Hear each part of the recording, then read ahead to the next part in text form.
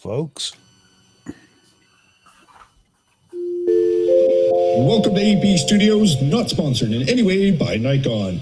We welcome everyone who is tuning in across the world and those listening to this recording. We welcome you to get active in the chat, but remind you to please keep it fun and respectful. Also remember that here at AP Studios, you do have a voice and we want to hear from you. Shoot us an email or comment in the chat if you would like to jump in the sandbox with our incredible panel. Now, without further ado, join me in welcoming your host, the man of the people, the oracle of Nikon, and the Eminem slayer of the Midwest, I get a kick out of that every time I hear it, Joey. Thank you very much. All right, Roy, we are live. I see we've got folks in here. Everybody check your email just in case. You might already have a link if you want to join. For those that want to join, send me an email. The email address is up here, or you can look in the description and find it as well. But you're more than welcome to join and chat with us in the panel. Hang on a second. John Ishii just joined us. All right. But you're more than welcome to join and John, there you go. Panel. Hang on a second. John Ishii just joined us. All right. But you're more than welcome to join and hang on. John, there you go. Hang on a second. John Ishii. I think you got it, John. Yep. John brought the gremlins with him. All right. So Roy and John have joined us so far. So the topic tonight is lighting. And it's not how necessarily to teach lighting right now. I mean, obviously, if you have questions about that, you can ask as well. But really about all the lighting that's available out there. You know, some people may not know about it, and I'm sure you're going to get a lot out of this. But what are you shooting for lighting? If you shoot with strobes or speed lights or LED, all the different modifiers, what do they do? I mean, what's the difference? You know, why choose one modifier over the other? Just a general topic of lighting. And if you have any questions, now's the time to ask them on this stream, because we'll have plenty of experts in here to be able to explain it. I am not an expert. I have a rudimentary lodge. And a gremlin. Let me start over again. I already had problems. One of my monitors won't work. So there you go.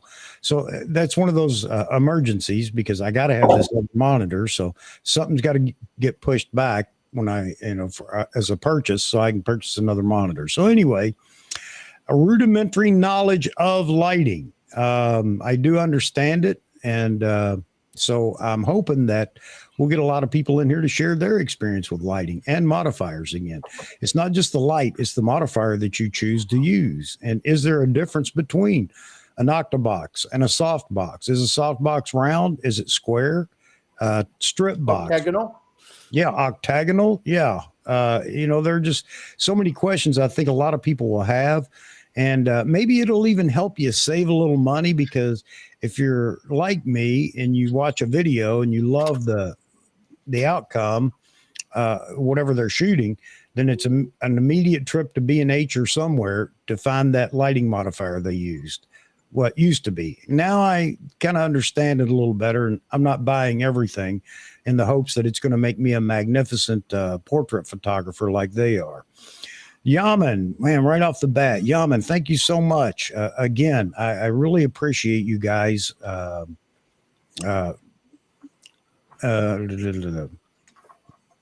trying to read your comment here. Per character, lifting some weights, saying keep it up. Thank you very much, buddy. Thank you very much. So yeah, tonight is lighting night, and let's get it started. Joe, you have an invite in your email if you would like to join. John, it's at the bottom, that little you don't have to do that, by the way. Why? Where is the super chat? I don't see it down there at the bottom. It should be at the bottom. Yeah, it is. Where is it? The little dollar sign in the bottom of the chat window. Okay. Is God, it they not? should have a huge sign. All right, Joe, I will send you another one. Let's see. I already have somebody else in here. Hang on just a second, Raymond. Yours is coming as well. I'll be right back. I got to go down and get Wayne. He wants to Okay, join. absolutely. Okay. Yeah, I'll be it right sounds back. all right. All right, let me get everything else sorted out, folks. Sorry about that.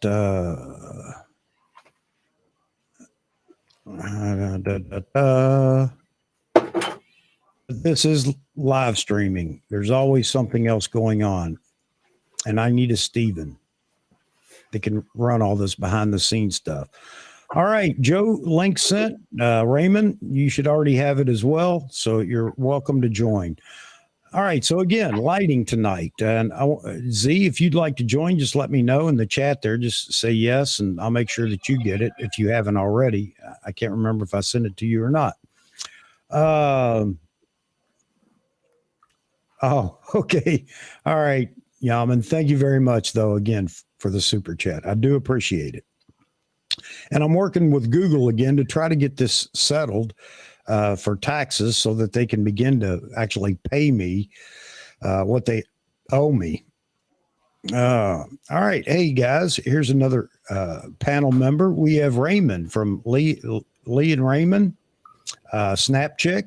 Hey, Raymond. Nice to see you. Hey, how are you? You hearing me all right?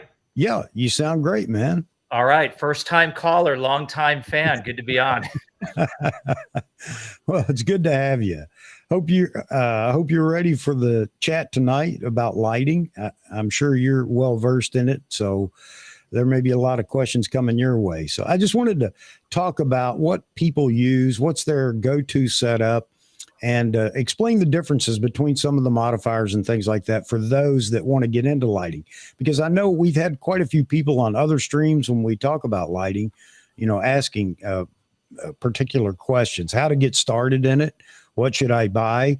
And that's why I put all the manufacturers, not all, but most of the manufacturers down in the thumbnail for everybody to see. And we can talk about, the pros and cons of each.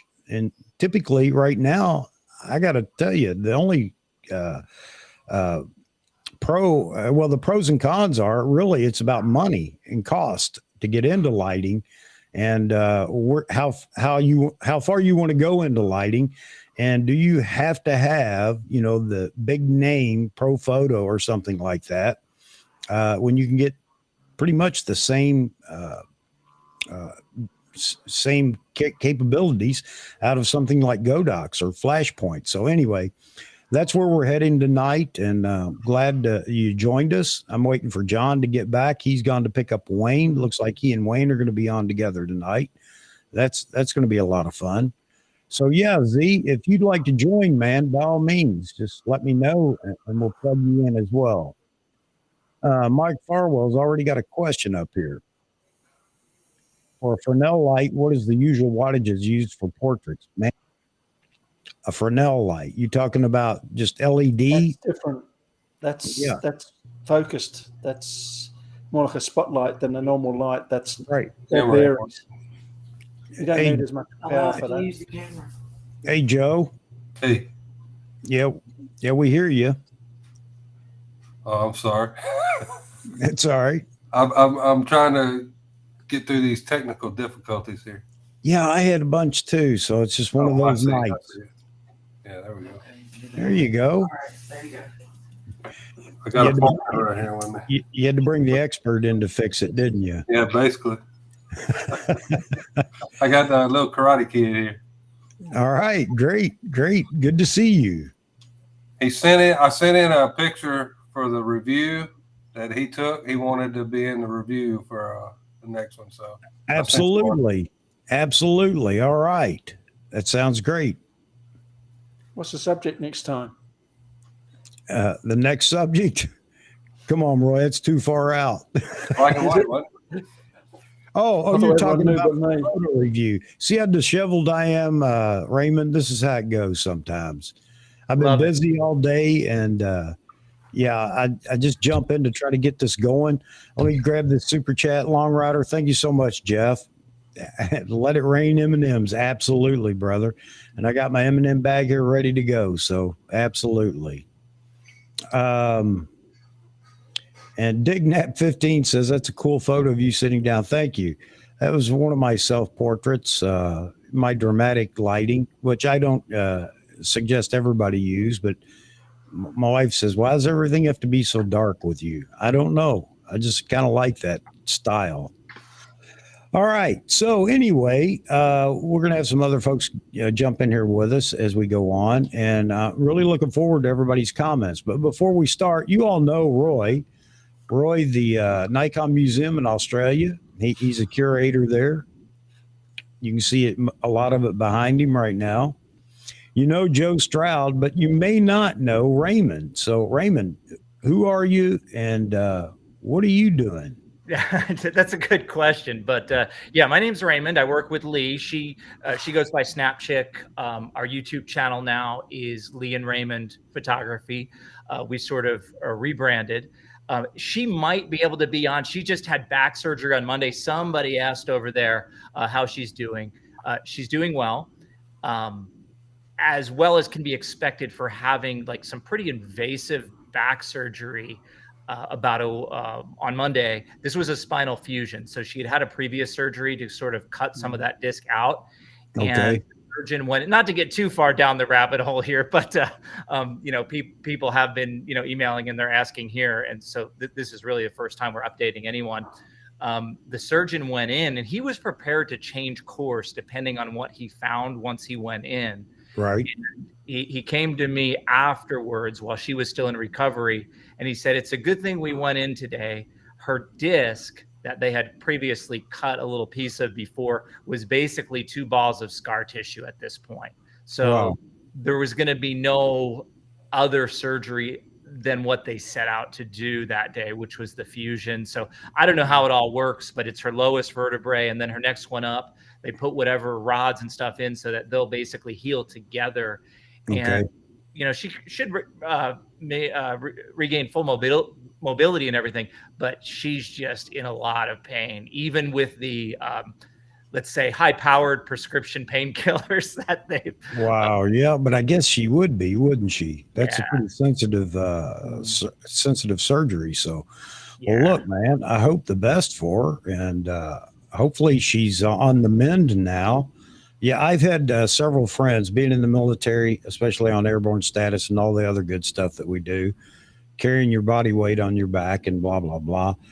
I have had several friends that have had to go in and have discs fused, because of some of the trauma they experienced in jumping and whatnot. So, but they all came through it real well, and they seem to be happy afterwards. So hopefully she'll feel the same way.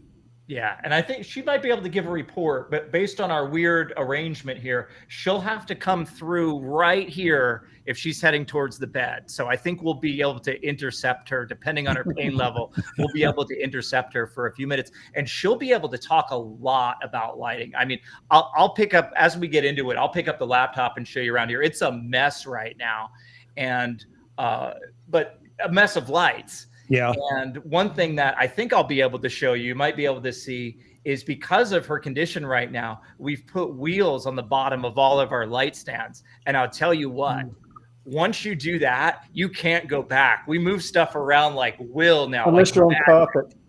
I if did on that. Carpet, it doesn't work. It won't work with carpet. Yeah, that's what we have. Simulated wood tile up here, so it's a nice firm floor. They'll get away from you too. It'll start rolling, and it'll just keep going. But in terms of what we do, especially where out of necessity, we sort of really have evolved towards video lighting, because when you're on YouTube, there's just one on me right now, and it looks super, super bright in here, which is cool.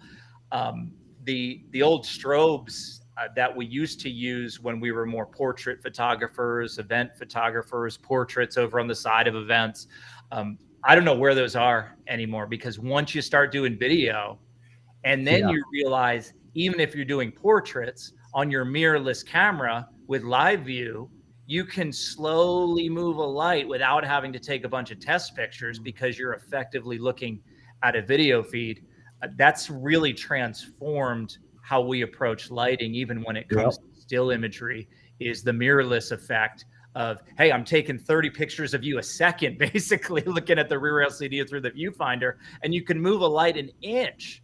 And instead of working with the strobes where you check it, you move it, then your subject is getting like, they're dying because they've just been, flashed by your alien bees, 60 times. This way, it's gentler light. It's not as powerful, but the way you can move it and create subtle effects.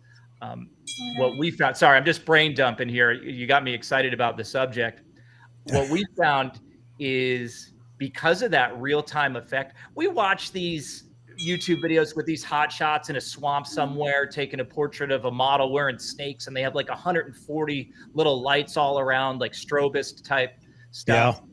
Yeah. And what we found with live view and continuous lighting, we can get, I won't say 100% of that super high-end commercial professional look. We can get 88% of that super high-end professional look with 3 LED continuous lights with those real-time adjustments. So it's really been a transformation. Indoors or outdoors though? Say again? Is that indoors or outdoors? We're mostly indoors. We will take them outdoors sometimes. So we're primarily indoors. Yeah, LED lights have come a long way. I mean, people, I know somebody had said that Joe Edelman is trying his best to go to nothing but LED for portraits and everything. You've got to learn the system. Early on, it was just, they were just too weak. Yeah. Can you sit on this or you want me to get you? That's fine. And we got John, I guess, moving in with Mr. Wayne. They'll be in here in a second. LEDs just weren't there, but I think they are now with the power that they have. But one of the things that you were talking about a little bit there was the fact that the models or whoever the subject has this continuous light in their face where the strobes didn't bother anybody. But if you're flat lighting, this is pretty cool. You can light it so. Both of us. It's not in the model's eyes or whatever. And I want to talk about that tonight too. They're going to be people. There are a lot of people that are wanting to know, can they shoot with LED now to do portraits and such? So we're going to get into that as well. And I just want to let you know, I have roller bases on all my C-stands now. I got news for you. That and battery powered strobes, man, not tripping over cords, not having to drag light stands around or pick them up. So you're absolutely right. And they will, if your floor is not really level, they will roll away. But that's the nice thing about them. These rolling bases, they have a lock on them. So you just take your foot, lock it, and then move it whenever you want. So John and Mr. Wayne, here we go. You guys in Malaysia, how you guys doing tonight? Well, doing good this morning. How are you guys doing? Doing great. You're in the morning, we're in the evening. So getting dark here and it's daylight there. Yes. Yep. Yeah. Today's Wayne's big day, man. Big day. Mr. Wayne, you got your Z8 today. I'm going to get this when the store opens. Oh, okay. All right. Great, man. That's great. Yes, it is. I understand they sold out over here. Yeah. Sold out. Yeah, I think so. Even the store where I got mine is it's back on back order already. Wow. Yep. Really? Yep. He wouldn't tell me if he expected another shipment or not, but I guess Nikon doesn't want them talking about that yet because they don't want any promises out there when something could happen, to delay it or whatever. But he didn't say, but he acted as if he didn't think it was going to be too long. No. I'm not going to say he gave anything away, but he seemed to feel confident that it wouldn't be too long. No. Yeah, I think they're working on more stuff, but it's just you don't want to make any promises in case one country have to get more first and then shift things over. Well, I think Nikon did a great job in the being able to choreograph this properly, in which everyone gets it at the same date on the 25th. Yeah, I was shocked, really. Yep. I got to call it, on the 25th and said, "Hey, you both your cameras are in." Go, really? You know, and then the next day, because we're 15 hours ahead, and that's how I beat Hank, you see. Yeah. Because it was still the 24th wherever he lives. Right. Yeah. So then then when the 25th came on stateside, then everybody started in Europe started getting theirs. So I was quite surprised. Yeah, I got a call, like I told everybody the other day, and paid for it and everything else, but we've hit a shipping snafu, so I won't have it in my hands until Wednesday. So that's okay. The store did everything they could to try to get it here sooner after the snafu, and so my wait is just it's only a few days for it, so it isn't too bad. But did you guys, Raymond, did you all decide to get a Z8, or are you waiting, or what? I tell you what. So we had a loaner for 2 weeks from Nikon. Yep. We could not do much of it until the tail end. In fact, Chuck, the last time we spoke, I hadn't used it yet. And I owe everybody an apology, because I said, I kept making jokes like, oh, the Z9, I mean the Z8. Oh yeah, the same camera. I was completely wrong. That would be like saying, you have shoes on right now. You might, I don't, but let's just say we both had shoes on. Well, they both have laces, so they're the same pair of shoes. No, mine are trail running shoes. Yeah. Yours are classy dress shoes. Yep. That's the mistake that I made when I said the Z9 is the Z8, the Z8 is the Z9. What I did is, Lee couldn't go anywhere with it, and she was hurting ahead of surgery. This was a week before she had surgery, and I said, listen, I don't want to leave you alone, but we need to go somewhere with this camera. And she said, I can't go anywhere. I said, can I go to the Grand Canyon for 3 days with it? And what I did, she said, of course. Oh my gosh, that would be legendary. And so it rode shotgun in my car for 3 days. Don't judge a camera until you've gone on a road trip with it as your only friend.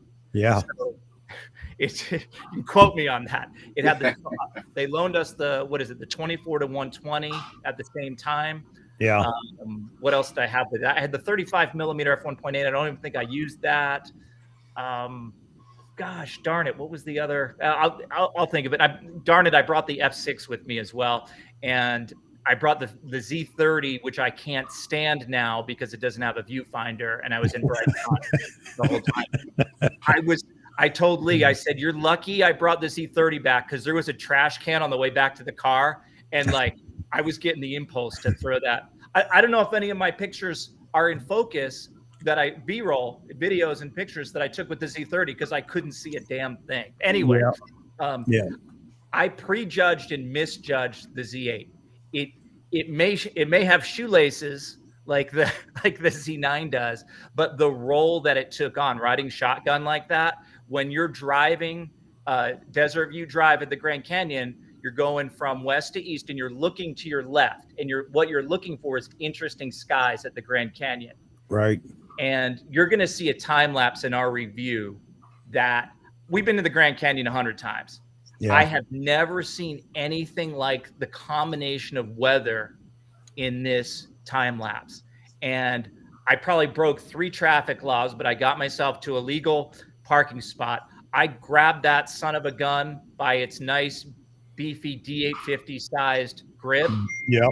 And I was not ready for a time lapse. I was headed to Desert View Tower, where I was going to have 30 minutes just to mess around. And I know the Nikon system, and the camera's the right size to slap onto a tripod. I mean, slap. I had to work quick because the weather would change in 5 minutes. Fortunately, it was like 45 minutes of just something I've never seen before. And had it on the tripod, put an Insta360 behind me just to get the whole scene of what was going on. Because you always got to think about that as a YouTuber, is you're not just taking pictures with the camera. You got to get video of pictures of yourself taking pictures with the camera. And I was the only one there. Sorry, get a little sidetracked there, but you always got to be conscious of that. And that camera is its own thing. It's not the Z9. Yes, the specifications are ridiculously close to the Z9. It's so much more than the specifications with the handling, the form factor. Yeah. And the So fact that's what I'm looking forward to. I mean, I have a Z9, so I know what the Z8 should do as far as picture quality, you name it, blah, blah, blah. It should be identical. And I'm curious to see if there are any tweaks in the algorithm for anything else that may come up as a firmware update to the Z9 as well. But yeah, the handling, that's what I'm looking forward to. It's just the handling. Too. Roy's got his. He was just flashing there. Yeah. And John's got his. John, mine is in the mail. Hey, famous last words, a check's in the mail, right? Yeah. We had a snafu, but we got it worked out. Snafu or foo bar. Yeah, we got it worked out today, and they've been good to me, so I'm not going to burn that bridge and whatever. Yeah, no big deal. No big deal. Yeah, hey, I want to say to Raymond. I want to say to Raymond, give my best to your wife, Lee. I will. Well, she might be here. She might be here. I told her where I'm going to be, so it's up to her. I've been following you guys for quite some time over the years, and she's a real groundbreaker, and it was really sad to see her in that kind of pain. Yeah. So I'm glad that she's on the recovery.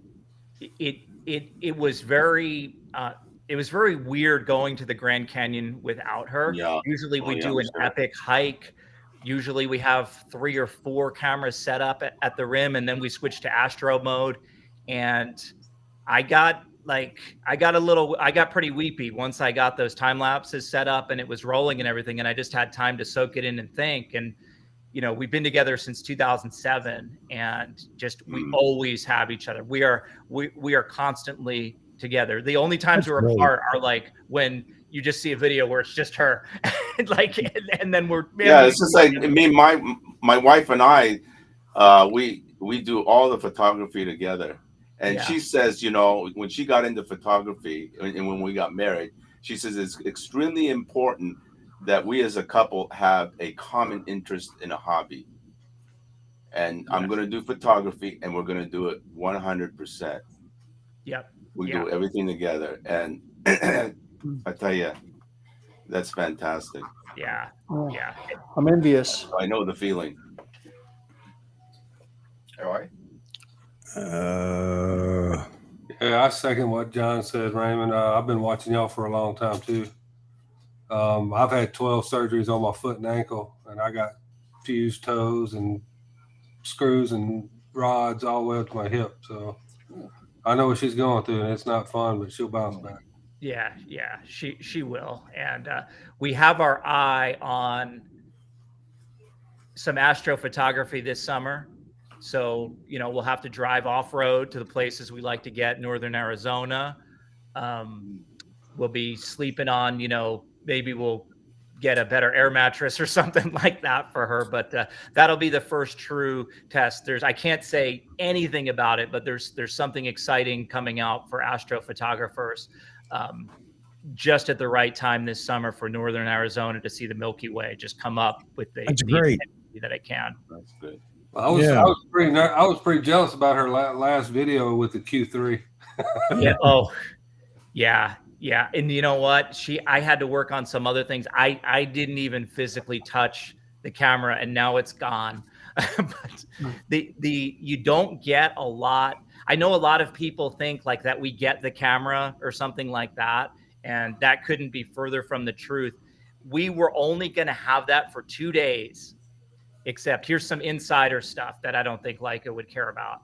You know how like when your Z8 shows up in the UPS box, it has that battery label on the side because it has lithium batteries in it. Yeah. Or lithium battery. If anything covers that up, depending on who your UPS, depending on your local UPS office, that could be rejected. And Leica had part of their label over that battery label. Yeah. You could tell exactly what it was. But hey, they got auditors and stuff like that. No one wants to get fired.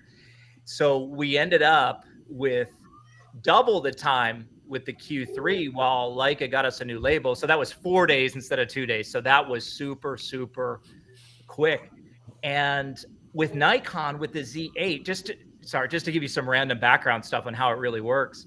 That was supposed to go back really quick. That was going to be like right when I got back from the Grand Canyon, we were going to have to send it. But everyone was at one of those events where like a bunch of like famous photographers were showing people the Z8 at picnic tables or something like that. So there was no one to send us a mailing label. That the shipping is always on the vendor. We're not going to, put money out for the shipping. So they send a label. So we didn't push too hard to get the label, and they hadn't sent the label back 1 day, 2 day, 3 day. Finally, they all got back from whatever Nikon camp, and they sent the label. But to your question earlier, Chuck, I think it was you who asked, did we buy the Z8? No, because we've got the Z9. But after that trip with it, I'm looking at the Z7 and its diminutive stature where it's hard for me to grab onto. And I'm like, we got to do something about you. I don't know if I need to extend it half an inch or if I need to send it to KEH, but one or the other.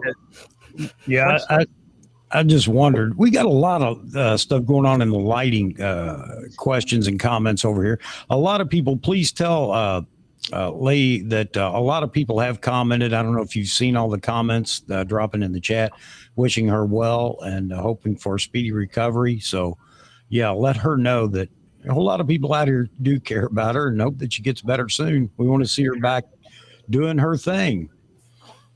Yeah. All right. So here's how it works here, Raymond. I told you over on Vahagen's program the other day, it's jump in and go whenever you see an opportunity or you want to make a comment or whatever. The big thing is I want to always pay attention to the folks in the chat, because that's what this is all about more than anything. And for everybody in the chat, if you have a specific question for Raymond, by all means, ask it. And I know I'm already behind. Sorry about that, folks, because I see a couple of questions. But Z Wade dropped in here. His contribution for this subject is he has a Godox 8400 Pro, 42-inch octo, 27-inch octo, and two Godox SL200 tube bicolor with a 6-foot strip box for bodyscapes. In studio, I actually prefer a single light, sometimes side, angled, back, and overhead. Yeah, absolutely. Which is, how do you cover everything on lighting in one live stream? You can't. But I thought, well, we'll start with just the products that we use for lighting and maybe an explanation of those, because not everybody has ever shot with a beauty dish or knows what a beauty dish is. And there are some things on the market. Yeah, I'm with you. I have a beauty dish for Pro Photo, believe it or not, and one for, it's just a Bowen's mount beauty dish. But yeah, I mean, those are the questions I think a lot of people are going to have, and I hope you guys are ready to jump in there and answer those questions and react to the comments. You see a comment, don't let me, if you see a comment you want to respond to it, by all means do. And Joe, I forget your partner's name. Gabriel, that's right. Gabriel, how you doing, Gabriel? Good. All right. he's a man of few words. Well, that's okay. He's a budding photographer, though, huh? Oh yeah. All right, great. Looking forward to seeing your photo, Gabriel. Your daddy. Gabriel, your daddy is an awesome photographer. He's definitely. I'm his papa. That's Grandpa. He's world class. He's world class, Gabriel. I'm trying to. All right. Awesome. All right, folks. I'm back on the chat now. Blah, blah, blah, blah. Let's see. So I have both, Godox and Pro Photo. Okay. And how do I say? The Godox is good. I mean, it's really cheap, right? It's like a quarter disposable. It's quarter the prices.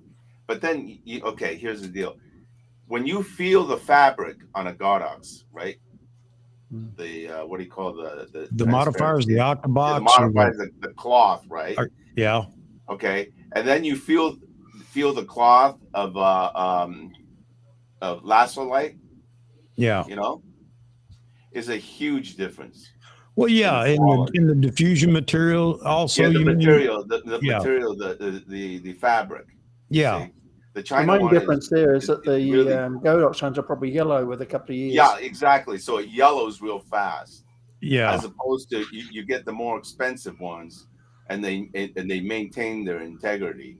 You know, like Bronze Color, you know, lasso light and stuff. There's a huge difference. I'm okay with I don't have Godox, but I have Godox because I buy it from Adorama and it's Flashpoint, just renamed Flashpoint. Yeah. And I don't have a problem with any of their lights. I don't use their modifiers though, or any of the other cheap modifiers that you can find on eBay. And there's nothing wrong with that. If that's what you can afford, by all means. No, but you know, if you're, I don't know. It depends on sometimes clients. You know, if they see Pro Photo, they think you're a player, right? As opposed to some other, you know, I don't know what brand. But in my days, in the film days, you know, Bronze Color, Illichrome, those were the rocks. I mean, 20 years those things would last. And Chimera all got nicked.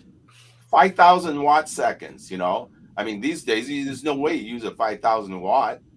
But those days you had to use 5,000 watt because you're shooting jewelry with f164, you know, right?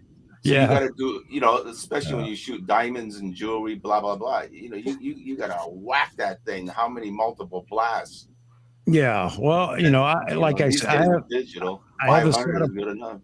I have the D1 500 setup or Pro Photo set as well. And while I like them, I bought that before we went to batteries. So I'm stuck with cords for those, which means they don't get used a lot unless they're going to be in a static location to light a background or something like that. That's about it. And like I mentioned before, Chuck, what bothers me these days, these studio photographers, is half of them don't even use a light meter. Yeah, I know. You know, I mean, I don't get that. I mean, I don't either. But you know, again, it's one of those things. I can understand if you're pressed for time and you want the absolute right now, yeah, that's great. Or even for a better starting point. But you know, I'm an experimenter, and I'm not going to tell people that hey, you can't do this without a light meter. I would suggest that you get one. But you don't learn have how to use it because it's two different ways of measuring light. One's reflective and one's, you know, ambient. So what's the light bouncing off the model skin and going back is totally different than light falling on the subject matter itself in different portions of the face. So you've got to take a meter reading. So these so-called pros out there, I go to these events all the time, Fuji, all these companies, they put on these, hey, bro, where's your light meter? He goes, what's that? I said, what are you kidding me? If it's overexposed, then I just down the lights. Or if it's under, I just up it. That's a wish. Well, wait. That is a great conversation that we need to have too, John. But now you're going off the rails here. You're right, though. You're absolutely right. That's a great conversation to have. But you know what? When we have it, we need to be ready to explain all of the points about using a light meter, how to use it, what you can actually measure, because not only is it just for studio for stills, it's also for video now, and of course measuring color, measuring the CRI of the lights as well. I mean, there's so many things you can do now with the meters that we didn't have before. You go to Martin Scorsese and he doesn't use a light meter. What do you And he starts screaming at the director of photography. What, you're going to use a light meter? Real pros go. Huh? Yeah. Yeah. But you know what, John? That is a great subject. And we definitely need to visit that as well. But I'm going to try to keep it around just the modifiers and the lights, only because it's too easy to get caught up and go down a rabbit hole on something else. I understand. But anyway, as far as the modifiers are concerned, I like strip lights and I do too. Big octagons, which I don't have room for, but you know, just go to the studio and rent it. Oh yeah, yeah. So Diana has gone on to a big project. Yesterday morning, she tells me to go downstairs and pick up a delivery. Is a huge, gigantic piece of plexiglass. I mean, this thing is like 6 by 6 plexiglass, and I'm carting this thing up into my condo. Right? I like them. What in the hell is she doing with this piece of? Use it like a mirror. This huge, gigantic plexiglass. Use it like a mirror. You can't use mirrors. No. Mirrors got double images. Nothing. And she's keeping it a secret because she follows an Italian photographer out of Italy whose work is like, mind blowing. See, I think Joe could figure this out. And what she's going to do with this piece of plexiglass I got in the room, I guess we'll soon find out. Cool. I can't wait to see what she does with it. Absolutely. Yeah. Hey, Yaman's talking about continuous light, i.e. LEDs. He played with a ton yesterday, played with them a lot yesterday. Says he was happy with the results. And I'm curious to anybody that shot done a whole session with LEDs, your comments, whether it's in the chat or jewelry. Yeah. Everything else is, I like strobes better. Yeah, so do I, Roy. Well, I do too, only because I haven't figured out how to use LEDs without blinding the model. They get perturbed real quick. Well, I think the light, the temperature, the color temperature. I mean, if you're doing a photo shoot with like 8 other guys, with one model, yeah, of course. Use LED, use constant light. Not many LEDs are accurate color-wise either. Yeah, exactly. And that, they're probably fine, but everything else has got some very funny. And then you get those big studio tungsten lights, man. You cook your model. Well, you got to have. You can't just put a regular modifier on it either. It'll turn into a torch. Yeah. But nowadays, though, we do have the LEDs, and that's what everybody's talking about. Nobody even remembers that. Half the people out there shooting with LEDs and other don't even know what you talk about because we'd refer to them as hot lights. Why? Because they got extremely hot. Oh, man. Wore gloves. Yeah, and you wore gloves, absolutely. But now everything's LED, which really changes the picture. Unless you're shooting through a gobo on a Fresnel head on a LED light, and then I will assure you that generates some heat because it's melted a couple of my gels already. So, yeah. But you can start like fires with strobes as well.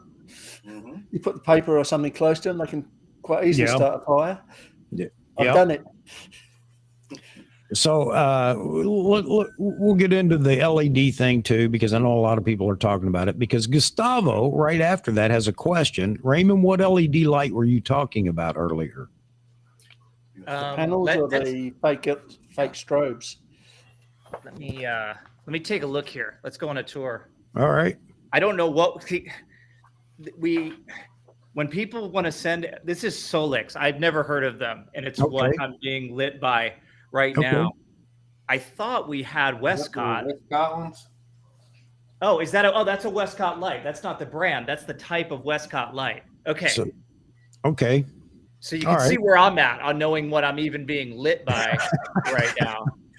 Well, I tell you what, I mean, first world problems, if someone says they'll send lighting, we'll say, sure. We don't promise anything in return. So we've been through a number of LED lights.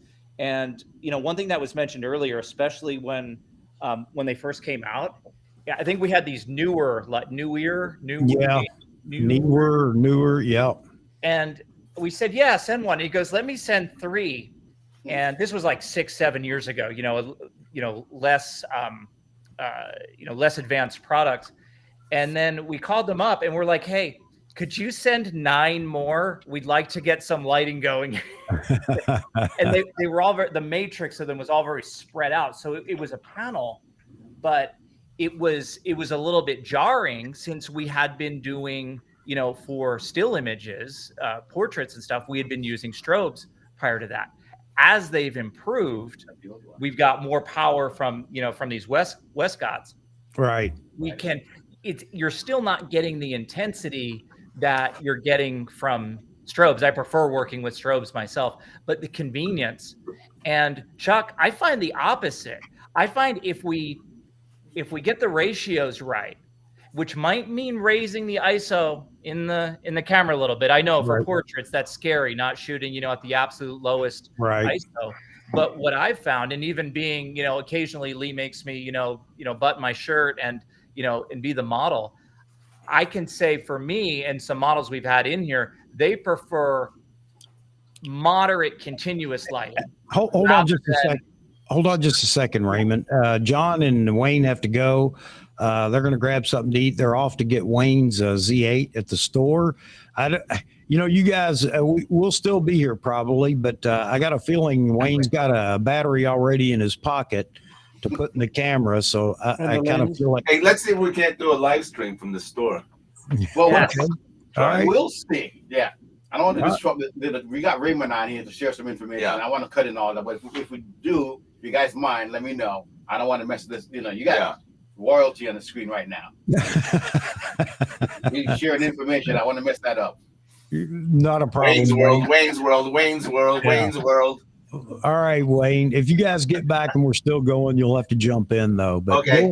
Go enjoy that camera. All right, guys. See you guys. All right, talk to you later. Okay. All right. So I'm sorry, Raymond. Go ahead. No, it's all good. Don't let me ramble for too long.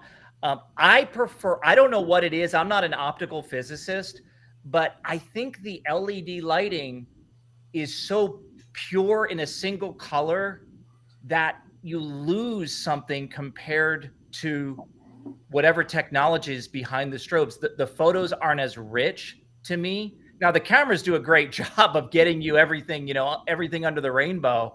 Yeah. But I feel like I have to do more work with LED portraits.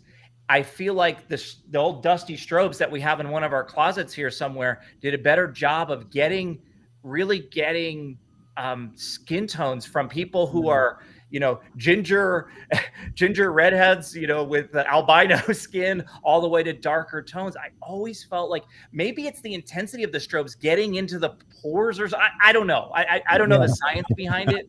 But many of the LEDs are missing colors within their rainbow.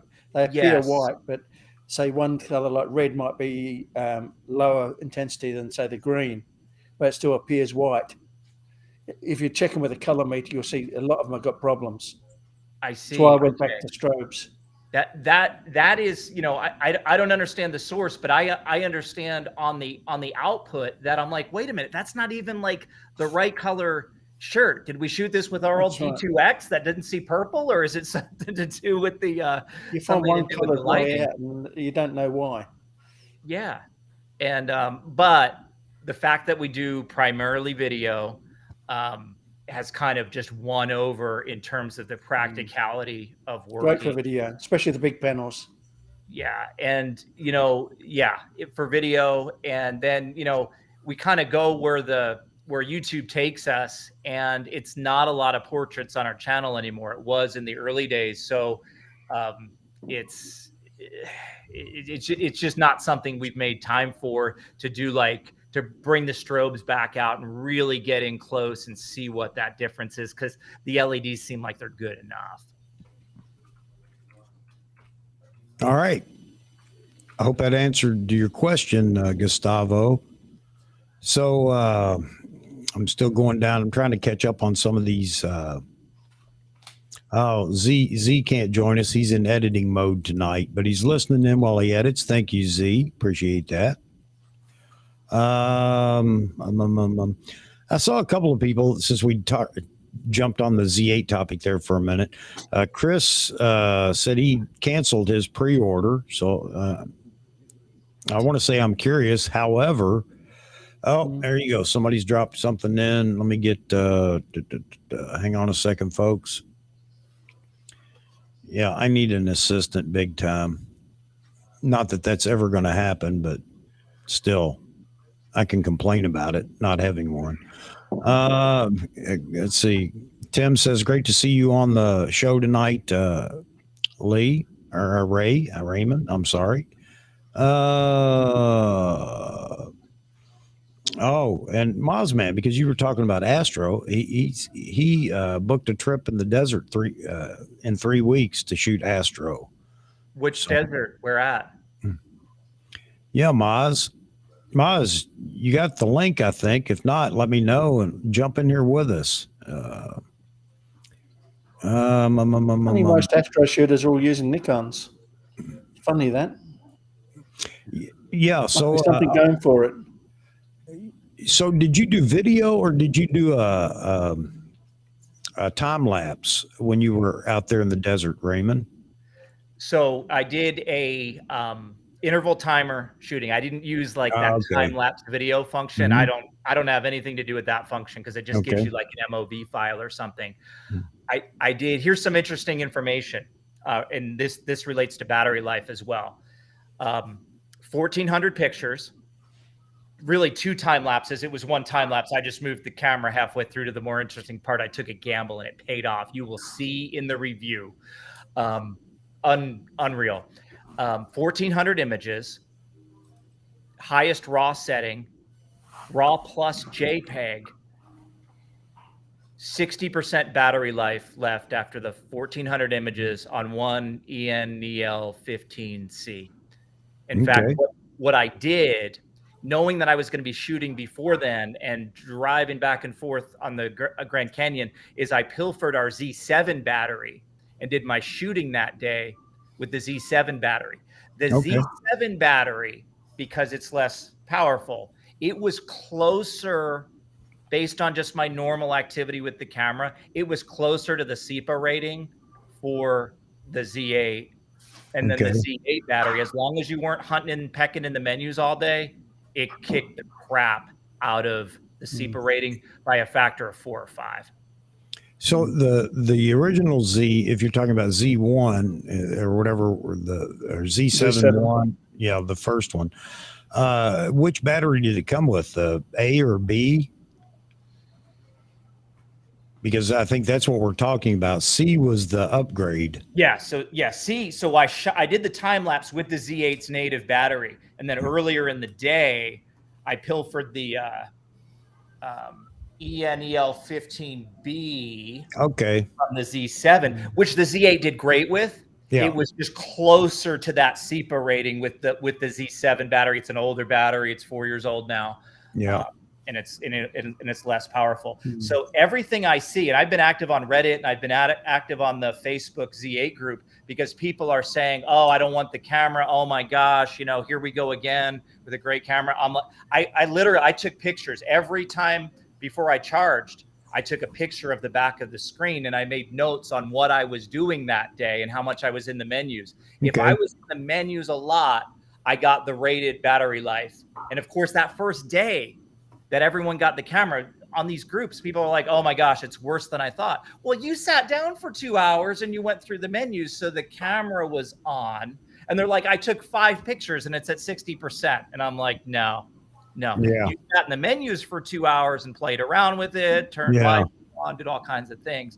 So anyway, to answer your question, sorry, I'm all chatty about the camera now because I totally misjudged it. The time lapse raw plus JPEG, because I hadn't pulled anything into Lightroom yet, so I didn't even know. We've had cameras early before, and we've only shot raw, and no software could even open them. So anytime we're testing a camera now, we have a rule that we double check with each other that you're shooting raw plus JPEG. Everything raw plus JPEG, brilliant images, exactly what I would have expected from the Z8 and or the Z9. And it hardly, 1,400 images, 60% battery. I'll take it every day of the week. All right. Yeah. It did something funny, and I didn't get a chance to investigate this.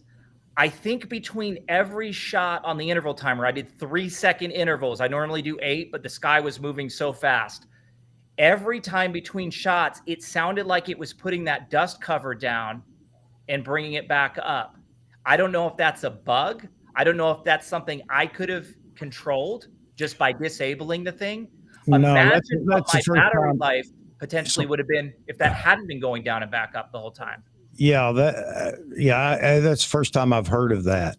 The dust shutter whatever you want to call it, dropping down after every photo? I'm going to try it on the Z9 and see if it does the same thing. And then see if it doesn't, see if I can make it do it so I can figure out what the heck I was doing. I've never had that on my Z9 ever. So I don't know. Yeah. Never. I'll try to make it, I'll try to make it happen. Yeah. There's only two settings. Either it's open or you set it so that it closes every time the camera powers down. I think I'm going to send a note to Nikon because I may have been one of the first people that did a 1400 shot interval and put my ear down by the camera. I had a lot of time to stand around and see what was going on. We had something with a Leica camera, might have been the SL2 before it came out, where the thing they hadn't tested interval time, or it was on pre-release firmware or something. And it did something similar with the mechanical shutter where it was like opening and closing at extra times or something like that. I think that's one of the last things that the manufacturers think about before they rush the camera out the door is the firmware related to interval timer and some of those things that don't involve you running around, taking pictures of your cat and stuff. Yeah. That's the first time I've heard of that. I don't know if anybody else has heard about that being a possibility or that happening, but on the Z9, I mean, it very well could be something particular to the Z8, but I've never had that happen on my Z9. I got scared because again, you'll see, it was I was looking at God, I'm not even a religious guy, but this was the closest I've come to the feeling that I experienced when Lee and I went and saw the Aurora Borealis with Dr. Goto for the first time. We did a photography tour up there. That was life-changing for me. I think about that every day. This was that close to life-changing. And I hear the thing sound like it has a mechanical shutter. I'm like, am I going to get 10 shots before the battery gives up? Or what's going on in there? Why is it moving things? This doesn't have a mechanical shutter, but it was acting like it did. And I was like, you'll see this time lapse of me pacing, the time lapse of the time lapse where I'm pacing around like an expectant father or something. Maybe his camera's starting to shut down. And because when my Z9 goes to shut down, I'll hear it click. I just hit the button and it'll come right back. It was a full battery and it was doing it between every shot. And I don't even know for sure that it was the dust cover, but I don't know what else it would be that sounded like a shutter. For the first 10 minutes, I thought it might've been the cheesy, audio that it makes, but I kind of carefully put my ear down by it. And it was definitely mechanical sound. It wasn't that sampled sound. Yeah. But I'll have to dig into that. I might send a note to Nikon and just, they can try it out and see. Or maybe I need to buy one. There you go. Just buy it. Oh, man. All right. So we still got a lot of the lighting questions coming in or comments coming in. I want to jump back into this, and I want to get you guys to participate in this more so than me. So what is what's your preferred modifier? If you have to choose one light to do a one light shoot, what modifier would you choose? Joe, you shoot with lights too, but not a lot, I think. Yeah, I have a Westcott FJ 400. Okay. And an FJ 200, which that's all I need for what I do. Well, which modifier would you choose? I have the Joel Grimes Beauty Dish. Okay. And I have the large or extra large octabox. I think it's like a 48. Okay. Or something like that. And then I got a couple of little strip lights and another little smaller dish I use with my FJ 40. Okay. What about you, Raymond? What you? The big one. Yeah, it depends. I mean, I have up to something like this, then that Joe Grimes is all you need. Yeah. But the big one, if you're going full body or half body, that big one is just too pretty. Yeah, I've got a 32-inch. It's not an octabox. I don't know what we call them now. It's a soft box that's round. But we're used to octobox because that's all we had for so long. And then somebody figured out how to make it actually round instead of having sides on it. But I have a 32 inch and I also have a 48 inch. And it's very rare that I'm shooting the 48 inch, because I'm just shooting in my little studio. But the 32 inch works fine for me. And I also have a 9 by 36 inch strip box, which I find is amazing for a lot of the stuff that I like to do. Strip boxes are really good. Yeah, I love it, especially, I guess, for you, if you're shooting glass or bottles or things like that, to get that beautiful rim light all the way down. You can flag it too. Kickers. Yep. So, yeah, absolutely. And there may be people out here that are saying, well, what's the difference between a strip box and a octobox or a round soft box? And we'll get to that in a minute, but just letting you know. And I have others too. I've got a 20 inch and soft box. All my modifiers, by the way, are cheetah stand. I like them. They're heavy duty. And they're good enough to do the job. That's the main thing. Yeah, I really like them. I mean, they're not the cheapest. They're not expensive. I mean, I can't afford Pro Photo. Period. If I wouldn't, because I've lost a few lights in the past, and I love Pro Photo. I don't want to lose them. I love my D1500s. I love their interface and everything else. But you're talking $500 or $600 for a friggin' softbox. I'm sorry, I can't go there. I just watch can't it go blow over a cliff or something. It's terrible. And since Pro Photo, and that's here we go with the pros and cons, and we'll get into that in a minute too. How it attaches. Anything with a Bowens mount, I'm all about. Yeah, Bowens mount. But Pro Photo, and they have their own proprietary mount for their lights. And not that you can't change that out. You can now, but you couldn't before. Nobody offered an opportunity for that. So anyway, but yeah, and I have reflectors, of course. Every light comes with a reflector standard for hard light. I don't like shooting with them, but I have them. Yeah, I mean, yeah, if you want high specular highlights, then yeah, absolutely. Moody. Yeah. But you'll find very few women that say, oh, please get out that reflector and shoot me.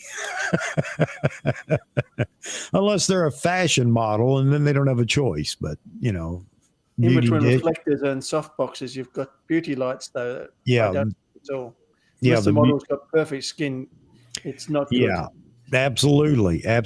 And people may ask, well, what's that mean? So we'll get into that as well. But anyway, yeah, I got several, but I think the 32 inch, and typically that's with the grid.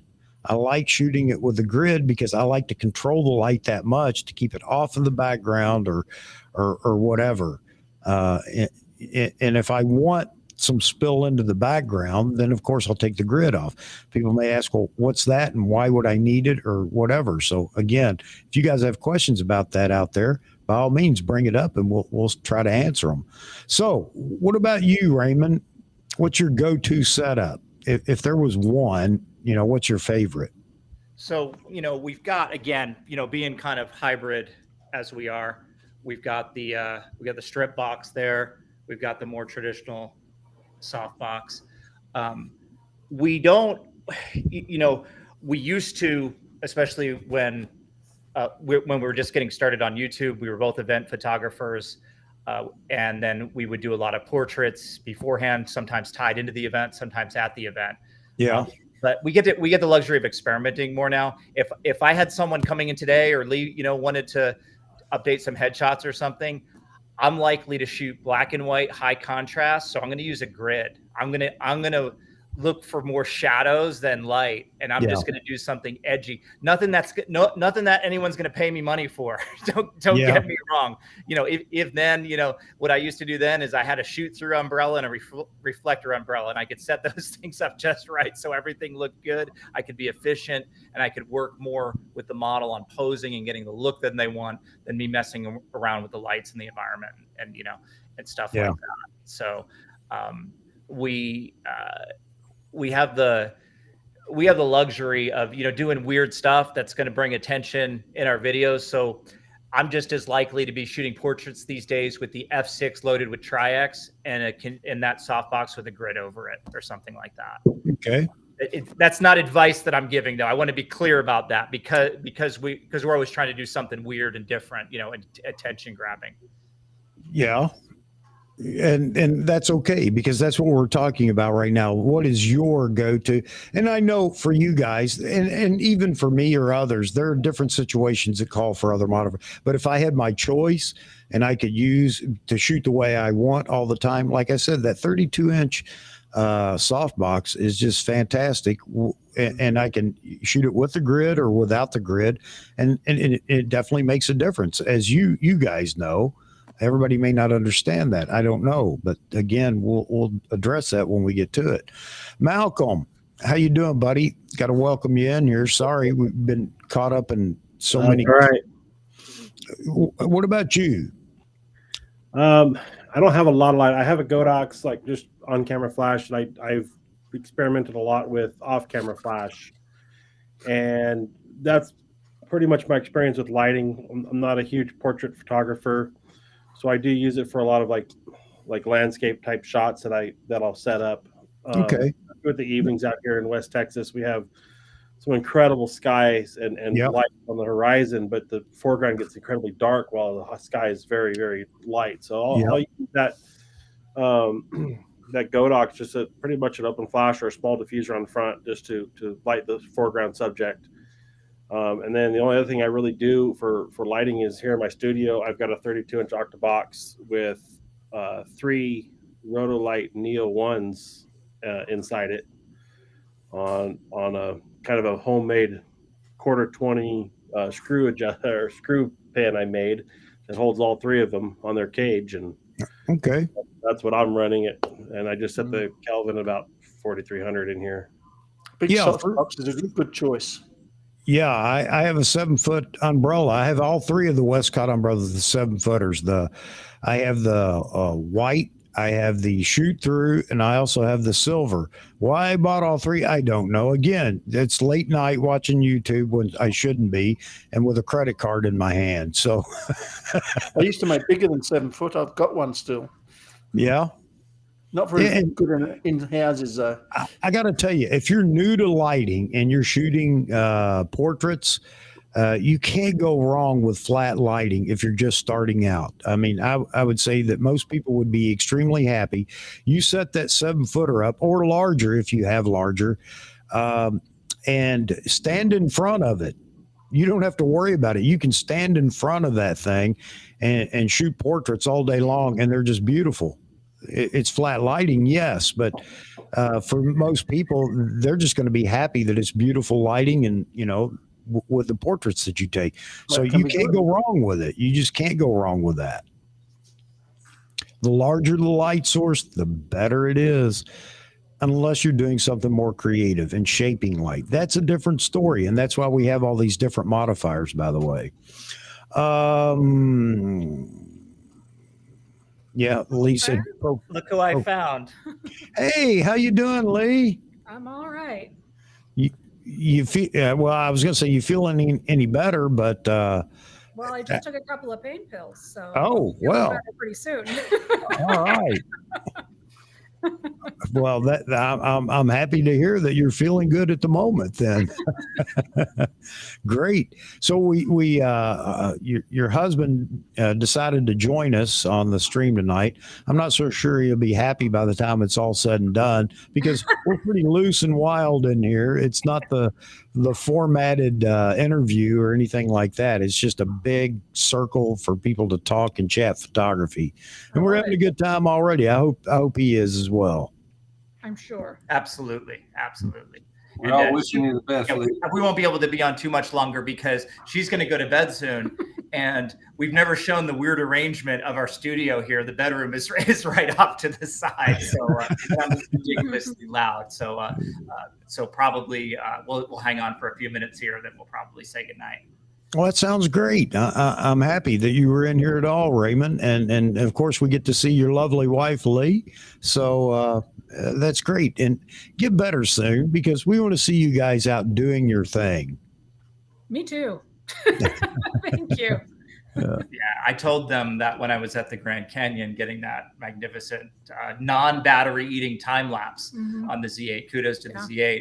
I said I had about 90 minutes to think, and we're always setting up another camera, or we're getting ready for our astrophotography that night. We're talking about settings, we're talking about lenses, and I was happy, but it was pretty sad. It's pretty sad because you would have just absolutely loved it. Yeah.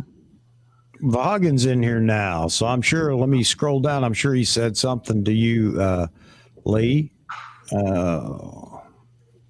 I'm looking. I'm covering the. He said, "Hope the surgery went well." Oh, thank you. I told everyone we'll be doing Astro in a couple months with a piece of gear that we can't talk about, and that might be kind of your first your first test, your first night out. Hopefully, yeah. And those are our favorite times, really, together. Is you get those time lapses going. I get awful sleep because I know they can just stop in the middle of the night. And we've got one of the ones we lean on heavily for Astro is our full spectrum D810, and I know the exact blinking frequency of the D810 as it's writing to the memory card.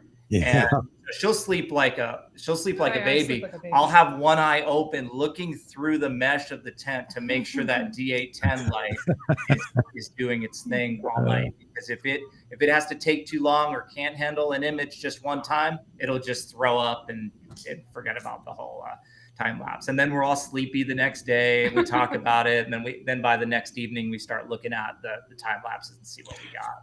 But that's great. You guys enjoy the same thing, and you seem to have a great time doing it together. And the other nice thing is you're both on the same schedule, because if one of you is up shooting at night, the other is there. So it's not like you're not going to sleep all day, are you? Because, you know, I didn't stay up all night long like you. So yeah, it's great. Yeah, a lot of people that matched set. Maybe we can get a loaner Z8 for maybe by 2 months from now. They'll get them through all the people they need to get them to, and then they kind of have them handy if it's older gear at that point in time. So we'll get another foray with that. We cheat though. We sold all our Sony gear except for the 24 millimeter f1.4 G Master, which is the Astro lens of Astro lenses. So we use one of those very narrow Sony E-mount to Z-mount adapters. So I don't know how Nikon will feel about this. They don't get a vote though. Maybe if we borrow that Z8, it'll have the Sony. Yeah, it looked like Malcolm was holding that lens up there while you were talking about it. That lens is hard to freaking beat. When amazing for astrophotography. Anything. Once I learned, really dug in and saw what coma was. It's when the stars on the edge of the frame don't look like stars anymore. They start looking like tornadoes and all kinds of different shaped things. And any star anywhere in the field with that 24 millimeter Sony G Master is a perfect point of light. And I mean, there's Nikon lenses, older Nikon lenses. Like we shot Astro with the 50 millimeter f1.2 AIS lens. It's not designed for astrophotography. The stars on the edge look like alien, motherships or something. Yeah. And you can't tell in most of the time, but Sony figured it out. Well, that's one of the things everybody would always ask. I remember when wider angle lenses were coming out, there's always questions about, have you shot it? What's the coma like? And everybody's sending you a suggestion, shoot it, a 1 second or whatever, F whatever, and for a certain shutter speed, because that I don't know what the test is, but I mean what the parameters are, but that seemed to be the test parameters to see if there was going to be coma at the edges. Yeah. And of course Sony made sure to point that out at the launch event, and that kind of got us more into Astro. And we didn't realize, we were naive. Here's the lens, and then here's the adapter that may as well just be glued to it. Okay. Silver ring. we didn't know how good we had it until we started doing the same thing with other lenses, and we're like, well, they don't work. They don't work quite the same way that this one does. So sorry to get a little bit off the lighting discussion. No, that's okay, because I've been popping the comments up here. Leah, I hope you're checking it out. So many people in the chat are wishing you a speedy recovery. Everybody's well, we want a speedy recovery because we're selfish, which means we want you to get back out there and do your thing so that we can enjoy it. So well, thank you. I'm feeling better every day. So, and we hope you do feel better. But I mean, really, come on, it's all about you getting back out there so we can enjoy your content. Got it. I got it. I got my priorities straight. Oh, Mozman getting ready to eat dinner. I'd asked him if he wanted to join. So yeah, anybody that would like to join, please just send me an email to not Chuck O'Mail. I'm sorry. It's in the description, and we'll bring you in as well. Yeah. So we were talking about, and this is the way this channel goes. We start out on something. Sometimes we last for a couple of hours on the topic. Other times we don't get too far into it, and then we're branching off, going down a rabbit hole on something else. But it's all about what the chat wants to talk about. So I'm not going to force it on anybody. I just try to bring up a topic to get us started, and I get beat up over gear talk. So I thought, okay, well, let's talk about lighting this time. So anyway, but Raymond joined us, and he's taken us down a rabbit hole, and it's his fault. Can't imagine. Can't even imagine. I'm just kidding, of course. And the Z8 is so relatively new now in everybody's hands, or so many people's hands. I know we're going to have to entertain comments about that as well. And there still are questions. I don't know how there could be any questions about the Z8, especially if you have a Z9, but I know most people don't. But I don't know how there could be questions. We have had a ton of videos on YouTube, and most of them have been very entertaining and informative. But there are a few out there that aren't happy with it because, well, I don't know. And they seem to feel like they have to share that with everybody, that they're not happy. But our Z8 review is, if you guys are familiar with Hugh Brownstone, who's become a good friend of ours. I'm going to try to get him to make a cameo in the video. I'm going to reach out to him this weekend and see if he can meet with me on Tuesday. That would be great. It'd be a lot of fun. I have this. I won't give it away, but I have a really short bit on. I think we all have an inner Hugh Brownstone, and I think I'm going to play off that theme. Hold that point. Yeah, exactly. If I can get him to say some of his catchphrases, I'll link his channel and all that good stuff. But really, because the Z8 specifications wise is the Z9, the Z8 video in our review, I'll give a little bit of it away. In addition to those two wonderful time lapses, it's what the camera represents. And that's why I was talking about, hey, this thing rode shotgun with me for 3 days. Once you do that, you've got a bond. You've made a commitment to each other. Yeah. And I don't think I'm actually, it won't be in time for the review, but I'm going to take a similar trip with the Z9 with no preconceived judgment and just see what happens. I think it's really the Z camera that maybe we all thought was going to end with the Z7, Z7 II type thing. And they just took a big jump right over that. They stole all the guts from the Z9, but it's a different camera. I'm already rehearsing. That's what our review, because of the point that you said, we've been talking about this, we've all been talking about the Z9 for a while. It's the same everything.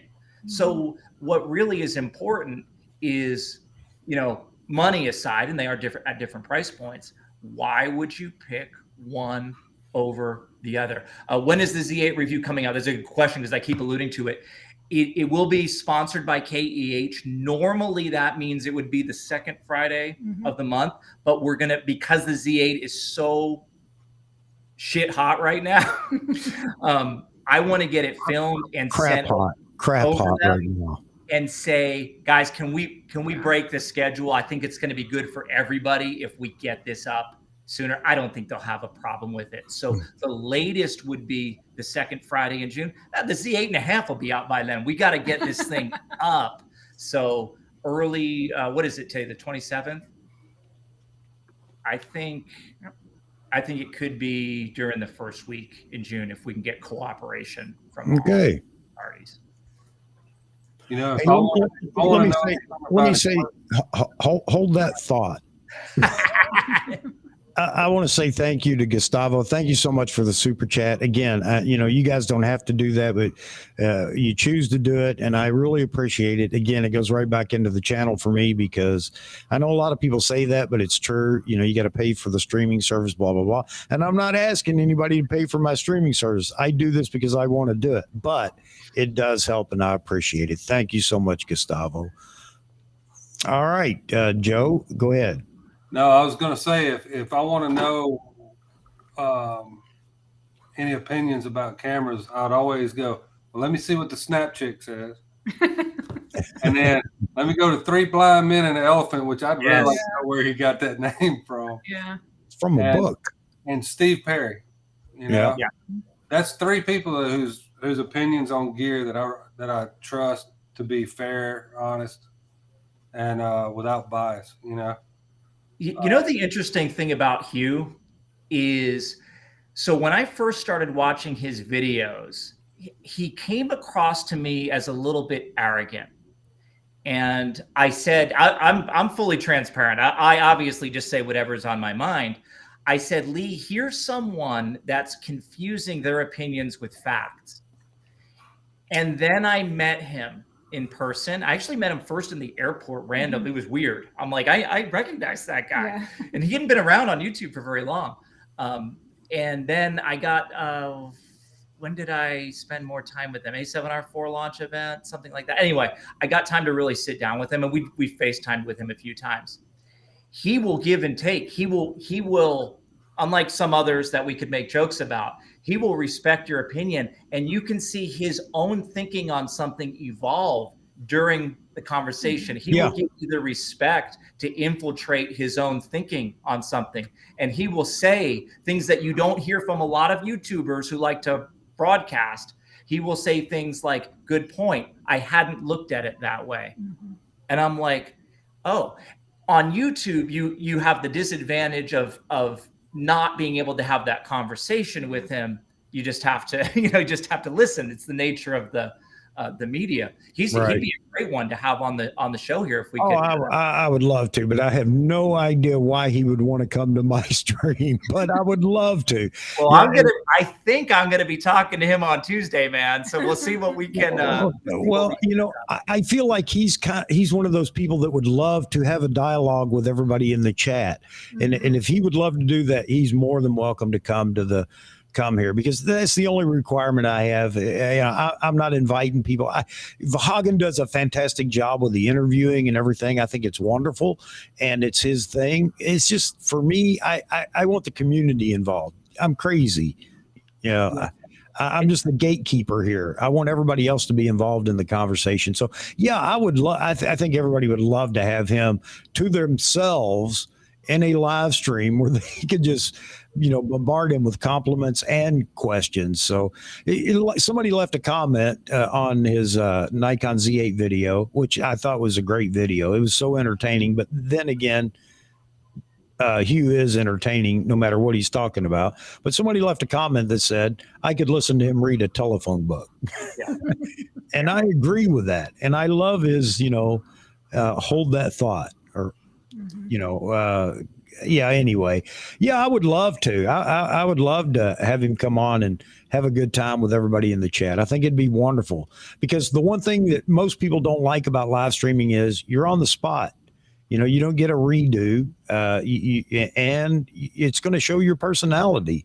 And if you're not who you portray yourself, as on YouTube, on your videos, it's going to come out in a live stream. You can't hide your personality in a live stream. And some people are afraid of that for whatever reason. So anyway, yeah, absolutely. I would love to have Hugh come on the show at some point. I think it'd be fantastic. I'll see what I can do. I'll tell a quick Hugh story, and then we'll bid you good night. Sorry, I've been talking over you like the entire time. No, that's fine. It was the A7R4 trip. We were at the Sony venue, and a few of us decided to walk back to the hotel. So this is in New York City. This is Hugh's street photography playground. Right. People would normally pay for the exposure that I got to Hugh to watch him do his street photography. Now, he grew up in the air. I grew up in Jersey, so Hugh and I can argue about the weather and then be hugging the next minute and, whatever. Yeah. Watching him walk up to people that I'd never walk up to. I'm scared in the city. I grew up on the other side of the tunnels in Jersey. So I scare people in different ways. But the way he'll walk up to someone, give them a compliment, tell them exactly what he's going to do. I'd love to take a picture of you. I can't even duplicate. I'm a poor, 8th generation copy of what he does. And then he's got this guy in this cool hat with a feather, mugging for him and stuff like that. Start to finish, 20, 30 seconds tops, 4 or 5 freaking prize winning pictures. And then he's just tootling down the road, looking like it's nothing.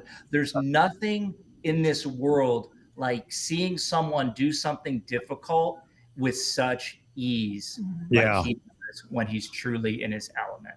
That's what I'd like to pick his brain about. I can't walk up to anybody and say, "Hey, can I take your picture?"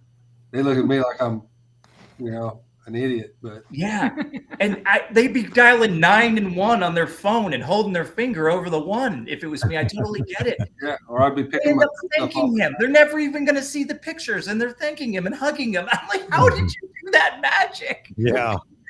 And he just gets those just phenomenal images. So I'll mention it to him, and we'll see what happens.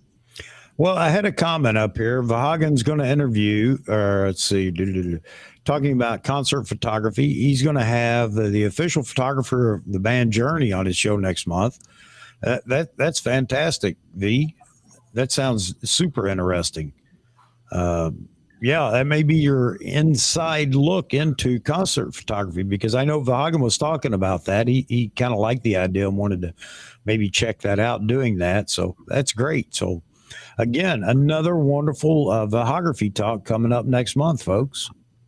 All right, guys, we're going to get going. Thank you so much for having us on. And Lee, I'll let you say something. Sorry. I feel like now I'm on the spot for something eloquent. I got nothing. I'm on pain pills. Wish everybody a good night. Let the pills do the talking. Yeah. Hope you all have a great night. Hey, Lee, thanks for taking a moment to sit down with us. I appreciate that. You didn't have to do that, especially with the, what you're dealing with right now, but thank you very much. I think I speak for everybody in the chat as well. Yeah, I'll see y'all again. Well, all right. We're waiting. Thanks, everybody. Again, we're selfish. We're waiting. Okay. Got it. All right. Night. Night. All right. Lee Rothman says Hugh's vocabulary is beyond most people that didn't have a rather good education. Absolutely. He's so articulate. He's so, well-spoken. And again, I talk about that comment. I could too. I could sit down and listen to him read a book. He's got that radio voice. Yeah, well, I don't. Yeah, and in the way he speaks. I mean, his delivery exactly. All right. So we tried to go down the lighting thing tonight, and well, you know what? That's okay. Everything changed. You guys are welcome to bring up any lighting comments that you want, but I think we keep bouncing back to the Z8. And I think Roy may let us get away with this tonight because he has a Z8. Mine's at the store, and it's waiting for me to pick up, which it'll be there a long time. All right. So Jeffrey says, hi guys, busy tonight recalibrating monitor, editing photos, etc. Not big into Flash. Well, I understand that, Jeffrey. So much for me to add conversation. Lee, I wish I'd have caught it sooner, Jeffrey, to let her know. Better life through chemicals, heal quick. All right. Well, we miss you, Jeffrey. So I know you got your Z8, and And Roy was informing me you have your F4 also, so you got a lot to play with. I understand that. Roy's not here. Yeah, He yeah, diverted. yeah. Nothing wrong with that. Oh yeah, and there you go. This is what Roy does, people. This is what he does. He is the shell answer man when it comes to Nikon cameras. Back to the 1898 Nikon point and shoot that they came out with first, that used homemade film, to today's new mirrorless cameras. I've got nothing that old. Close. My oldest lens is 1913. There you go. There you go. And I think Kevin Nordstrom said it best. He said, didn't the Titanic sink right before that? So that's how old Mine that came off was. a crashed World War I photograph plane. Yeah. Plotting plane. Oh, man. Special thanks to Roy for sending me several PDF manuals on old gear that I recently bought. You're a class act, Mr. Bigsby. I second that, Mr. Bigsby. You are a class act. You're most welcome. Do you have a brownie, Roy? No, I don't like them. too close to a TLR. I love brownies. I got something he don't have. I love brownies. I gave it away. Hey, I got one of my favorite pictures of my nephews with a brownie. Oh man. All right. So where are we at? Where are we at, folks? You all tell me. Where are we at? I think Joe Man's Land was wanting to come in. Joe Man's Land was? I sent Joe Man's Land a link. I know I did. Why are the links not showing up? All right. I'm gonna have to get out of here early. I was up till 3 o'clock this morning, so no, I can hear my bed calling.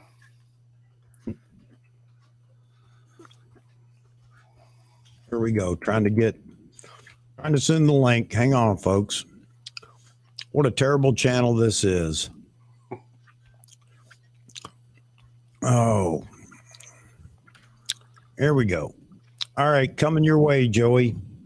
Coming your way. Should be there now. All right. Malcolm, you're awful quiet. I know we haven't given you a chance to jump in here, but what do you have to share tonight? I'm just hanging out tonight. I don't have a whole lot.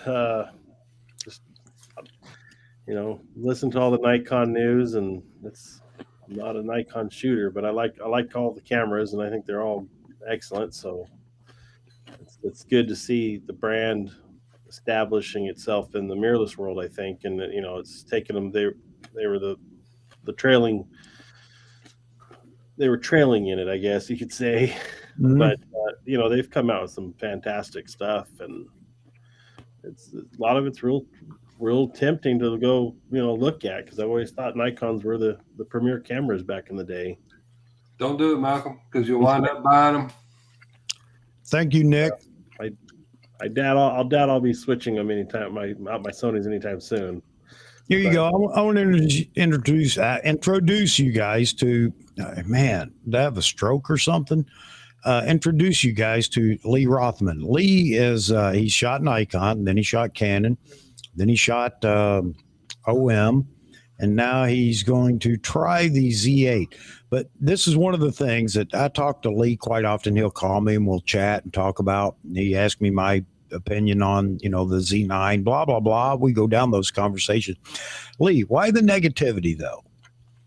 This is one of the things, and sometimes I'll let him know, Lee, let's not go down that path. Let's just talk about what is good or whatever. I guess if there were a lot of refurbished Z9s, it would indicate some reliability issues. Tough cameras. Yeah, I don't know. I don't see that, but just don't spill a tablespoon of water on your Sony. Yeah, well, a lot of refurbished products in my day, and I've never had an issue with a refurbished product. Yeah, I haven't either, but I guess it's more towards, is this indicating that there are issues with the Z9? I don't think that's the case. There are a lot of people that got in over their head with the Z9 possibly, and they feel like, it's just way more camera or whatever than I'm ever going to use. I think that could be part of it. The other thing, you see a lot of refurbished stuff too now, like with Best Buy changing their rules on like purchases, that the manufacturers get a lot of those back. They don't go into their open box shelves, and the manufacturers are controlling that used market more, as they saw there was a larger market there. Yeah. Carl says, Chuck, you're far better than Elon Musk at running a live stream.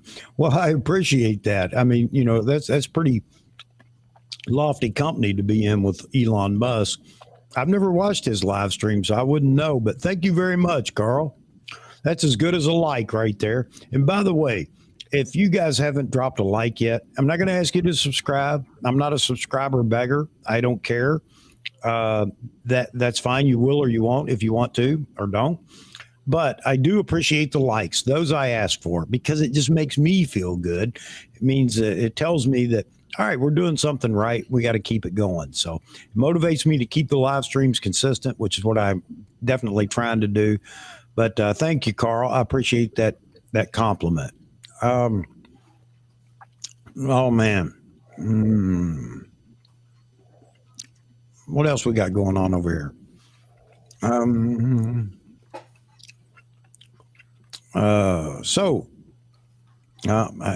Man, it jumped so quick. I missed your comment, Rakesh, but we'll go back to it. I would imagine the Z9 to have been bulletproof all along. It is. It is bulletproof. No doubt about that. Yeah. Yeah, no cameras. With a big lens on it. Yeah. I guess no camera's impervious to a drop with a long lens on it, and it lands on the lens first, or lens in first. So. Lens on the camera first, or the lens on top. Oh, man. Oh. And Rakesh, he has a comment here. He's talking about the 1-400 $19.99 refurbished in Nikon USA site. So a question here, because I didn't look at the package deal with the Z8 and the that was with the 24 to 120. I don't know what I'm thinking. 24 to 120. I wish I had that instead of 70 to 24 to 70 f4. Yeah. I'd swap them over if I could. Yeah. Yeah, 24 to 120. Are you general kidding? Purpose lens. $699? That's a good price. That's a good Much price. better than 24 to 200 lens. Far superior. Yeah, because Lee just, I'll let the cat out of the bag, Lee. Lee pre-ordered the Z8 with the kit, with the 14 to 120. Good choice. Yeah, I have heard nothing at all ever yet bad about that 24 to 120. That thing's amazing. Even at 120, if you get close enough, man, that bokeh looks like it's 1.8 or 1.4. Wow. It's super good. Yeah. Sharp, and it'll cut your eyeballs, man. Yeah, Mosman says $699. That's better than a good price. Yeah. And it's not heavy. I mean, that's the thing. It's not a heavy lens, and man, it's just good. Bananas good. Purpose lens. It's not just good; it's bananas good, is what Craig says. Yeah. I've been tempted to get one. A couple of 24 to 70s.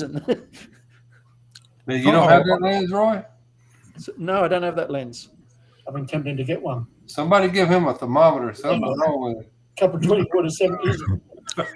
I think he might be 24 to 70s, but not that one. No, I don't have that lens. Yeah, so many people, even now in the chat. Couple of 24 to 70s. We got feedback. Jeffrey, you got a tab open? Yeah, so many people, even now in the chat. Jeffrey's hearing voices. We got feedback. Jeffrey, you got a tab? Still got it, Jeffrey. Hi, Jeffrey. There you go. Guys. Yeah. charging my mouse, I had to unplug it quick. My mouse is dead, so I tell you, with the Apple, I tell you, I wish they just stuck with the stupid batteries. Yeah. Everything's mine seem to die all the time right when I'm in the middle of something. It's like, oh man, battery's low, oh, mouse battery's low. I'm like, oh gee, end of the world. Batteries are the big problem with cameras these days. You got so many different ones to charge. Yeah. But I got tired of editing photos, Chuck. My eyes were getting too sore. I said, I'm 3 events behind editing, and I'm now 1.5 behind. So I got some done. Where's Joe Man? There he is. He's hiding down there. Bringing Joe Man in as well. All right. So Jeffrey joined us. We're glad you got tired of editing, Jeffrey, because you're here now. And Joey, where are you at? I'm just out in my patio. It's beautiful out today, so I thought I'd join you guys from the iPad. You're messing me up that you're in the sun. I know, right? Isn't it weird? Here, I'll see if I can reverse my camera here. Or something. Wow. It's gonna work. No, it's not working. That's okay. There's downtown. Sun ready to drop over the horizon, isn't it? Oh yeah, in about 25, 30 minutes. It's about 8:40 here right now. So. All right. So we got a whole gang in here now. Oh, party's getting started, Chuck. We're getting warmed up. Your cat's on the table. We're ready to break the internet. He's driving me crazy with all the gremlins I have right now going on with everything, and he wants to get up here and step on everything. As one must. Yeah, I guess. He shoots cannon, so he has to be there. Start pushing buttons on your little control panel there and really mess everything up. Lee's got a question here. What's this? So Chuck, or anyone else that might know, can I plug in the Z8 with the battery in it, uncharged with a USB-C block, and have the camera go on when plugged into that block? I want to say you can, but I can't say definitively. I haven't tried it yet. Yeah. I've tried all the dummy batteries and they don't work. And because it will power the camera, but it won't charge the battery while the camera's on. I think that's what I heard. That's correct. That is it. If the camera's off, it charges. If the camera's if the camera is off, it will charge. If it's on, and it's just powering it. And there you go. You don't even have to go look that up now. Jeffrey has spoken, and I guarantee you Jeffrey's already been through the manual. So Jeffrey's the manual man. Roy's a historical Nikon guy. And I'm so privileged to have either one of them or both on at any different stream. So here's your chance. You guys pick their brains. So Joey, so I saw that you are going to get a loaner Z7, or is it a Z7 II? Z7, yeah, I actually picked that up there on Thursday. It was funny. So the camera store got their shipment of Z8s in there on the same day I was picking up the Z7. So actually, Evelyn Drake was the one that set up the arrangement there. And so I got there and I was like, oh, wait, this is Evelyn that I saw on Mahography a few days ago. And obviously Evelyn who was in the camera store videos. And I was like, wait, it's the same person, right? For some reason, I didn't draw the connection dots in my mind through the email chain. So yeah, I met up with her and she got me a jacket and got me suited up there with a Z7 and a 24-70. And we were chatting about the Z8 and she said, yeah, like it was like lined up around the block that day and they'd already sold about 15 units. So it was they're moving off the shelf pretty quick there. So that was good. But yeah, she said it was fitting that I was there picking up a Z7 on Z8 day. So yeah, it was good, cool. Chuck. We got it, shot with it, enjoyed it, and doing 3 videos. One's going to just be sort of like no talking, just the video footage as well as the photos. Second one will be a full review of the Z7 and talking about some of the photo files. And then the third one will be Z6 versus Z7 for video. All right, cool. That's great, man. Hey, Lee, don't worry about it. Put the battery in the charger that you get with the camera. And if you're going to use USB-C anyway for the camera, just go around shooting with the USB-C cable connected to a battery pack, and you'll be good to go. Yep. Watching Joe talk, it's like watching a Bruce Lee movie. Oh, I bet there's a lot. Is there latency right now? Yeah, big time. Oh, hold on. Let me try switching. There was nothing coming. Does this sound better? Actually, it does. Oh, interesting. But then it switches the headphones to not be my. Okay, yeah. Hold on just a second. That's okay. All right. I mean, it doesn't bother me. It doesn't bother you guys. Can you hear yourselves or? Yeah, I mean it's not as loud as it was with the head mic or the headset with mic. So I don't like to hear myself actually. Yeah, we'll stick with the headphones. It's okay. No one can hate the Bruce Lee effect, right? I mean, it's like your kung fu powers are no match to mine. Perfect. Oh, you could get a part in a Godzilla movie. Oh God, that always reminds me of, wasn't it Austin Powers? It's Godzilla. No, it's not, because of copyright infringement. Well, we should run like it's Godzilla, but it's not. There you go. So Sith has already bought one of the 24 to 120s, the refurbished, for $699. Wow, that's a deal. That's a great deal. Yeah, it is. That's great, man. All right. Well, I saw Gustavo there was wildfire smoke. Yes, the wildfire smoke has kind of dissipated from Alberta, so I'm sorry to hear that it's moved on to Colorado. We've got some pretty gnarly wildfires going on up north there, just for North Edmonton. We've got firefighters from all over North America working hard right now. So shout out to them. Thanks for all you guys do, and thanks for putting yourselves in harm's way to stop fire from ruining our beautiful nature. So, firefighter watching this, thank you. Yes, absolutely. I agree.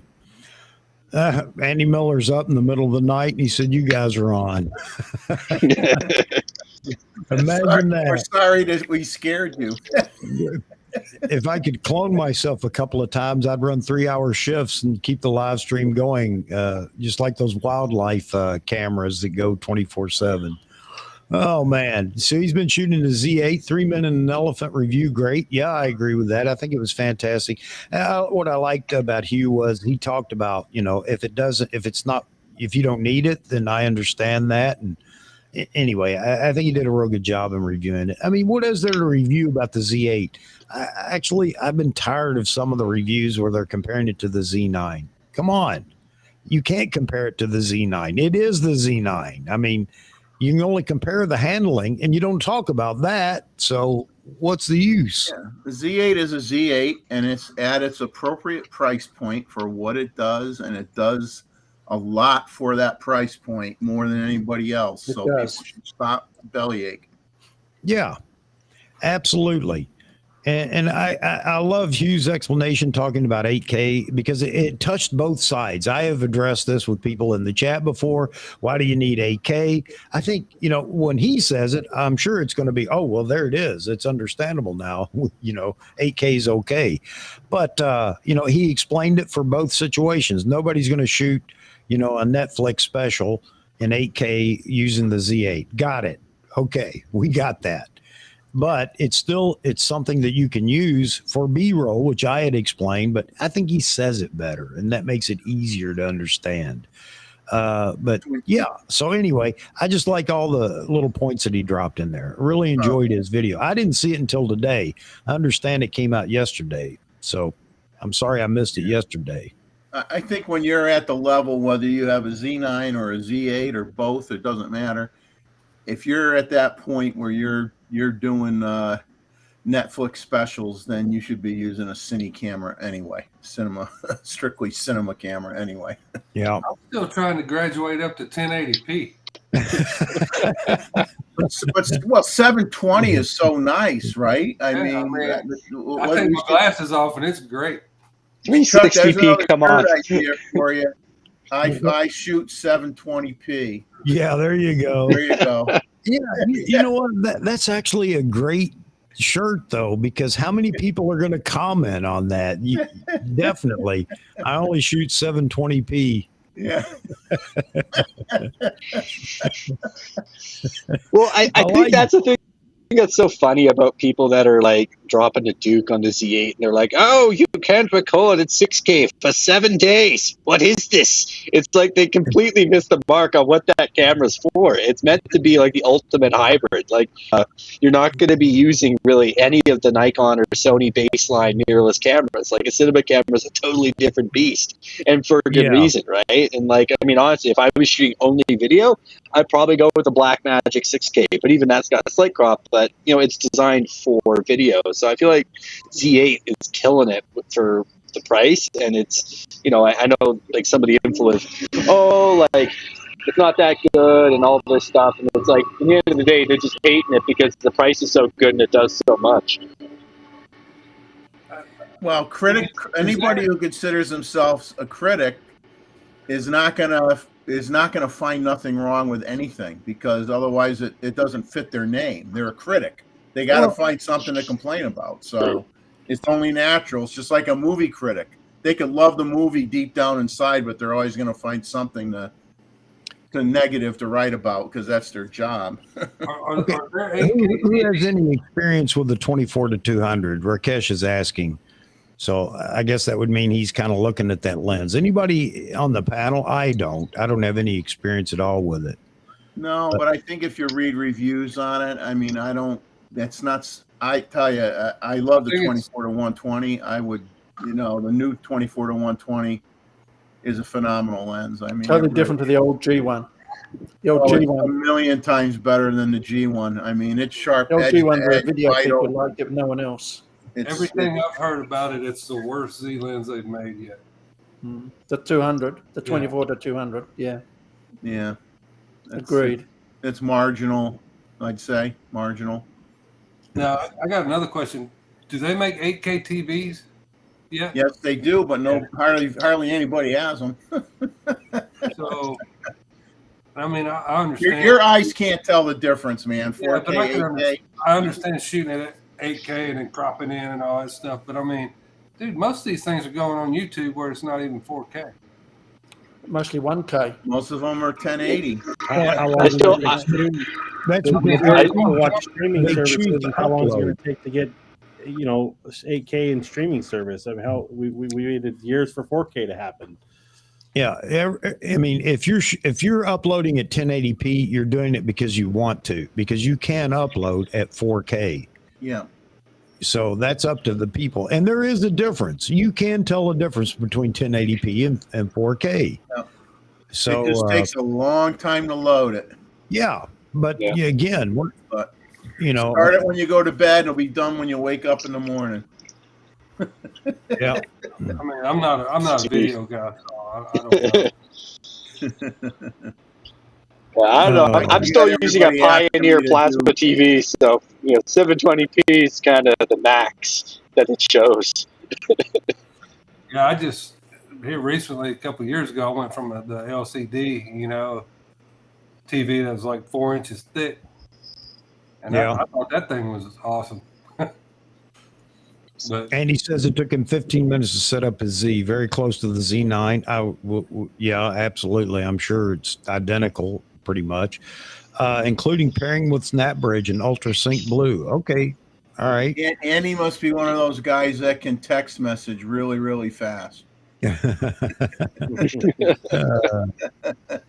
the reason I was asking that about the 8K is because, I mean, that's all I hear on there. Well, you can't shoot 8K long. And I'm like, yeah. Dude, they don't even have 8K TVs. So, yeah. Or that anybody that I know can afford an 8K TV. If you don't have any you don't have any 8K content. I mean, that's the whole thing. You can get an 8K TV. You don't have any 8K content. Yeah, it seems like a useless argument to me. It kind of is. I mean, your eyeballs aren't going to tell the difference, but like Chuck says, you could definitely tell the difference between 1080 and 4K. There's a big difference there. Oh yeah, I can walk in Best Buy and see that, you know. From yeah. But I mean, as far as the griping that it won't shoot 8K for 2 hours. I mean, yeah, and again, I thought Hugh Brownstone did a great job of actually addressing that far better than my Kentucky accent could ever say it. In my limited vocabulary, but yeah, and that's what I was trying to explain to people. One, who's going to shoot 8K and handheld, for 2 hours, even if it could? Who's going to do that? Please show me. Who's got a computer that can even handle it? Yeah, and there are people that I'm sure shoot wedding. Not wedding. Maybe a concert or something like that, or recitals or whatever. If you have the ability or the whatever credentials to do it, because most places won't let you do that. But anyway, who's doing that? Go get another camera. Yeah, and you'd be filling up your memory card so fast it would be ridiculous. Yeah, absolutely. Absolutely. You're going to spend thousands of dollars on storage. Yeah. I don't know. So Z Wade made a comment here. He said, Bigfoot's a 480 resolution creature, so that's fine standard for me. Oh, yeah. He's got people minds blown with that. Oh. Well, it seems like every photo or video of a UFO or a Sasquatch or a Yeti or whatever, they got the worst camera possible. Yep. That they Pentax. Yeah. I'm just kidding. It's like 4 megapixels. Millions of Pentax K1000 owners. I like the camera. Oh, God. Cal Jackson just bought the 1-400S for $19.99. Yeah, for $2,000. Hey, Cal, that's a great lens. I have it. And I'm not saying it because I have it, but because it is. It's a fantastic lens. Giving you the 400 millimeter focal reach, and you got a zoom. Yeah, it's not for everybody. Some people would rather have the prime 400, and I understand that. But what you get out of that 1-400 is so much more, I think. And the resolution in it is fantastic. And it's not that much different, if at all, for some people that have bad eyesight like me. They look the same. So there you have it. Just hang around people that have bad eyesight, and the 1-400 focus is half as far away and slightly softer and slightly slower AF. That's about the only difference. Yeah, I mean, it's just a fantastic lens. Again, that's another lens I haven't heard anybody complaining about. So Nikon's doing a good job right now, and I'm happy for them. I really am. It sells me on that 1-400. Yeah, that straight up 100. Yeah, absolutely. It gives you the ability to drop down to 100 millimeters. So yeah. Here's a tip for YouTube viewers that wish everybody did their videos in 4K. If you have a 4K TV, a lot of those 4K TVs, if you have a smart TV where you can, like I have a 4K TV and I could go on the YouTube app from my television set, it'll take my 1080p videos and it'll automatically upscale it to 4K, and voila, there you go. Start watching your YouTube content on a 4K TV, and you won't care if people do it in 1080 because it'll upscale it to 4K, and you'll be happy as a clam. And you'll be watching it on a big screen. All you naysayers about 8K, you better jump on it now, because look, Mark Weston said they debuted a 16K TV this weekend. 4K cameras are already out of date, so it don't matter. 4K, 4K so 720 nowadays. Yeah, that's so yesterday. What are you talking about? Yeah, so Joe's got burgers being delivered. I thought I'd share all your private conversation here, Joe. Perfect. So chow down, man. You mean you got to leave to go eat with friends, or you mean you want to eat while you're on camera? Because we don't care. We don't care if the ketchup runs down your shirt or not. We don't care. We don't. Hey, we don't judge. Just mute. I'll do an ASMR for you guys. I mean, you guys are just all such teases. No, I'm gonna watch a movie with the fiance and have an adult beverage, and then if you guys are still going, then I'll I'll tune back in. No, But no, wait a minute. I correct what I said. That's important. If it's with the fiance, absolutely. Yeah. You better shut it down quick before she does. Yeah, sun's going down anyways, so time to sign off. But, all right. Let me switch my camera back around so I can say bye to everyone. There we go. Yeah. All right, Joey. I know it's a green screen.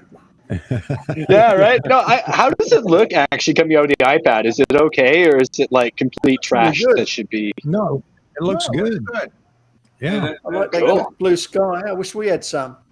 0.5K is Yeah, awesome. I know it's here too. But awesome, guys. Well, hey, have a great night. I'm gonna go eat burgers in a private setting because I am a disgusting eater. But have a great night, and I'll be listening. All right, Joey. Have a good time.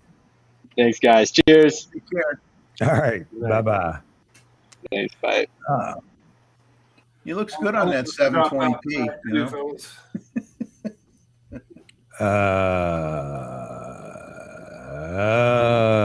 So I'm trying to follow this comment. Let's see. Andy Miller says, please do a chat on what upload speeds you guys get and how this drives the format of vids you produce for YouTube. Me, I get 10 to 15 megabits per second, or is it megabytes per second when we're talking about this? I don't know. I get the bits and bytes wrong all the time.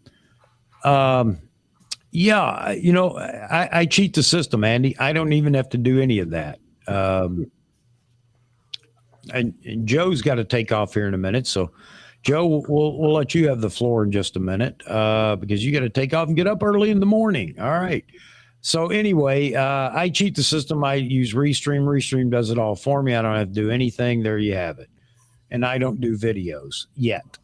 I keep threatening everybody that I'm going to do videos, and then everybody's going to say, "Why did you start doing videos?" All right. I upload 4K on my YouTube videos. And I'd say I don't think I have the greatest wireless link to my router from my studio here because I just don't have a hard line coming in, and then also on the MacBook, which I don't have a dongle for adapter. But it takes me.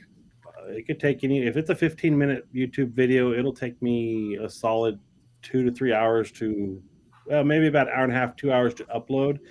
And then it takes another probably 2 to 6 hours for YouTube to process it. And if you're doing the 4K, it has to sit there and process the 4K, even though the video could go live before then. You would have it'll go live at a lower resolution, correct? Yeah, the lower resolution. Yeah. And I've even had it like not complete that process and have to delete a video and repost it because it just wouldn't reload the 4K. Hey, I just want to say real quick, man, I am so glad that you're here tonight, Jeffrey. You know, everybody was missing you, and I'm so glad that you joined the stream. And you have any idea where this is going? No, I mean, I shaved, so I don't look like a caveman. But you know, I mean, you know, when you're bald and you start getting a little bit of hair grows up, that ain't too good, you know. Looks like the lawnmower accident, you know. I was trying to be nice by saying, "Hey, Jeffrey, hold down the fort." Hold down the fort. We'll try not to set fire to the fort. How's that? That's good, man. That's great. All right, I will be right back, folks. Welcome to lighting. Yeah, well, bring it up. Let's go.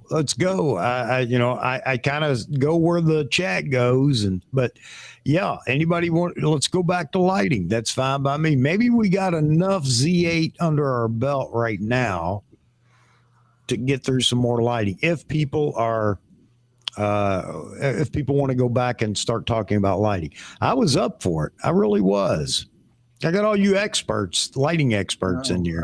Joe's got to go, folks. Let me do that before I leave, before I go to the little boys' room. Joe, thank you for joining us tonight. Your sidekick, take off to go watch TV, get bored with us. Oh no, he's already down for the count.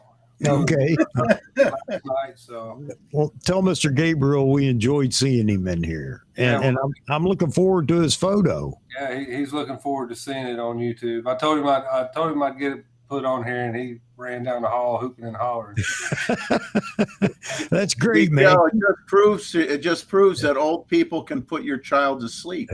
Yeah. Hey, I keep that fire going, stoked in him for photography, because there are a lot of things in life, and I know you know this. There are a lot of things out there nowadays that aren't good, and if you can find a hobby for kids to get into today, it's well worth paying attention to what they want to do. If it's good, clean, fun, or whatever, rather than he'll be inundated with it.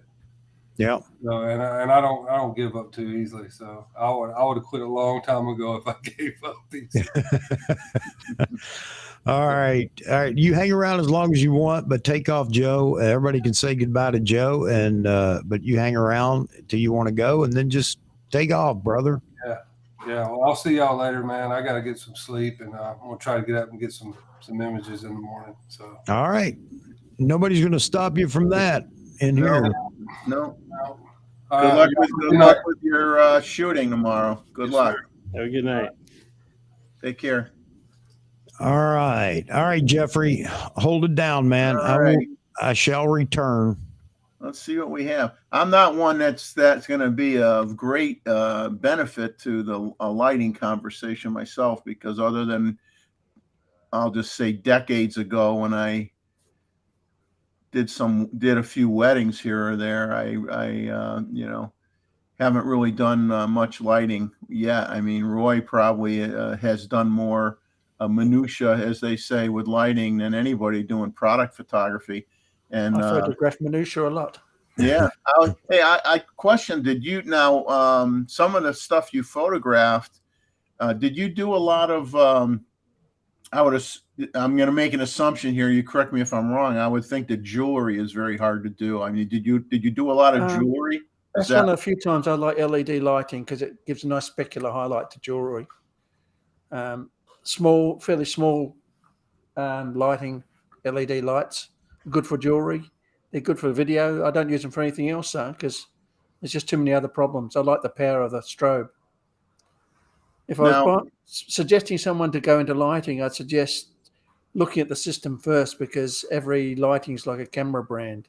Once you start buying into it, you're stuck in that one brand. But all the light modifiers, if they're Bowens, they're all interchangeable, and they can be cheap or they can be really expensive. Photo's good, but it's very expensive, and I'd lose lights over cliffs and things. Now, if somebody wanted to get into product photography, which is a really wide gamut when you say product photography, because you could be doing clothing, you could be doing jewelry or high-end watches or cars or, all sorts of stuff. I mean, what portion of product photography in your mind reap the best rewards in terms of financials for you? I mean, what product photography did you get paid the best to do and the most to do? It's hard to say. It varies so much. Sometimes depending on the brand that's selling it more than anything. Yeah. So obviously you're going to get paid more if you were doing some shooting for Gucci than Buster Brown. Yeah. Got well paid for some fasteners the other month, which was quite nice. It just varies so much. It's usually you estimate by your hourly charge. But if I was recommending a general purpose light for beginners, something like this, Goto's AD200 or equivalent, and a trigger. That has to be mounted on a stand. Yeah. Or a flat or a bracket. Unlike a full-size strobe, you need what's called an S bracket. Then you can fit all the Bowen stuff on it, like the soft boxes. There's a strip. What you can see of it. See that Bowen's mount? Yeah. That's very common. And everything's nice and cheap and usually well made. It's not as critical to have a good lighting modifier as to have a good lens. All right, I'll propose a question. As I'm not a huge lighting person, so I've got a Goto Cyclone camera flash, and one of the questions I have with it is the zoom function of it. Is it's labeled in a focal length. I don't think that's as useful as bouncing it. If you've got something on the camera, you're better to bounce it. Right. You can also use an S bracket with one of those flashes and a trigger to mount it in one of these soft boxes and that. Which is the way I've done that. I've mounted it in a soft box to try to use it. It's not very powerful for that, but that's the problem. Depending on the lighting. Again, like you said, I'm not a huge portrait person. I've used it open, or with soft diffuse in front of it or something, just to give a for you some. You can also take it off the camera with a hot shoe extension cable. Yeah, well, it's a wireless. I've got the wireless trigger for it, so I can shoot it pretty far away, and I'll use it in landscape. We'll just try to keep it cheap. Hide it somewhere to flash an object. But I always wondered on the zoom function, is it just actually narrowing the beam down to get it further? Yeah, it's just focusing the beam the way the lens focuses. It is some use, but it's not a big deal. Yeah, it's not like your power all of a sudden goes up on the flash. It's right. When you restrict it, then it throws farther. That's all. Yeah. Okay. Indoors, a little strobe or a little flat speed light's probably good enough. But if you get into a big area or you're outdoors, you need the big boys like this one. Yeah. 600s. Yeah, I pair two up together in the same head. It gives me 1200. Oh, okay. And I've got a third one for Phil.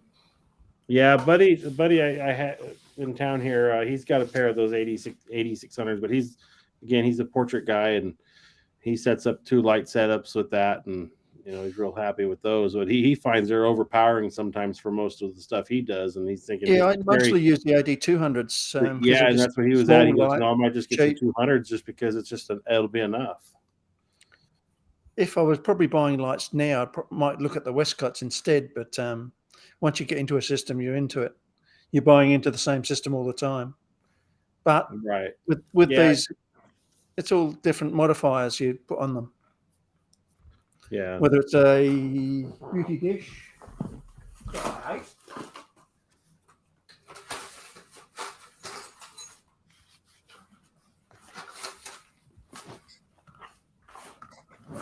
That's a beauty dish.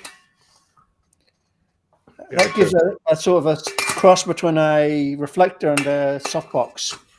But unless the model's got absolutely beautiful skin, make a mess of it.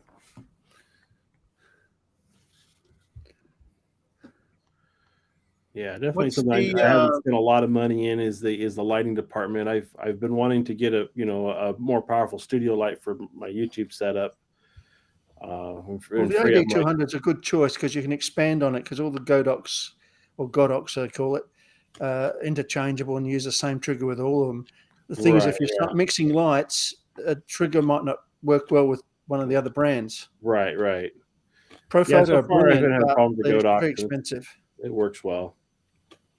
Westcott are worth looking at, but Godox are probably value for money. Yeah. I can afford to lose them if they get blown over a cliff and that, or stolen. Right. Yeah, the 8200s are great lights. I mean, for the money. Yeah, no doubt about it. Very versatile. But there are a lot of people now that have jumped over to the 300s and little Coke can type lights. I know Profoto's got theirs as well. Depends on what power you need. Yeah. Westcott's got their own setup as well. FJ400s. Yep. Nick says he's been meaning to get a AD200. They're very versatile. There's no doubt about that. Compact, I don't easy. like the Fresnel lens on them. I either like the reflector or the bare bulb or the normal. Or putting it in an S bracket and using it with other modifiers. Yeah, that's the versatility. S bracket's the way to go. Yeah. How'd they get there? Yeah, and you can put the two 200s together to make it 400. Yeah, I do that too. They have an S bracket that's made for that as well. Z Wade says, have you seen those new lights that look like old Hasselblad? Cool for $2,000. Not cool. Well, I haven't seen them yet. Einstein's and that are pretty good value in your country, but you can't get them anywhere else. Yeah. I like the trigger they were using. Einsteins, man, there's still people shooting with Einsteins, believe it or not. And what is it? The Bumblebee or whatever.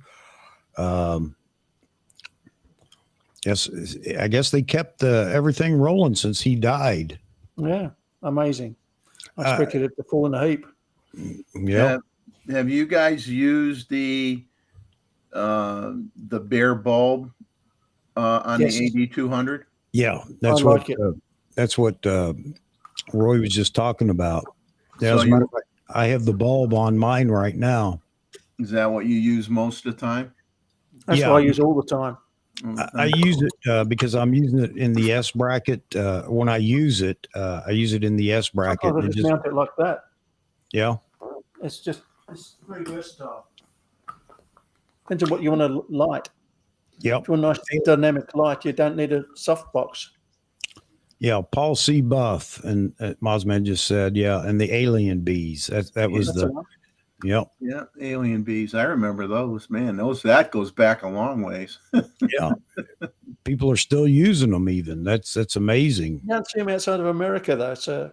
It's very strange. Yeah, those are made down in Tennessee. Is that good or bad? Is that why you're moving back, Chuck, to get a job working for them? Exactly. I want to be a designer, electrical engineer, and then I can go on Nikon Rumors and argue with people. You can say, "You guys don't know what you're talking about." Yeah, exactly. Trouble is, they're not Bowens compatible, sir. Yeah, I don't like them for that one reason. Has to be Bowens compatible if I buy lighting.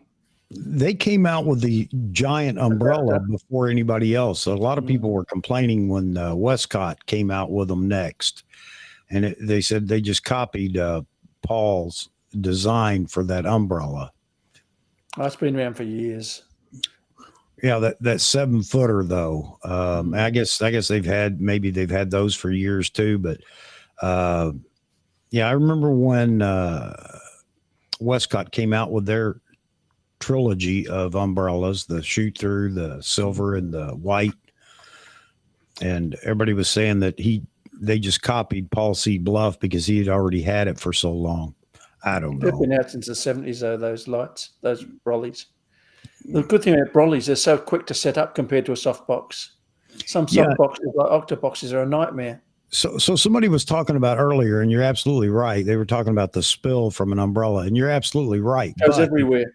Yeah, but if you're shooting, if you want to shoot flat light and flattering flat light, man, you can't beat that giant umbrella. Like I said, set that baby up, stand in front of it, and shoot, because it will wrap around you.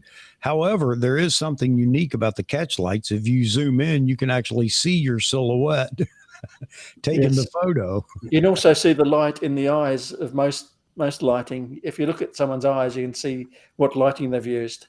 Yep. Especially when people use ring lights, boy, you could see that a mile away. So ring lights. They're good for fill, but they're not much good for much else. That's funny you mentioned that, because one lighting setup that I like, and it's something you wouldn't do all the time, is 2 strip boxes, one on either side, and you get that crazy catch light in the eyes. I love it because it's pretty unique, and it's great for especially for action type folks that are, you know, maybe dirt bike riders or basketball players, or, you know, if you're shooting kids and things like that, or young men or whatever, it's a cool catch light. I tend to put them further back and use them as kickers. Yeah.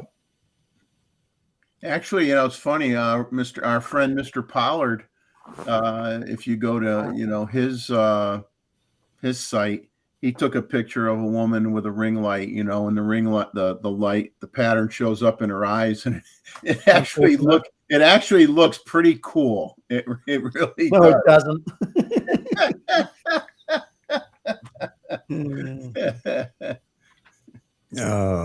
I try to get you know, I mean, hard to control, you know, when you're shooting. But I mean, even when I'm shooting birds or something during the day, I try to position myself where if I could possibly get that little glitter of light just from the sun in the eyes, you know. I mean, it's sometimes impossible to do, but I try to get that, and it does really make the shot. Catch light makes all the difference. Special, you know. So Photoshop it in.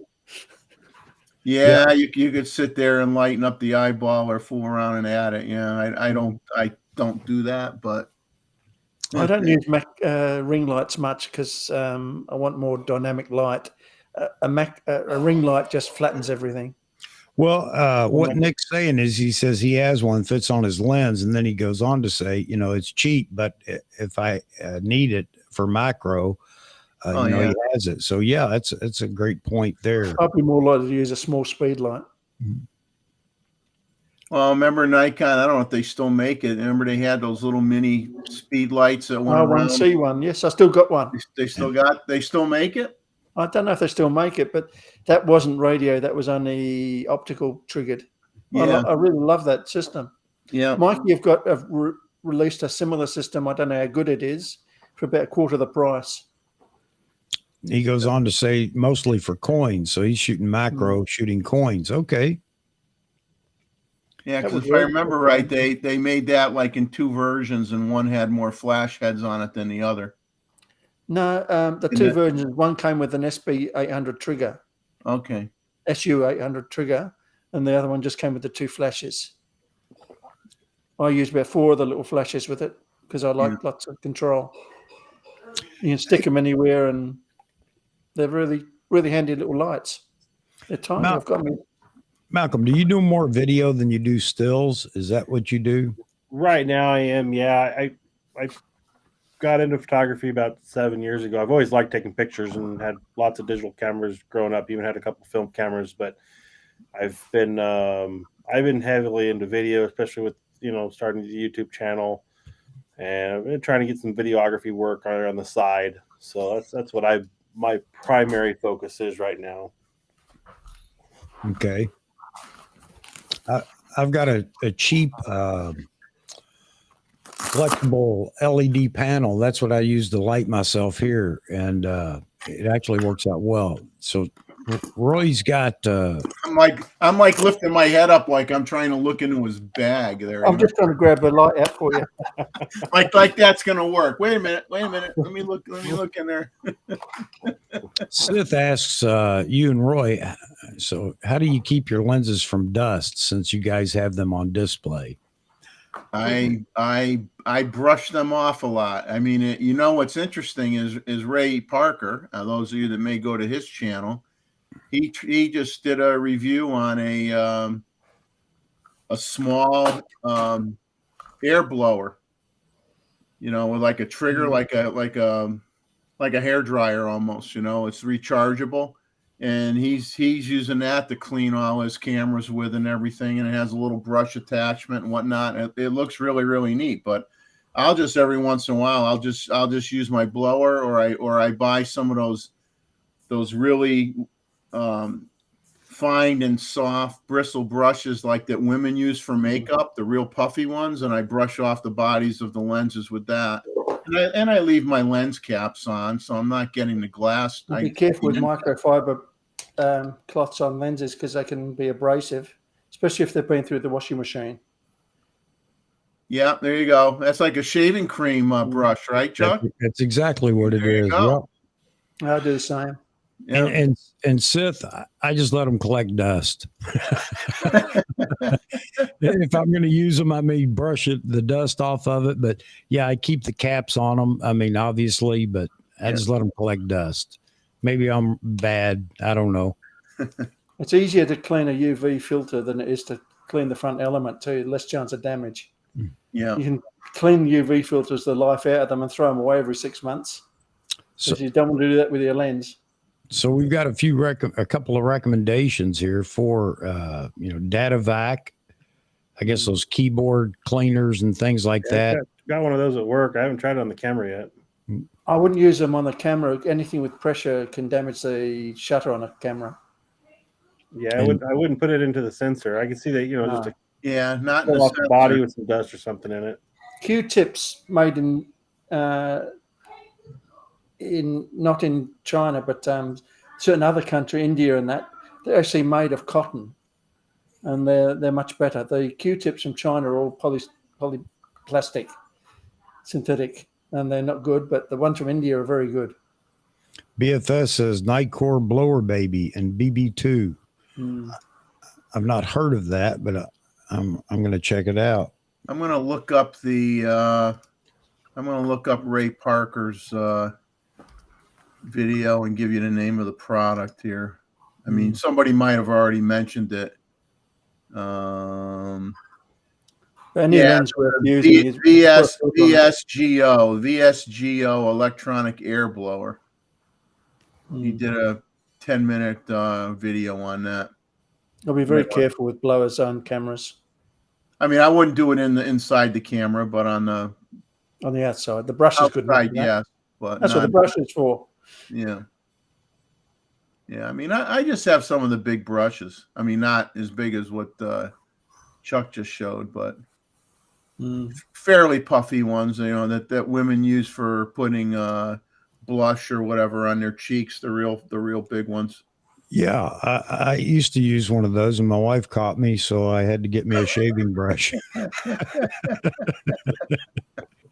Well, I bought one in the store, and I felt embarrassed, like somebody be thinking, that I'm using it on myself, and it's like, no, it's for my camera. I have no humility. I'll buy anything that works. So Zach says VSGO reached out to him for a review, and he thought it was a scam or phishing operation. No. I mean, Ray did a nice video on it. There you go. Just hold the camera out the window while I'm driving. Better have the wrist strap on, so you don't drop it. It always make people nervous when I do that. That's what I do when I get a haircut. I just hang my head out the window like a dog and let the wind blow all the hair off my head before I get home. Oh man! You want to save money, Chuck? You got to buy. Remember the commercials for the Flowbee? Yeah. You hook it up to your vacuum cleaner or whatever. You're up with the Flowbee. I think it still functions, and my dad still uses it. Really? I should have bought one years ago with all the money I've spent on crazy haircuts. By the way, I can't get a haircut up here.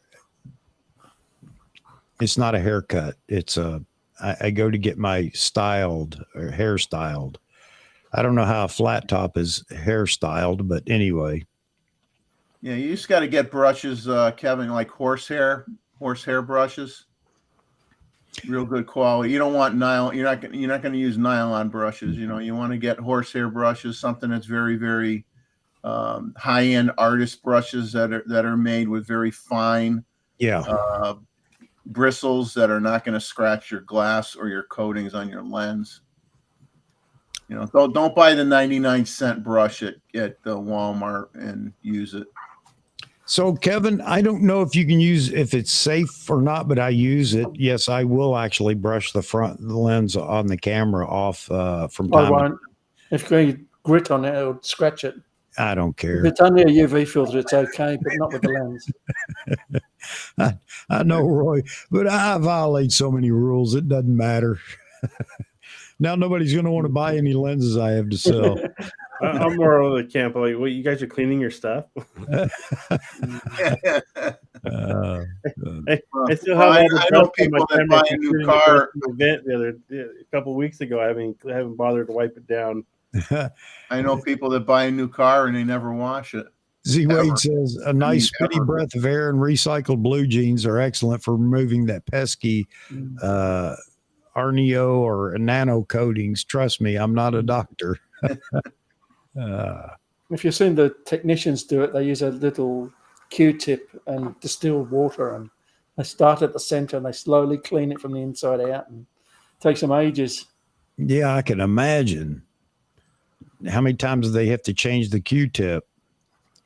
If I gotta get really good at cleaning a lens, I usually just sleep at a Holiday Inn the night before, because then I become a lens cleaning specialist. Breaking the law. Yeah, Kevin. But then again, I do so many other things that photographers detest. So, hey, I'm just a hobbyist, right? Yes, you shouldn't use any pressure sprayer on the sensor, because you'll destroy your shutter. A sensor's more durable than you think, but the shutter's very fragile. It'll reduce the life of it dramatically. Also, dust on the shutter, fingerprints on the shutter, anything like that will reduce it. I've got a D4 with nearly 1 million actuations on it because I'm careful with it. I remember the first time I cleaned my sensor. And oh, by the way, you're not cleaning the sensor when you have a piece of glass there. Yeah, but I was so scared to do that. I haven't had to do it recently because, I'm just as careful as I can be changing lenses. I'm not one of those people that takes the lens off, throws it in the bag without the lens cap on it, and leaves waving the camera around while I'm searching for the other lens or whatever. And I know people do that when they're in a rush or whatever, but I don't do that. So I've been pretty lucky keeping the sensor clean. And I really like this new dust shutter, whatever. I can't remember what's Nikon call it on the Z8 and Z9. I think that's a great idea.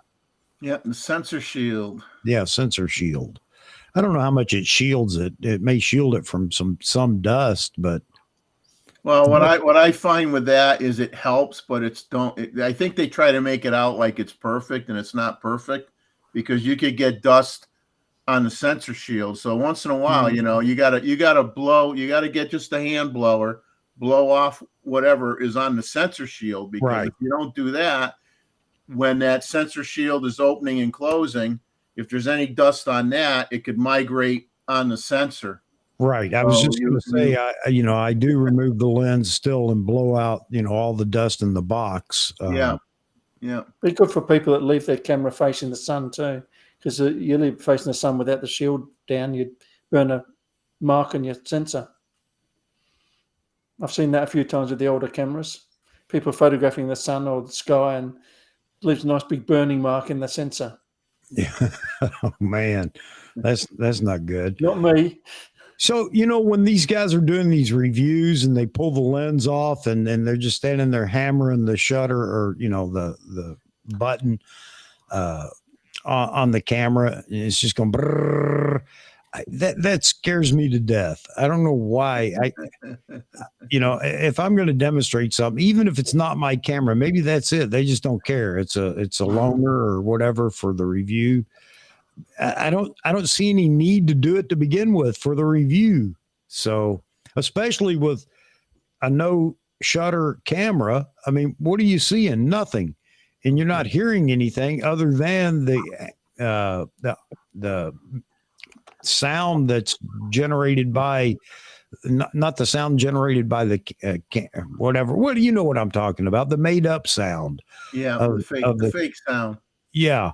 So why would you do that? I don't know. Crazy. Randall's asking, would you clean your sensors yourself or let a specialist do it? I clean my sensors myself all the time. The sensor, believe it or not, I mean, I used to work with programmable chips that had windows, and then once you programmed it, you'd put a special tape over it, so the data wouldn't get wiped out. And those sensors, if they don't have glass on top of it, they have multiple coatings, different types of coatings on it. And what you don't do is you just, whatever you're using to clean it with, you just use gentle strokes. You don't scrub it like you're scrubbing your pots and pans in your sink. You just do it very gently. You let the chemical do the work, and just drag the swab across it very, very gently. And you could do it yourself. I mean, if you send it to, I don't know what Nikon charges. I mean, I guess if you're NPS, I mean, you get so many free cleanings a year, but most of us are not NPS. So, you're going to pay somebody $50-$60 to clean the sensor every time you want to clean it yourself, though. It's only a piece of glass in front of a UV IR filter in front of the sensor, but it's not, if you're careful, it's not a problem. Yeah. I've cleaned all mine all the time, and when I need it or when there's a speck I can't get off with the blower, I'll run a swab across it. It's real easy to do. It's face the camera down when you're changing lenses. Yeah. And if you're when you're using a blower, hold the camera down. Yeah. Blow up and let everything fall down, Yeah, this is something that Rishi did talk about recently, talking about people that will just pull the lens off while the camera is on and switch lenses or whatever. And I didn't know this, but it doesn't matter because I was always one of those people that shuts the camera down to take a lens off, swap out the lens, and then fire the camera back up. And like he said, if you're worried about startup time, I haven't, the Z9 is immediate, and I'm sure the Z8 is as well. So that isn't an issue for me. But what really interested me was when he said, especially for lenses that have VR, vibration reduction, when you shut the camera down, it lets that VR shut down and lock before. Yes. And it may not if you just disengage the lens while the camera's still on. And I thought, well, that's smart. If for no other reason, that's a good reason to just shut the camera down. And now and why people would say, I don't want the sensor shield to drop when I shut the camera off. There's no logic in that statement. No, because it's so fast. I mean, it's not like, it's going to come on any quicker or whatever. It's immediate. So yeah, I think we're going to see that in a lot of other brands, that going to shutterless camera, yeah, for sure, and then that sensor shield, and if I was shooting, Canon or Sony, I'd hope that they would do that in my cheaper one. Probably won't have the shield though. I think the Sony A9 is already doing it. Is it? But I think it's using the shutter though, and it's not a shield. Yeah, they're using the shutter. Some of them do that use the shutter itself. Okay, either way, good. Yeah. One thing, keep the end of your lens clean, the rear end of the lens clean. There's a lot of dust and that gets in the camera through the lens. Yeah, and I have seen, I had a lens. I don't know if I did it or when I removed the lens and somebody was going to put the cap on it, did it. But I looked, it was my 400 2.8. I looked at the back of the lens and there's a big thumbprint, or I guess it's the thumb on the rear element, or rear lens. And I'm thinking, man, how did that? And then it said Inspector Number 9 next to it. Keep the lens caps on the rear end of the lens clean, otherwise it'll go into the camera. Yeah, hey, you guys heard about this? And this is something else. I mean, Nikon right now has the built-in teleconverters on the big telephoto primes or super telephoto primes, but Canon's 2-in-1 teleconverter. You don't have to remove the lens between 1.4 and 2x. It's built into the teleconverter. You can switch from 1.4 to 2. It's still an add-on though, so is it worth the trouble? Well, I don't know, and that's just it. I'm sure we're going to be able to we'll find out here soon. I like the concept. If it was built into the lens. Huh? I'll be happy if it was built into the lens. Less distortion. Yeah, but not everybody's going to do that. I mean, have the have that. And then it's optimized for the lens too. It's not generic. Yeah, you used to be able to buy the teleconverter design for each lens. Yeah. But I mean, the fact that because I don't have that, I've got the 2X for my 1-400, so I don't have a built-in lens, built-in teleconverter, obviously, because I can't afford that lens. Would I like to have it? You betcha. But I like this idea of 1.4 or 2. Now, of course, we're going to have to wait and see how it works out.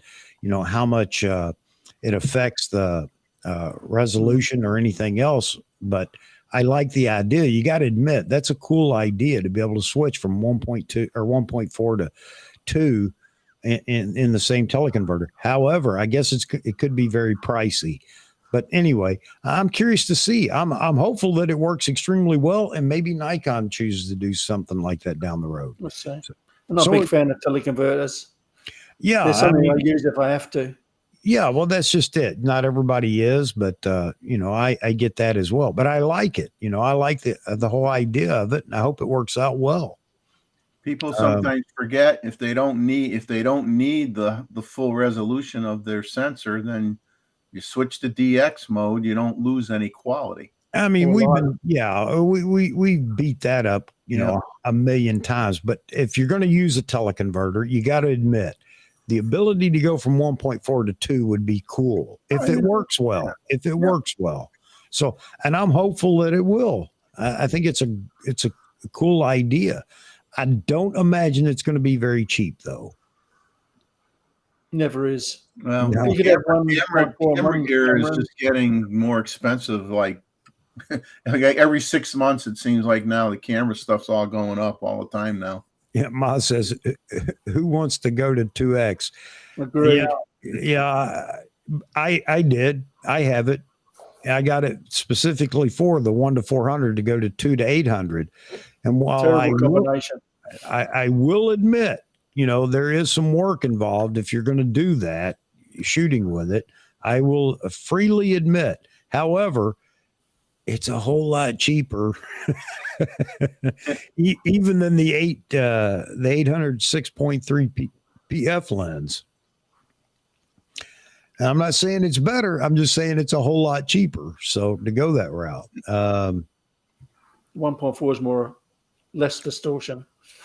Mozman, I did not, and now I wish I had bought the 1.4, but the whole concept, thought of 2-800 millimeter, man, what a focal range. So there you have it.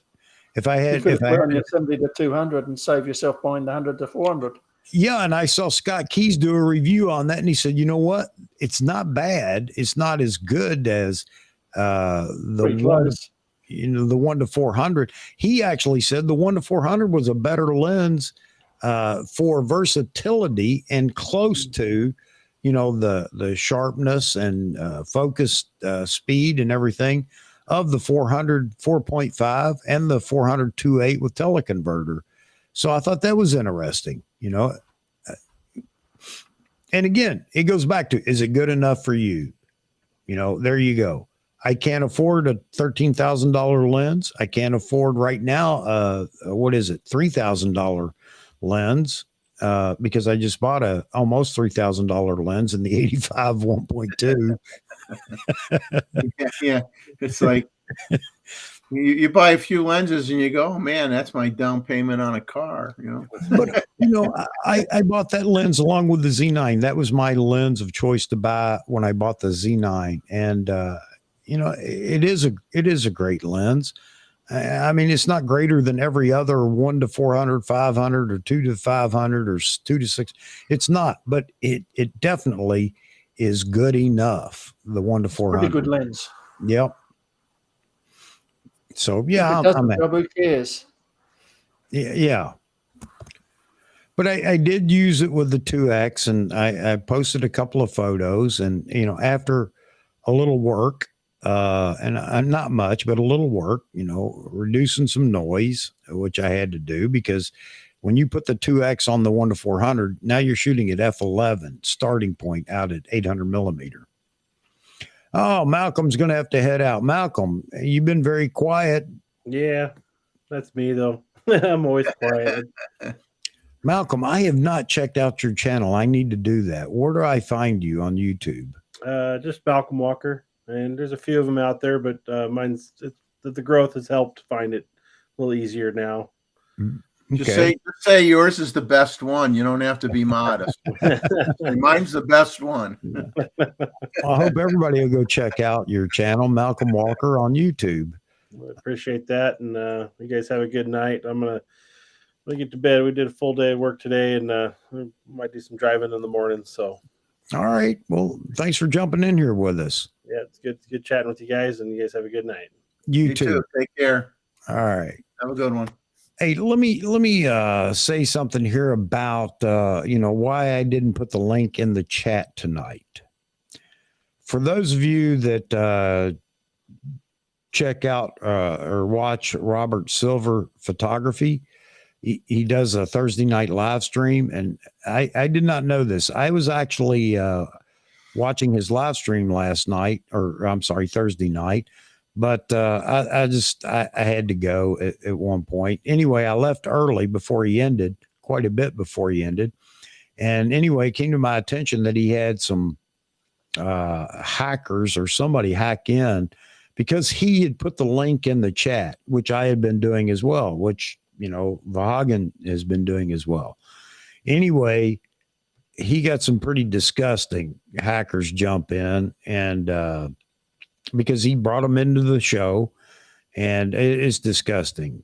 But anyway, I know it bothered him, but he did a great job. He recouped from it real quick, understanding that you got idiots out there that do that kind of stuff. So that's my reason for not putting the link in the, in the chat. So again, I'm back to, if anybody wants to join, all you have to do is send me an email. But you know what? Now, if I don't know who you are, and I'm not saying if, I've never found you, or I've never seen you on the stream, you won't make it into the panel, but I'm going to check you out real quick if I don't recognize who you are, seeing you in the chat before or whatever, because it was bad. It was pretty disgusting. It only lasted for a couple of seconds before they had the opportunity to blocked the people, but then they came back under another name after that and did it a second time. So anyway, the point is, I sure don't want that on this channel. And especially for somebody like Joe Stroud, when he was in here and he had his grandson Gabriel on. I mean, if he had seen that, it was just disgusting what they did, and the language and everything else. So just so you know, that's why I'm not putting the link for the stream in the chat anymore. So yeah, it was bad. I think Robert did a great job in handling it. And then after the fact, he drove on like any good live streamer. He drove on with the show, but I don't want that to happen here. So I thought I'd bring that up. Yeah, Luke, you saw it too. Mozman said he scrolled back. It was really bad. Yeah, it was. It was really bad. Really bad. Graphically and the language. So just an explanation as to why I'm not going to do that anymore. Luke saw it. Yeah, Kevin, you were on. I know you saw it too.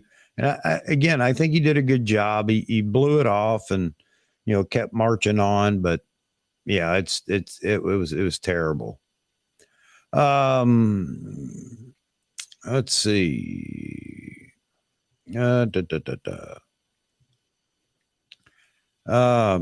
Pharaoh man, always someone.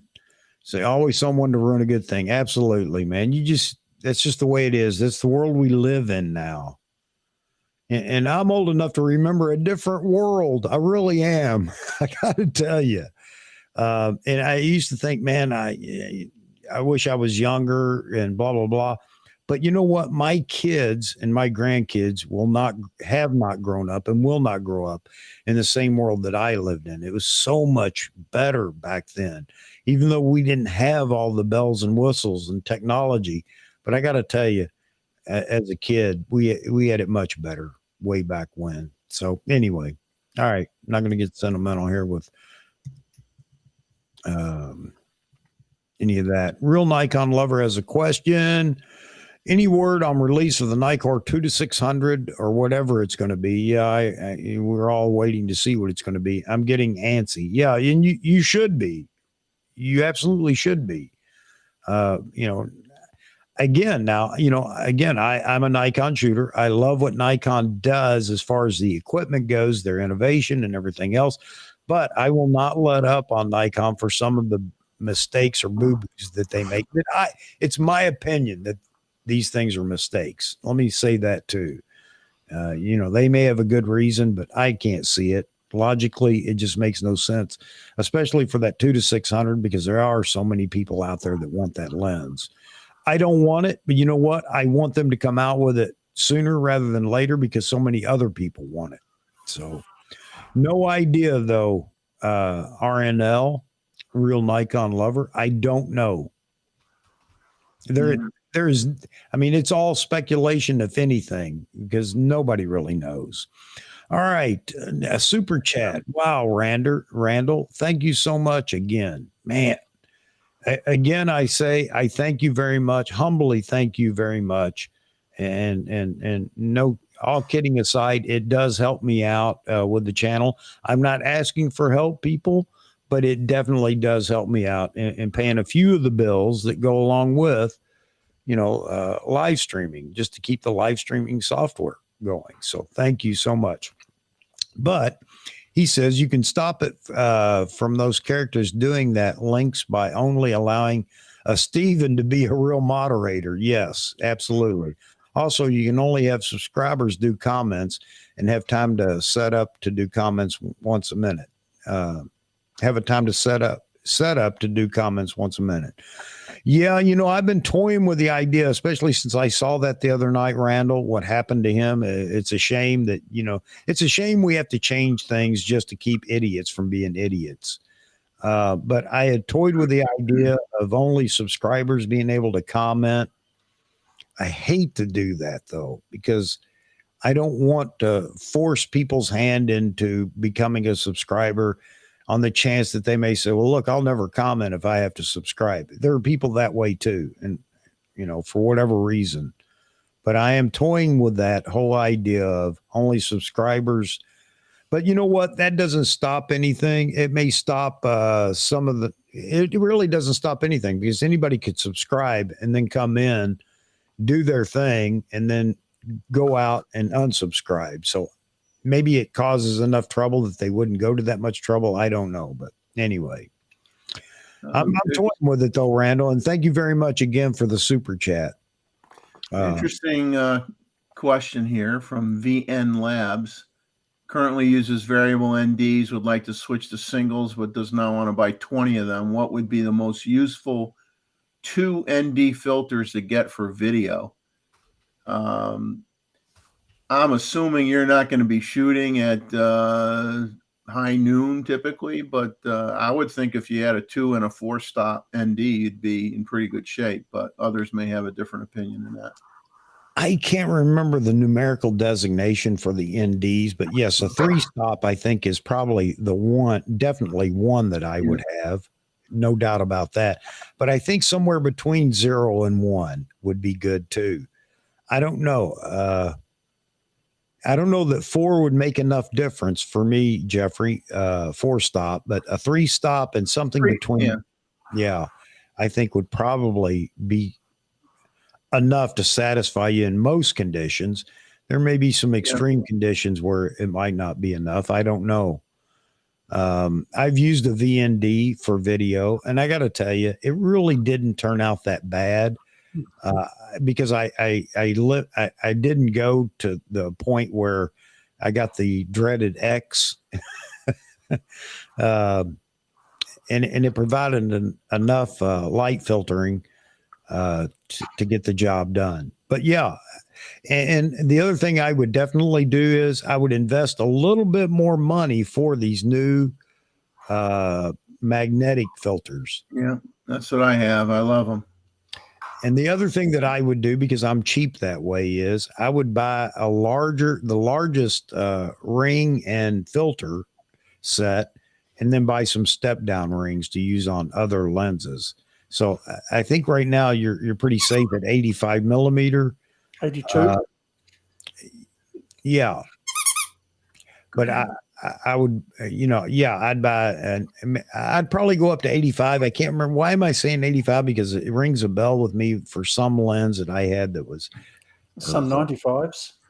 Yeah, that's probably going a bit too far for a step, not for step down rings, although it could cause some vignetting, I guess. But yeah, I would buy one large 82, if you will, like you say, Roy, if nothing else, and get step down rings for my other lenses, because really you're only talking about 77 and 67.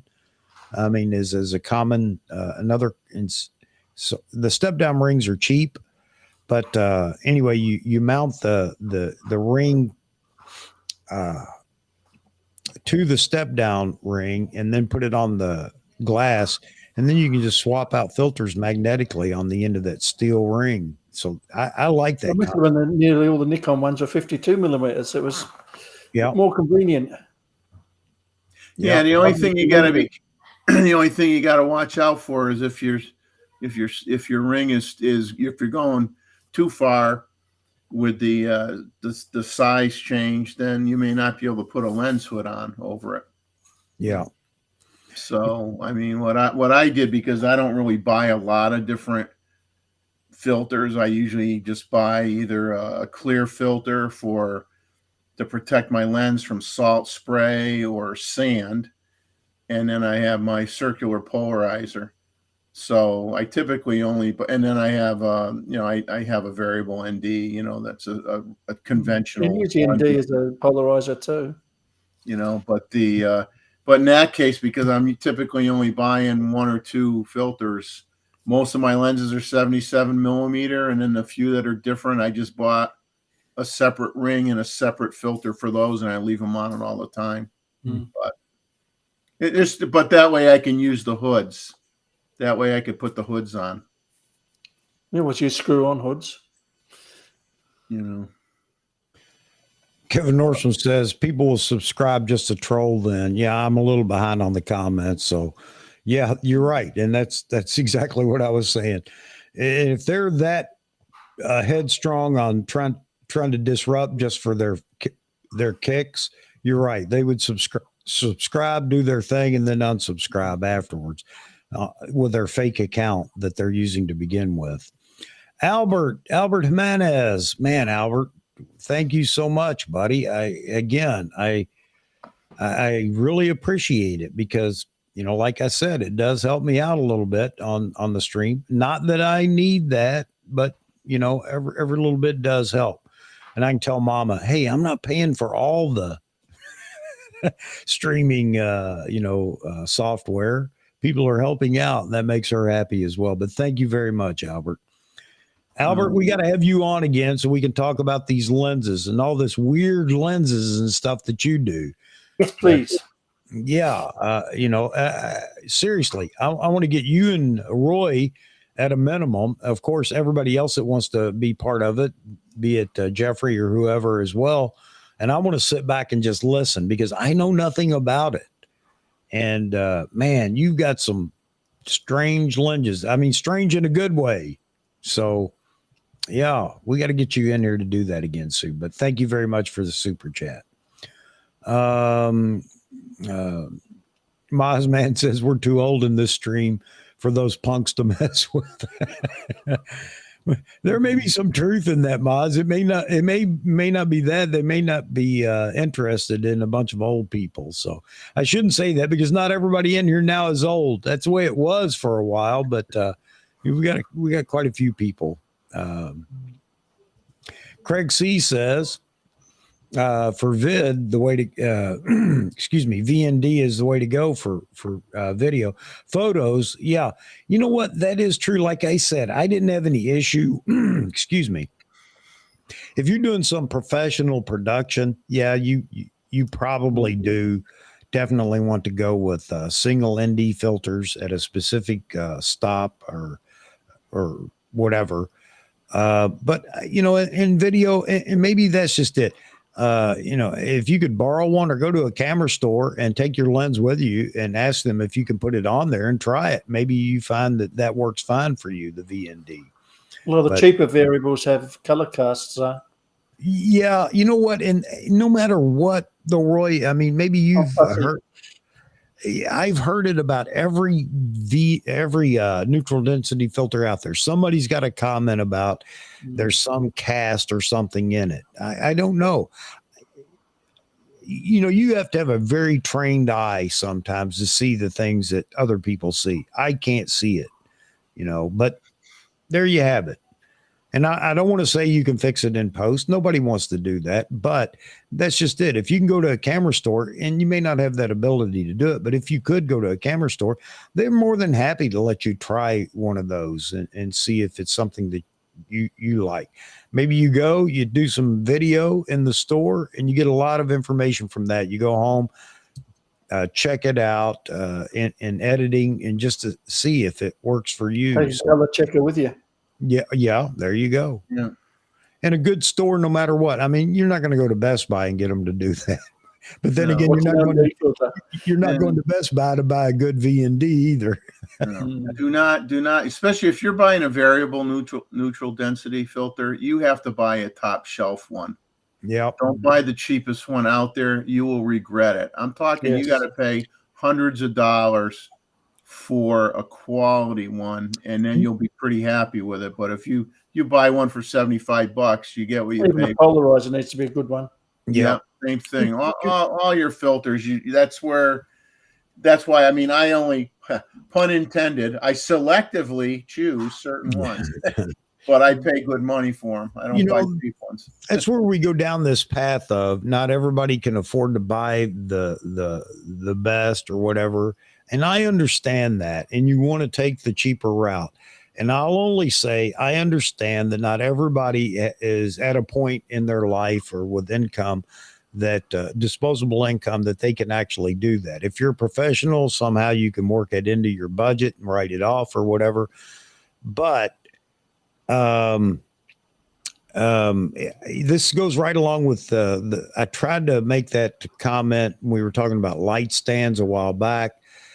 So there are so many light stands out there you can buy for like $19 or $25 on eBay or on Amazon, or even from camera stores. I mean, they stock them as well.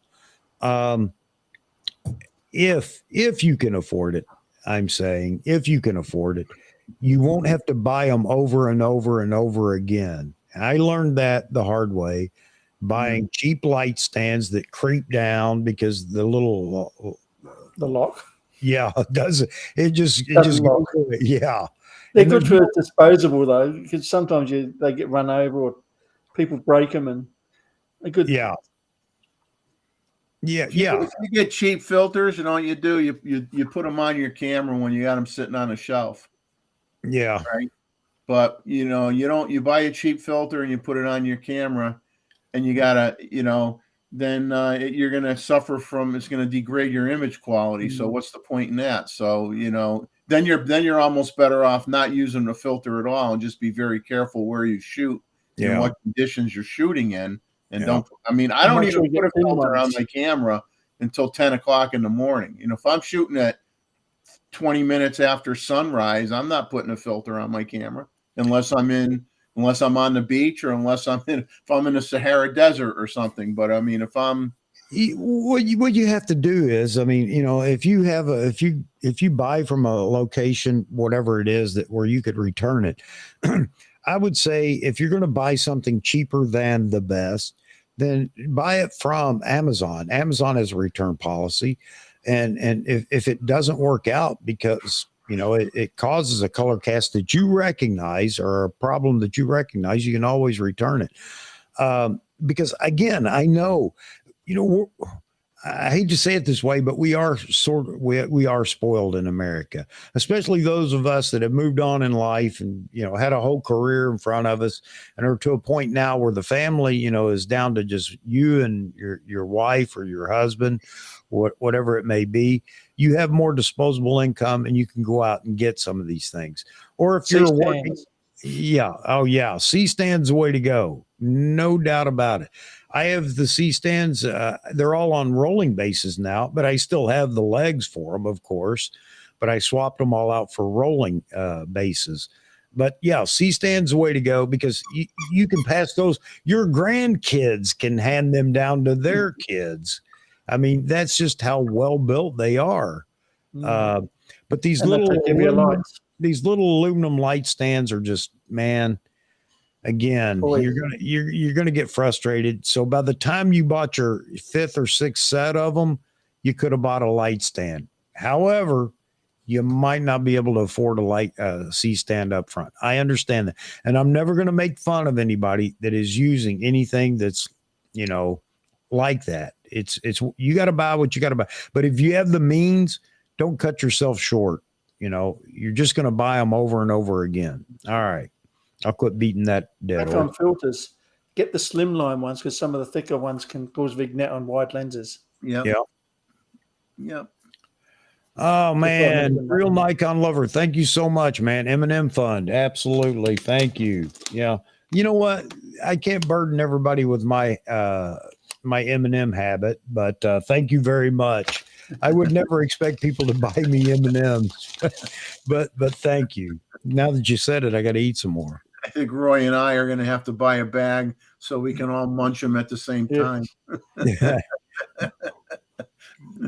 Mozman, if you want to join us, by all means do. I'm going to hang in there till at least about 1 a.m. I don't know how long.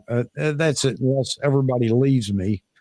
I have been on this stream with just me before in the very beginning, so I know how that feels already. All right. Thank you so much, real Nikon lover. I do appreciate it. Always.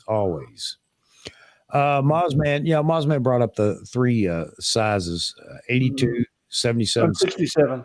Yeah. And most common. And you know what? You can actually find them in a pack now from 58 to or 55, even up to 82. So anyway, and this now let's go down this path for just a minute again on buying cheap. You buy cheap step down rings that are cheap aluminum, and sometimes good luck in getting it off the. Yeah, they'll corrode. They'll corrode on you. Whatever. They have burrs on them or whatever, and they hang up. Especially at the beach. And then you're doing a video like that guy that did a video where he's got a hacksaw. He's trying to cut the ring off. I'm thinking, oh man, you got to be kidding me. But that's how far he went to get the stuck ring or filter off of his lens. And it's not all of them, but just read the reviews wherever there are reviews and just make sure that you don't buy a very cheap set that you're going to have issues with. But yeah. And I have a bunch of step down rings because I did that. I have a CPL and I wasn't going to buy one for every lens. I bought one that I can use on all the lenses I have right now. So with the step down rings. Throw up Gustavo's comment. It's a very good point about the filters, using a filter. He's like the third one down from the top. This is a box of filters.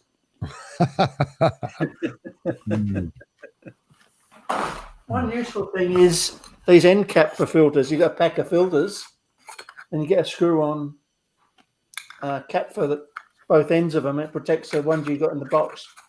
Wow, that's pretty cool. Handy. Yeah, Mozman says brass. Yeah, brass is. Yeah, it's the way to go. Yep. Self-lubricating metal. Yeah. Gustavo makes a comment. When he goes to Yellowstone, with the fumes and spray from the thermals, that can ruin a lens pretty quick. So, yeah, you need to protect the UV filters. So this this is where I agree with you and Jeffrey, Roy, and everybody else in the chat that may feel the same way. I don't want anything on the end of my lens unless I need something to protect it. I don't mean for every day, but going into a situation where you have salt spray and stuff like that, yeah, I agree with that 100%. And just like you were just talking about, Jeffrey, in Yellowstone around the Old Faithful and the other,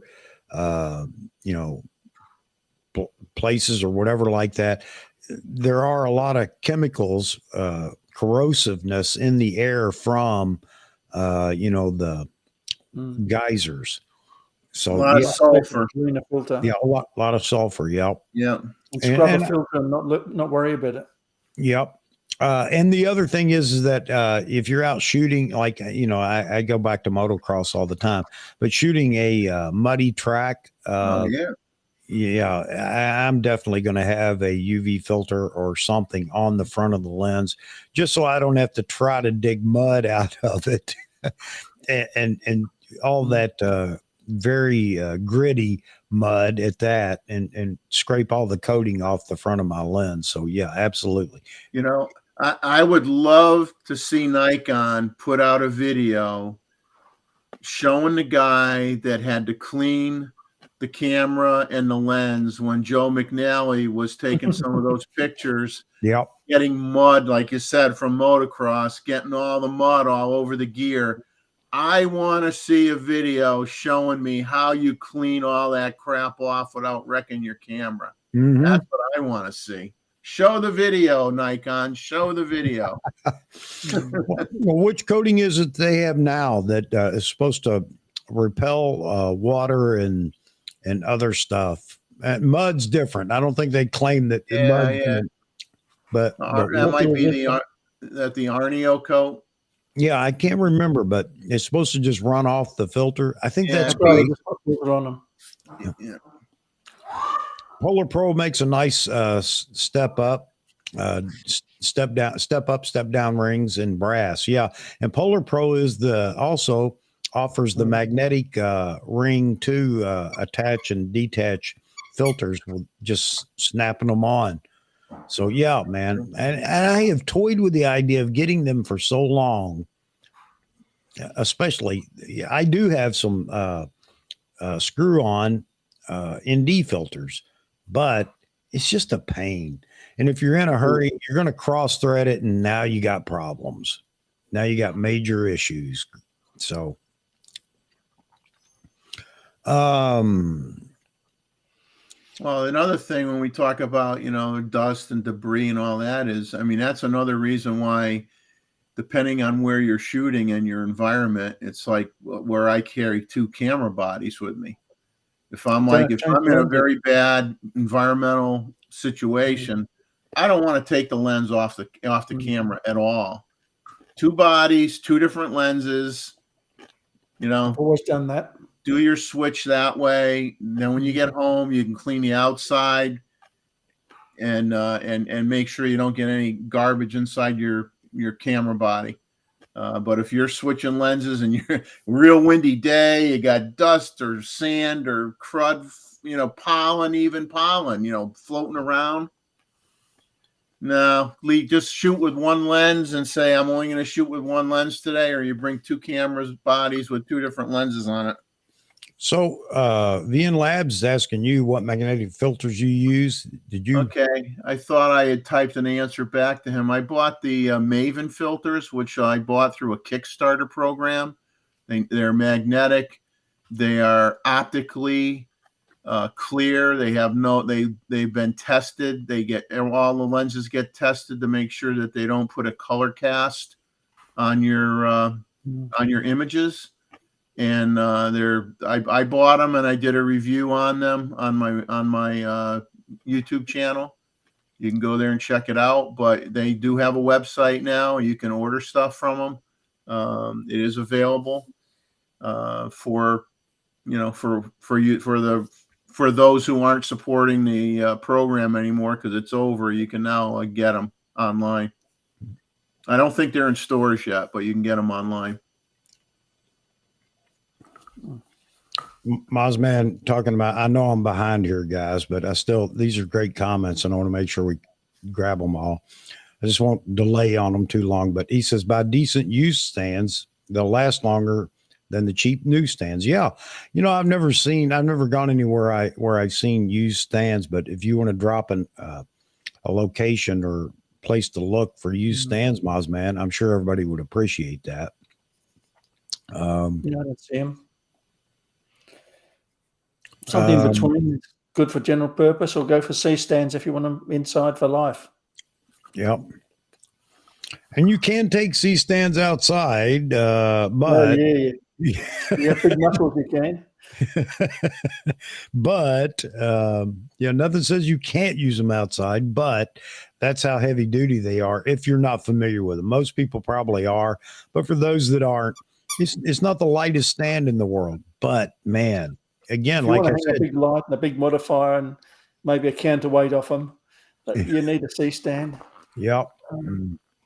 One behind me now. See the orange thing? That's a counterweight. That adds an extra 10 kilos or 20 kilos to it. Yep.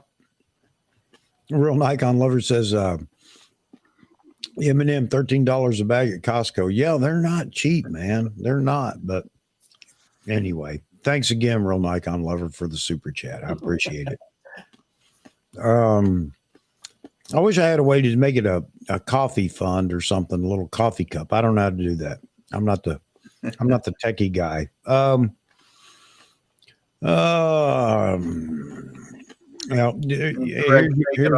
Here's the comment you were talking about, and I want to throw it up there for Gustavo. Thank you, Gustavo. You're right. Yeah, absolutely. Yeah, that's where I got I basically reading his comment before. So gives Gustavo the credit, not me. I don't use filters in the studio, but if I go outside into a rough area, I want filters on my lenses. Yeah, you pay so much for them. Yeah, I wreck a lens. I can't just say, oh yeah, I'm going to go out and spend another, $2,000 or $3,000 or whatever. I can't do that. Yeah.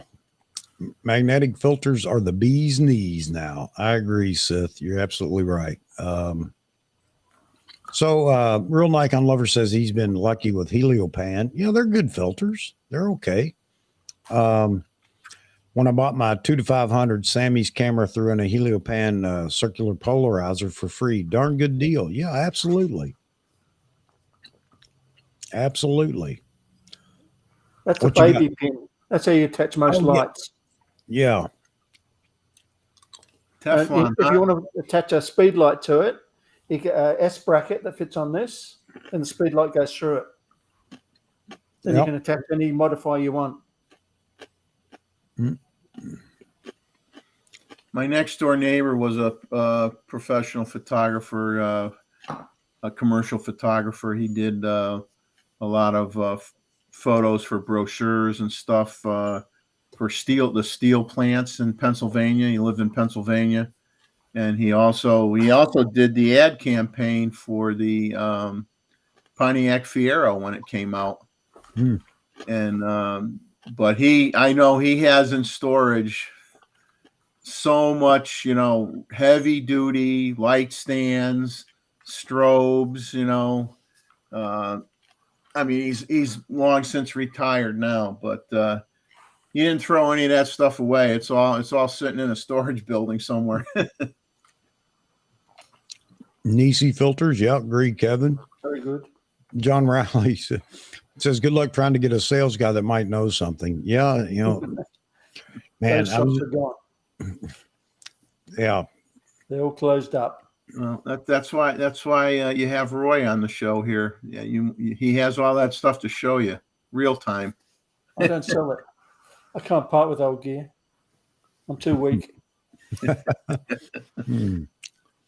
Let's see. Craig C says he's got to go. He's got to hit the hay. Craig, thanks for being in here, man, and I really appreciate you. I love your comments and everything else. And again, I go back to what a great community we have going here, and I want to try to keep it great. No bashing, no whatever. And Roy says, I could make it a perfect community if I would just quit with the gear talk. But I'm trying, Roy. I'm trying. One small thing about those stands: there's two sorts of stand endings. These baby pins. Some have a small threaded 1/4-20 screw in the end. Now that will fit things like these. There. Mm-hmm. In most lighting, otherwise it has to go in like that.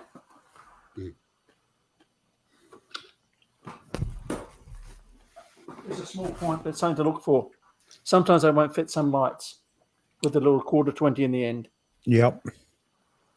And So you can buy the little nub of the Spigot. Yeah, the spigot. Yeah, exactly. That has a 1/4-20 screw on the end of it, so that you can adapt it. Yeah, absolutely. And you know what's funny? You're right. I hadn't even thought of that, Roy. Some of those baby pins don't have that that receptacle for a 1/4-20 attachment. It's good if you need to screw into it. Bad if your light doesn't fit it. Yeah. You have to get the X-saw out and take it off. Wow, we got the Moz Man in here and Randall Brander. Randall, how you doing, buddy? Everybody comments to me, hey guys, in videos and even in comments about how great your video is. Your feed is fantastic. Although I think we're going the more economical route tonight, it appears. That's okay, brother. That's okay. It's just great that you're in here. Hey, remember 720p rules, man. 720p. Maz, glad you joined too, man. I just want to hop in for a minute. So I got a new edition today. Which one? What? The Canon? No, I didn't set up any lighting, but yeah, it's the Canon 50, the 1.8. Okay. It's same size as the Nikon 28 2.8. Okay. Pretty much the same size, but it's on sale right now. I mean, I couldn't pass it up. It was $169. How can you pass that up? You can't. You can't, man. So, we're all curious, and you have the R5 now that you're playing with. The 1 to 500 also. Yeah, the 1 to 500. And now you got the 50 to play with as well. Can you give us a hint as to I know you're going to do a video or something to show what you come away with after shooting with it for a while. By the way, Mozman bought an R5 and a 1 to 500 and now a 50 millimeter. And he did that because too many people want to hold a camera for 30 minutes and then give a full review and talk about why everything's bad about it. There you go. Instead of doing that, Maz said, no, I'm going to get it. I'm actually going to put it through its paces, learn it, and make sure that when I give a review or a comparison, at least I can speak intelligently. And hats off to you, man. I think that's the way to go. You get a lot more people that will watch and believe when you do that. Yeah. Well, Randall, you hit the nail on the head because I've shot it before and I've shot the R6 before. I've shot the A1 before, but I don't own the cameras. Yeah. So if I actually own the camera, do some comparisons, do some videos, at least people will know that, I gave it I gave it a fighting chance. Yeah. And that's going to go a long way in your comparison or your review or whatever you choose to do. And honestly, after I left, I went to Sammy's today, and you were talking about stands before, and they have a ton of bins for like used stands and stuff, which are like a third of the price. So that's why I made that comment, because I don't usually see used stands either, but apparently they sell them. They have a lot of them. So if anyone's in the LA area and they got Sammy's near them, they sell used stands. Or if you have a camera store somewhere near you that either you frequent or you've never been there and you're looking for stands, maybe you call them and ask them if they sell used stands or whatever else they have used. Because every camera store has used equipment, typically cameras and lenses, but maybe your store would have stands or other things. Hey, that's the way to shop nowadays, Absolutely. Absolutely. The other thing I was going to say is after the camera store, I went to the wildlife sanctuary. Most of the birds were, just sort of resting. They weren't very active, but I got a few shots in. But I got to say, just from like the few times that I have shot this, and really just talking about birds in flight, it's just as good as the Nikon. It may be better in certain situations, but I can't say that yet because I haven't fully tested it, and I want them side by side to make a good comparison. But so far, I don't have any complaints. I'll tell you that. Good.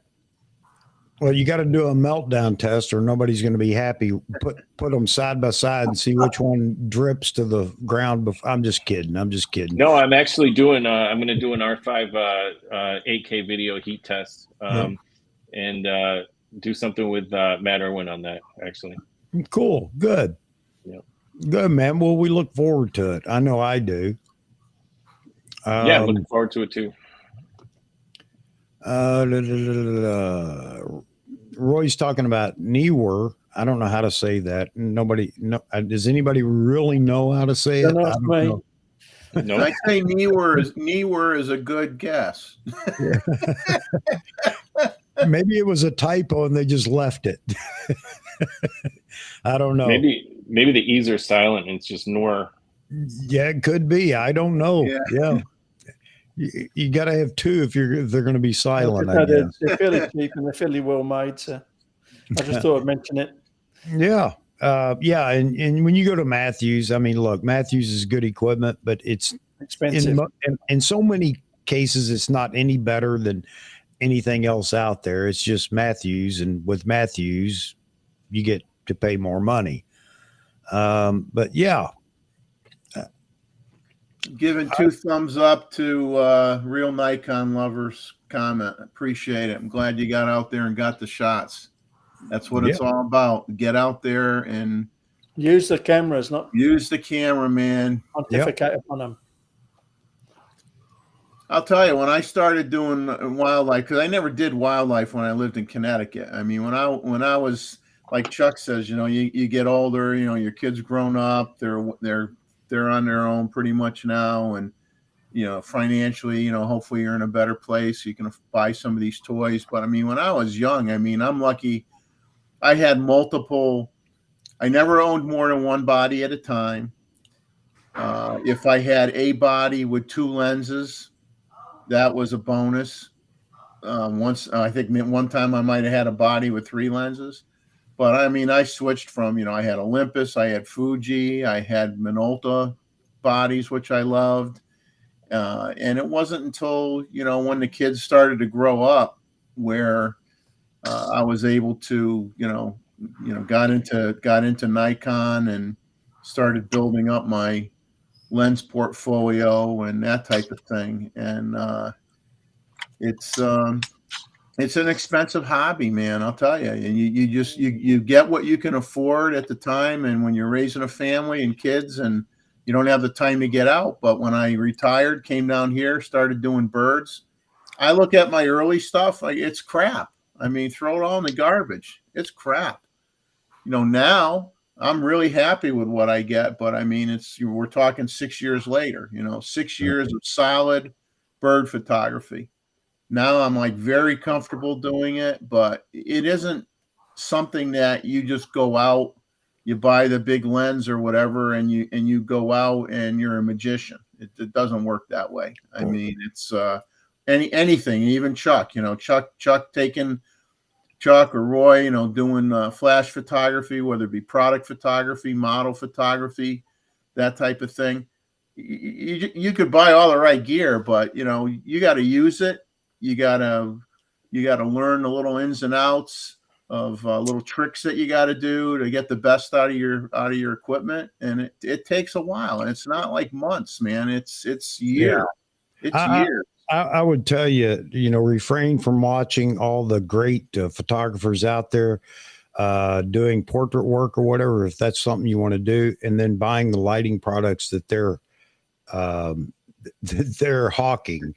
And unfortunately they do. And I mean, that's what they get paid to do. They're sponsored to do it, shooting with a particular light or whatever.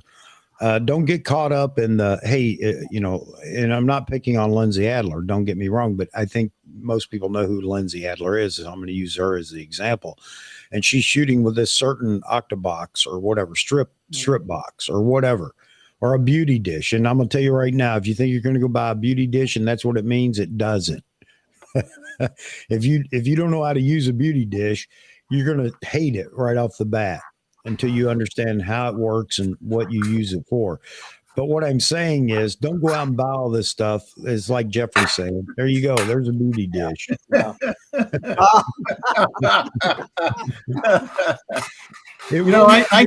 thought that was like a container for like a bundt cake or something. Well, yeah. I mean, it does something different, So my point is that, you don't have to buy what they're using or whatever. You can buy the equivalent cheaper and practice with that. And don't keep buying new soft boxes, different sizes, thinking, well, this size will make it even better. No, they're better. Yeah, the soft box are better. Yeah, so one big one and a decent strobe, and you're off. Yeah, I mean, until you really get familiar with lighting, you're right, Roy. You can buy one medium size. I say medium. I'm talking in the 48-inch range. Depends on the size of your room. And you play with that. Yeah, it may not give you all the things you want, but a medium-sized softbox with a grid that you can place in it or take it off will give you everything you need until you know what other modifiers will change what you're doing and practice with it. So yeah, I'm not trying to be most jobs there. Yep. I'm not trying to be that, person that says, learn your craft and learn how to shoot and get educated on or whatever. Of course you want to do that. The reflector is just as good as a second flash as well. Yeah. Saves money. Yeah. So when we're talking about, there are two types of reflectors here. Maybe that could confuse somebody that isn't, doing any lighting photography. There is the literal reflector that you use to bounce light.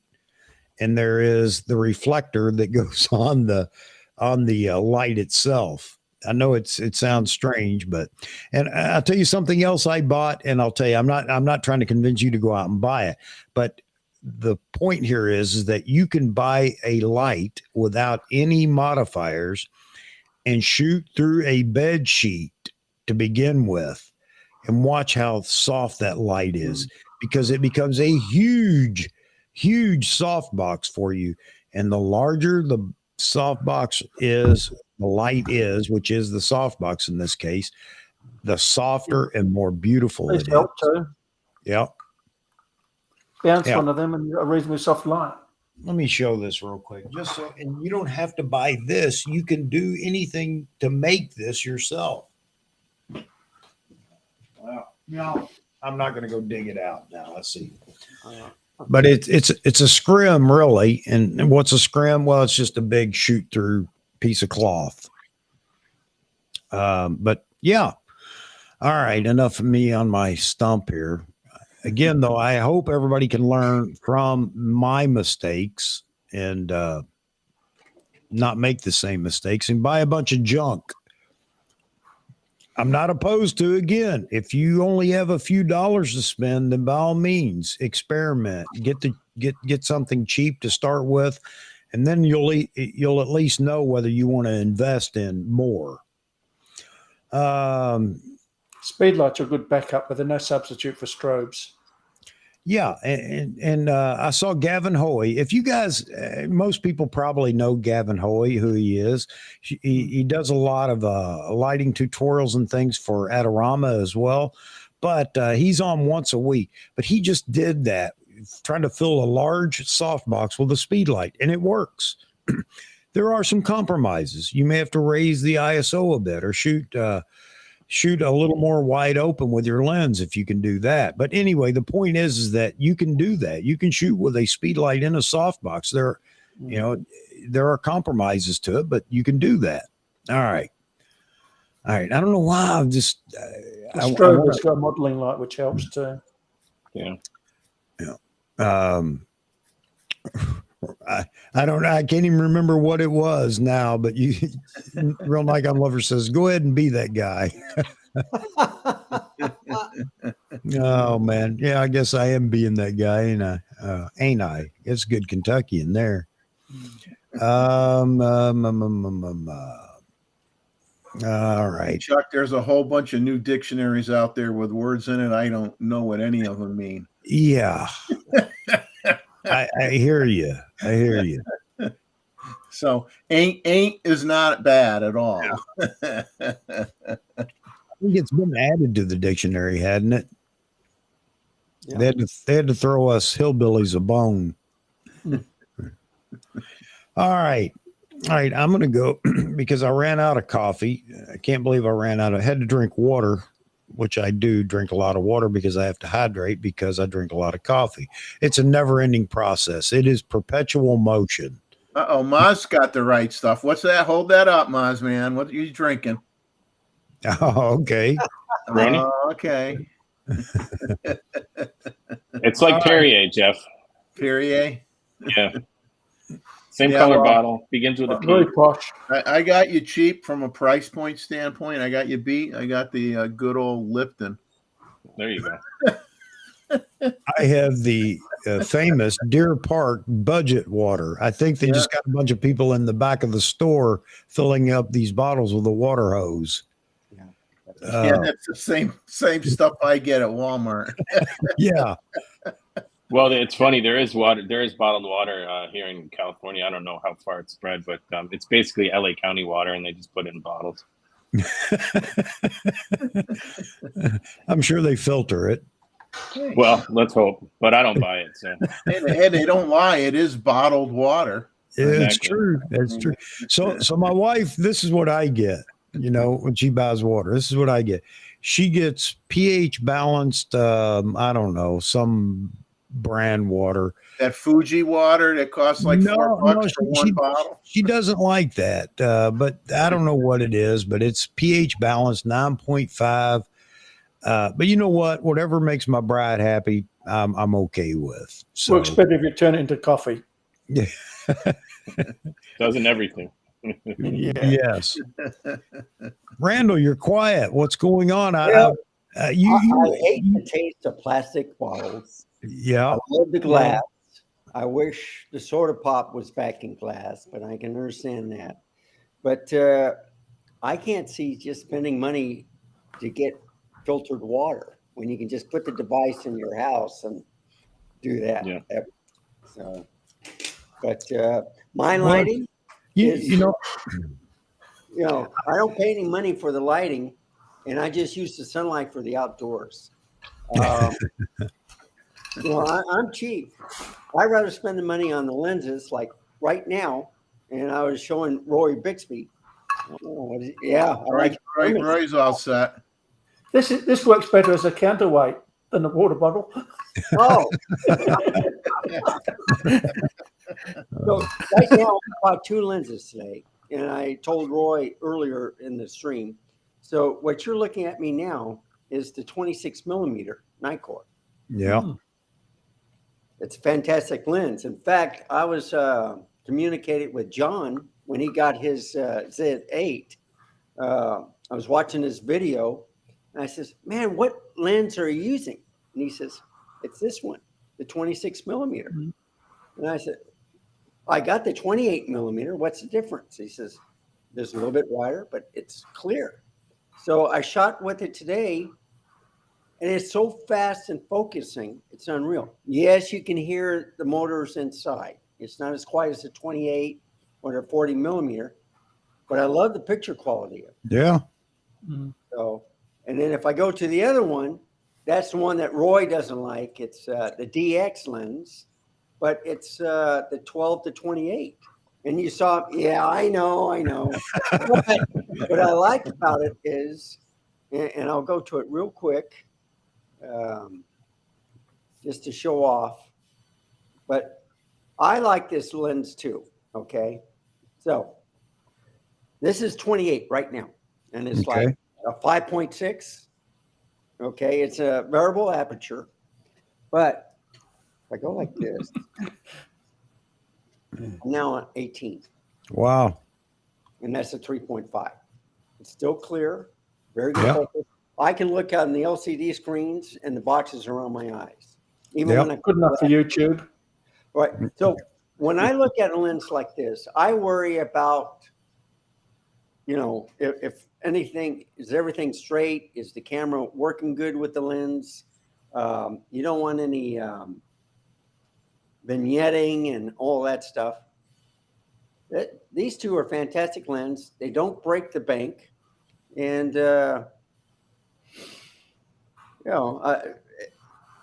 the 26 comes with a little bitty lens hood, but that lens is so small, I can put 2 fingers on it. That's how wide it is. And let me I know it's hard for you to see, but that's how big it is. Yeah. So like, here's a lens cap, and here's the, lens cap. That's the width of it. Yeah. You can believe it. And I love the lens. It looks very promising. It's just, I think it's a fraction dearer than I thought it should be compared to the 40. Well, and I have 3 sets of the 28 and 40 millimeters. I wouldn't mind getting an extra 26 also. And it is so small that, how if you go into an event and you have a camera, they'll let you come in with, let's say, a point and shoot or your cell phone. But with a small camera like that, with that 26 millimeter, I think I could sneak it in, and it'd be excellent. The only difference is it doesn't have the zoom on it. Yeah. But for video work, it's a champ. So great. 15 millimeter, and then I'll go back to that. I'm sure your nails. Oh, I'm sorry. Wrong way. User mistake. So, well, all right. Hey guys, let me go get some coffee real quick. I got to run in the little boys' room again. I'll be right back. I wish you would keep saying coffee. You should just have the pot next to you. You got to just get put it in a giant thermos. You could be just refilling all night. Well, it doesn't matter. I have to put a bucket down here on the floor, I guess, between my legs, but I do need to stand up every now and then too. This chair is killing me. I'll be right back, gentlemen. Need a better chair. So these 2 cameras that I'm using, one is the Z30, the other one is the ZFC. They're both APS-C cameras. And nothing wrong with that for YouTube. No. And the thing is, I love my Z6 II. I love the Z7 II. I've been looking at the Z8, and I'm thinking, I don't know yet. I'd rather get some lenses first before I go that route. The Z7 II is doing good. I don't do any wildlife. I do squirrels, okay, and maybe some sparrows. But it's mainly my pets that I take pictures of on the wildlife. I do deer. So there's a neighborhood right next to me that I just put this camera on, whatever camera I want to use. And I just go in this neighborhood, and there's about over 30 deer that stay in the neighborhood. And it's just wonderful. But, that's the only wildlife I do. I don't swim very well, so you don't see me going into the water much. And since I'm still working full time, I know, Roy, you're going to retire this year. I'm thinking. Trying to. I'm 90% there. Yeah, me too.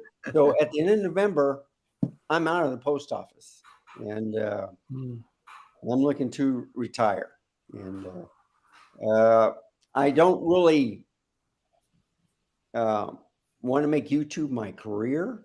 I just enjoy doing videos and showing off stuff. But the communication, like what you're going through now, you have different points of view, photo takers, video takers. I love all different points of view. I love what they talk about, the best parts of their cameras, their gear stuff. I like about, I'm learning about from the spotlights, the strobes, the sound.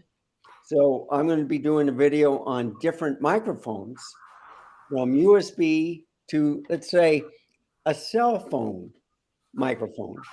And it's an SRRS, so I can plug it into my laptop, and it works great. But I got did a video. I had the, what is it? The Rode Video Micro, real tiny shotgun mic. So I bought this big dead cat, it's like a fluffy ball, put it on there, and I went outside, and with the wind blowing, nothing.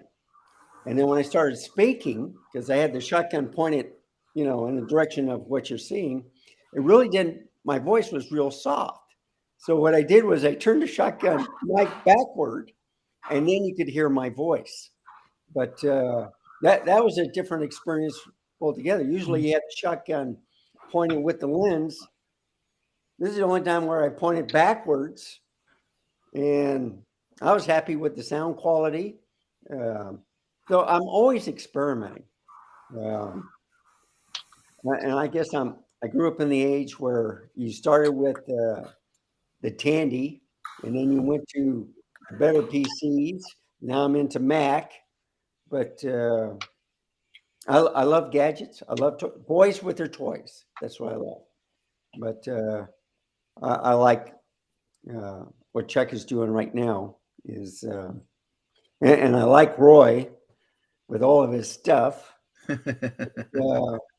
I would like to visit Australia and take a look at all of his stuff. There's another guy, I think he's AVP Studios, maybe CP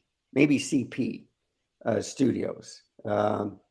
And what he does is he converts video, like the old VHS, whatever, into digital. That's his job. But he does videos on the side where he's done the R50, all different sets of cameras. So he's a great guy too. I would love to visit him. And but anyway, that's enough of me ranting. Vahagan put up a comment. YouTube career ? The Northrops just made a video sharing how much they have made on their channel lifetime. Only $1 million over 15 years.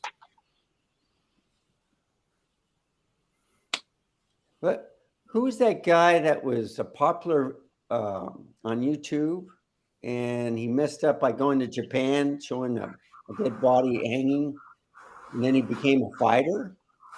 He was a popular guy, whatever. Logan Paul or Jake Paul or one of the Pauls, I think. Yeah. So some people make money, some people don't, but you get sponsorships. I love watching iJustine and her sister, but you get a few favorites.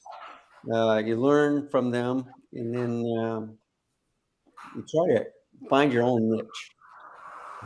Well, it's funny. It's like the few times I do gear reviews, which isn't often, I only review what I own and what I bought with my own money. Exactly. And I had two representatives of some companies approach me to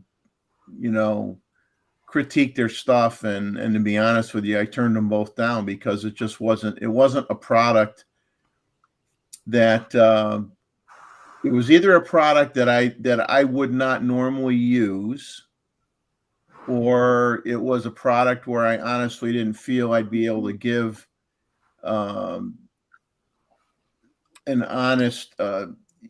It wasn't something I would use very much, or I didn't feel I was really capable of running it through its paces because it just wasn't a product that I use. You know what I mean? I didn't feel comfortable with it, so I just politely declined.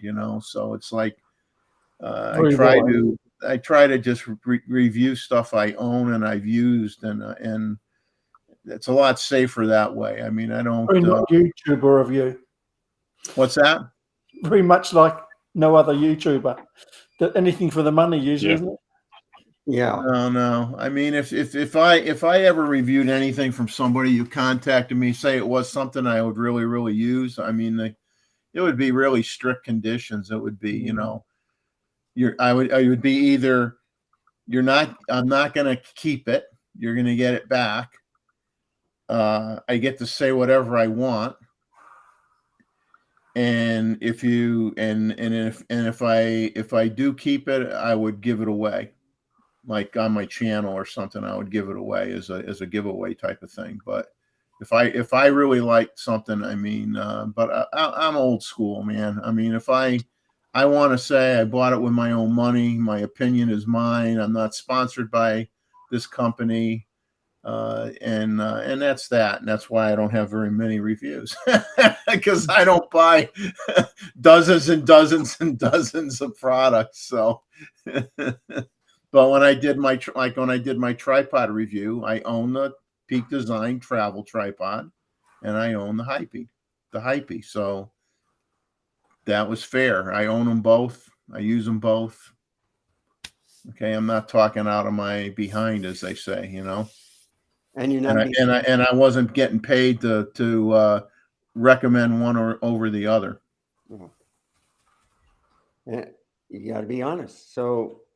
There's many people that put a disclaimers for their videos saying, I'm using this product, it was sent to me, but my opinion is, and you know, those I like. But you got to be that way. I mean, it's like, you know, how many channels do you go on and say, oh, my channel is sponsored by Squarespace?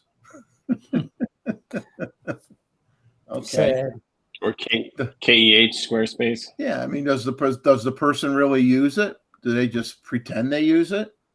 Did they buy it? Did they pay for it before they became a sponsor or got sponsored? You know, where they could say, "Well, yeah, I've been using it for years. I believe in the product, and yeah, they're a sponsor, but I used it for years. I didn't just like start using it yesterday because they're going to sponsor me." You know. To me, it matters. It matters to me anyway. I was wondering, didn't the Northrops break an NDA on one of the products? Yeah. Yeah. They released a video. Man. It was a Sony camera, wasn't it? Was it the A7R5? I think it was. I can't remember. Yeah. Yeah. They broke the embargo. They let it go a little bit early. Yeah, they got a little too anxious to be first one out of the gate. Yep. Maybe they got their time zones mixed up. I don't know, but yeah, they did. And I think, you know, others took notice. Other manufacturers took notice. Yeah, Rakesh says A74. I'm sorry. Yeah. Oh, A74. Yeah. Yeah, I could proudly say, like Chuck, I could say my channel is sponsored by me, myself, and I, and the three of us make no money from this effort. Yep. Nancy, good to see you. You're up late. Hello, Nancy. Yeah. Oh, man. Vahagan. What's going on, Vahagan? Hey, Nancy, what you could do with the trolls, if you had a YouTube channel, you had trolls, you could threaten to send them to the moon because you have the right equipment where you work to send them there. Oh. I think that would encourage me.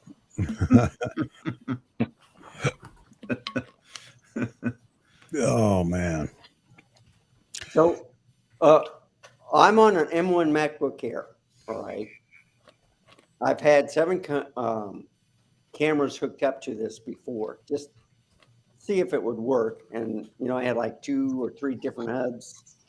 And I was like the picture quality and stuff. I love the processing power. So you're talking about a go-to stuff with video, a camera. Well, you don't even need that. You just use a laptop. And then if it has a good microphone and stuff, you just need good software. So I use Ecamm Live.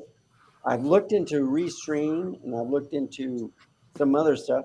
I thought they were too expensive, but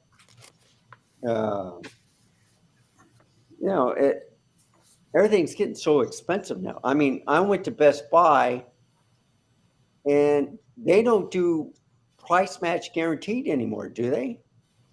I don't know. I think they do. I don't think they do. You're lucky if you even find any product in Best Buy. So if you do, you're very lucky. Well, they're stocked, but the thing is, they're about, and I know what it is. They mark it up for their people.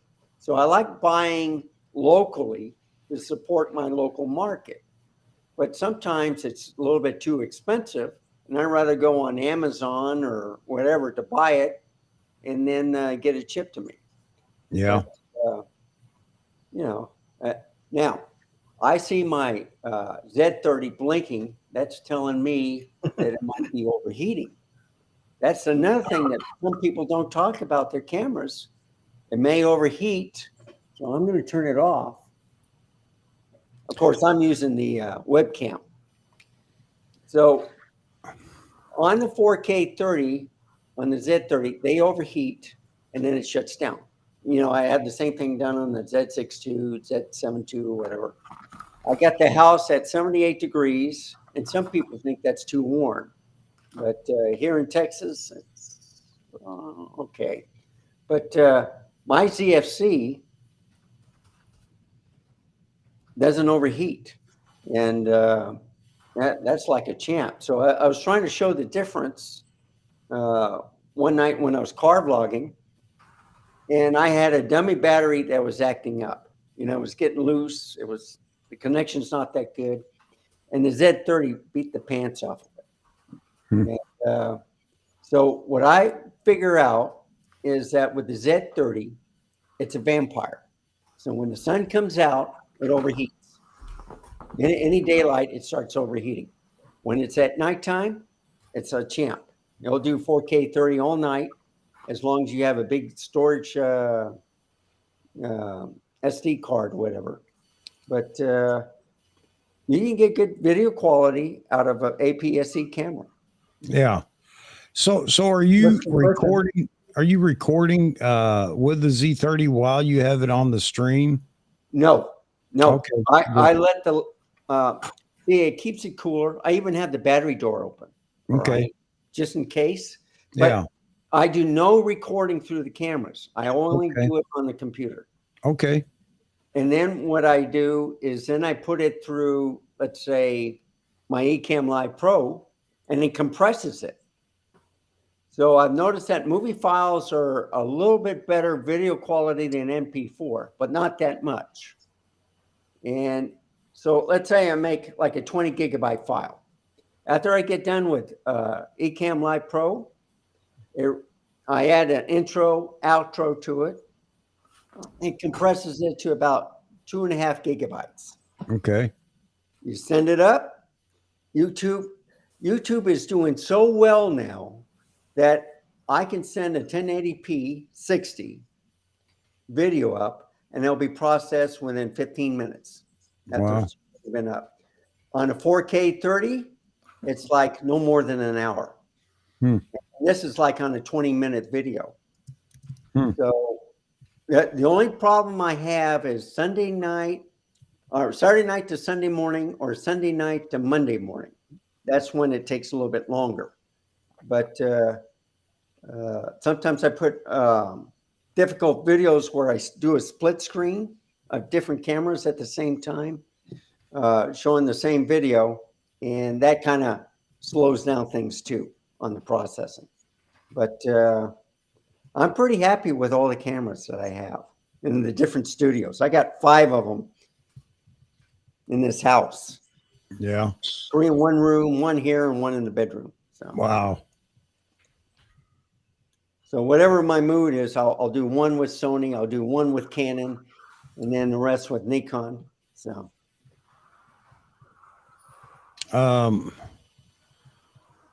Yeah, Sith was asking the best way to where does comment go? Doggone it. Good way to tether laptop or iPad. Capture One's still best for tethering. Yeah, Good for editing. Yeah, I agree on the tethering with Capture One. But what are the connections to? I don't know about the iPad. Depends on the camera. Yeah. I mean, the iPad, you have to have the Lightning to whatever connector. Well, they got adapters that you can do it. You can also do. That's what I mean. Yeah. You know, with your phone, you can just tap it and then, send it. So that way. I just bought something. Well, maybe I have it sitting here. I said I did. Man, I can't find anything tonight. What is going on? Anyway, it's USB-C to HDMI. Okay. So that I can I can plug that into a hub rather than tying everything up on the computer, and actually go right into the computer or the hub with an HDMI input. And there is, what is it? 4K. I think it goes up to 4K 60. Maybe it doesn't. Maybe it's only 4K 30. I'm trying to think of the name of the little device that's also that will allow you to stream or not just tether, but stream. The Elgato Camlink 4K? Yeah, the Elgato Camlink. Yeah. That's what I use. Yep, there you go. And I mean, you can go to town. You get that Elgato 4K Camlink, and you're ready to go on YouTube. Right to the computer. And you have to have the right software. So you use Restream. I use Ecamm Live Pro. Yeah. You can go with the. But you can go right to YouTube and just stream on YouTube. Obviously, you don't have the opportunity to bring in guests or anything like that, but you can stream with the Elgato 4K right from your laptop. I'm guessing because that's also a Type A connector that unless they've changed it, but you can adapt to a USB-C and go right into the computer now. There you go. USB-C to USB-A. Yep, there you go. Man, that's another cost. Yeah, that's another cost we have now. How many dongles and adapters do you have? I mean, I've got a ton of them. Seems like everything I'm adapting. So, just like Roy, we have our little bucket, and I got these bags, right? Freezer bags. Everything. One like for cables, one for microphones, one for sound, one for video. Maybe you have a silicon absorber in each one. Sometimes they go funny. So, plastic goes all rotten. I just bought some new cables too. Now with everything, I've got. This is the. Well, if I can get the snake unwound here. Gee, my knee. Whatever. I use these trays. They're easier. You fit more in them. Yeah. Yep. Thunderbolt 4. Well, you can't see it, but Thunderbolt 4 cable for connecting my little, SanDisk SSD drives so that I get a decent download speed. That's another cost, of course, and they're not cheap. But and a power cable that will go to 65 watts that was actually reasonable as well. So there you go. The Z8 right here to a power bank or to a computer or to a whatever for alternate power. What I also recommend is if you don't have much storage on your laptop or device, you get an external, like a T5, T6 with your cable, Thunderbolt cable, and it's fantastic. I mean, it saves you just space. You just put all your information on here anyway, so you got a backup. So I was downloading video when my stepson was over here, and he was making all these videos, and I was downloading it to archive it here as well, and then put it on his SSD drive to take with him to go home and edit and whatever. And man, I noticed that it was just taking forever to download that video. And but I had a cheap USB-C cable, and so I thought, well, it's time to go buy a Thunderbolt cable. And so anyway, I bought a Thunderbolt 4 cable. That's what I was just showing you earlier. And now I can connect to at least the hub. But you know what? Then that opens the door for, now, how does the hub connect to the computer? And then how does it connect from the computer to the NAS driver, the RAID setup that I have? So again, now I'm back to buying all new cables or additional cables. It's a never ending purchase plan. Even HDMI's got different sorts of cables and they're different speeds, and some are limited and some are not. And it's very confusing. It is.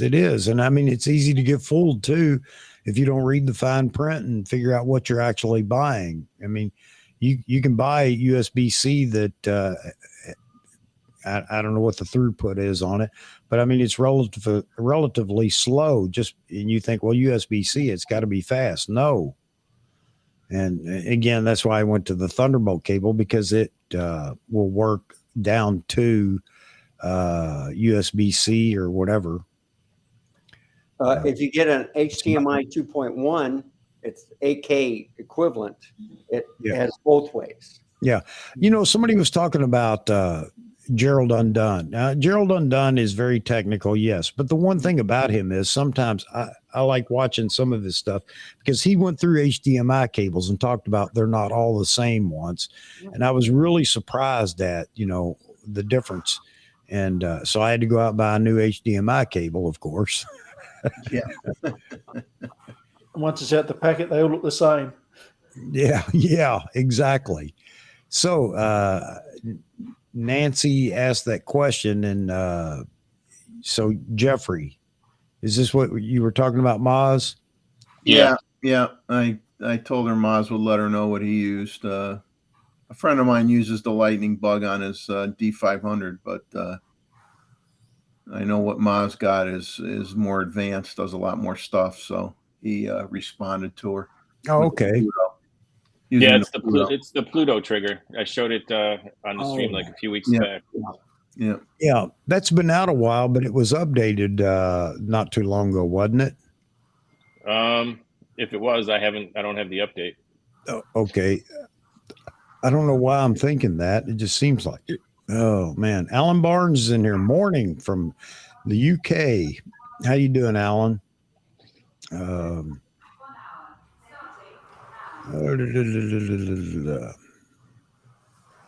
trying to scroll down all the comments now. I'm always so far behind. Yeah, and I see where you responded, Mazman. Hagen's saying that the Maz a 600 TC listing for 19,000 is gone.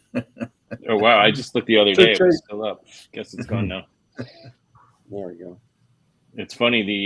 We brought that up at the Sammy's event, and the Nikon rep that was there said that Nikon was aware of it because whoever was selling it was MPS, trying to make some money on the deal.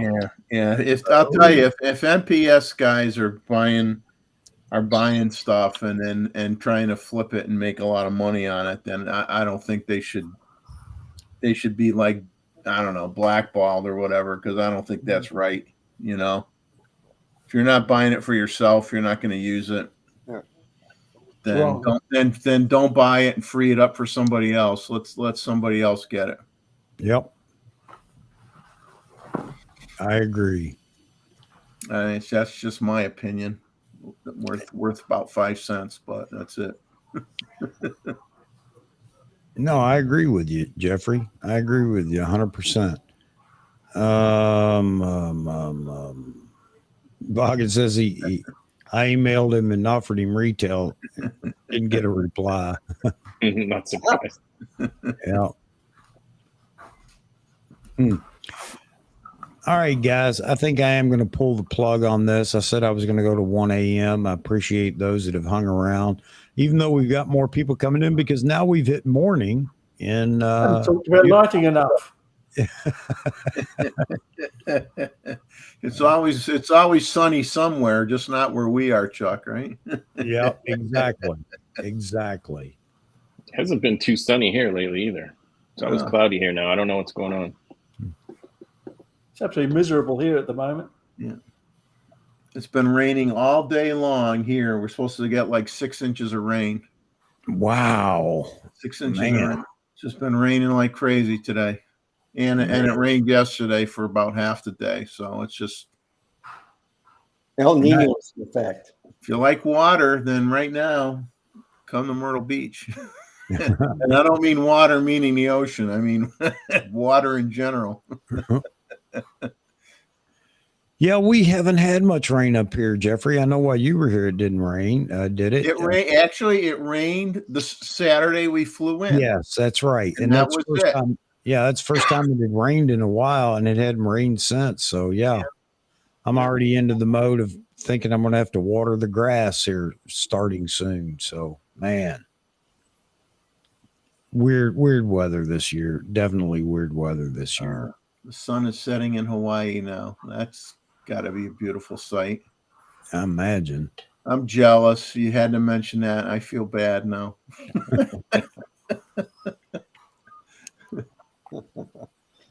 All right, guys. Yeah, I'm going to wrap it up. But hey, thanks for jumping in for a bit, Moz. Thanks for having me. Absolutely. And Randall, thank you very much.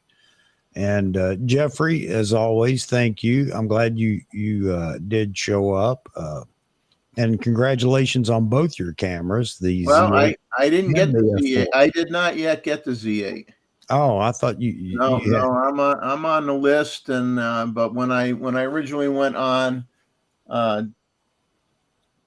let's just put it this way: I told my dealer, I'm interested, but I don't want it right away because I wanted to have it because I thought I was going on a trip, which I did not end up doing. I wanted to have a second mirrorless body, but now Maz is keeping me in check, so I don't spend the money erroneously until I really need the camera. So for now, I'm just I bought an older camera, bought a few lenses for it to get a little bit of gas out of me, and I'm just going to wait and sit tight. And if I plan a trip where I want to have 2 mirrorless bodies, then I'm going to buy whatever strikes my fancy at the time. But I'm going to hold off, I think, for a little while.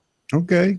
And Maz is making sure that because I called him the other day and I said, hey, I could get a refurb Z9 for what was it? Yeah, like 4,400 or something. $4,400 from Nikon USA, and I was almost ready to buy a refurb Z9, and Mozman threw the life preserver and said, "Don't drown, Jeff. Don't." Yeah, I'm getting phone calls. I'm waking up to text messages. I got my phone next to my bed in case he needs a lifeline. Yeah.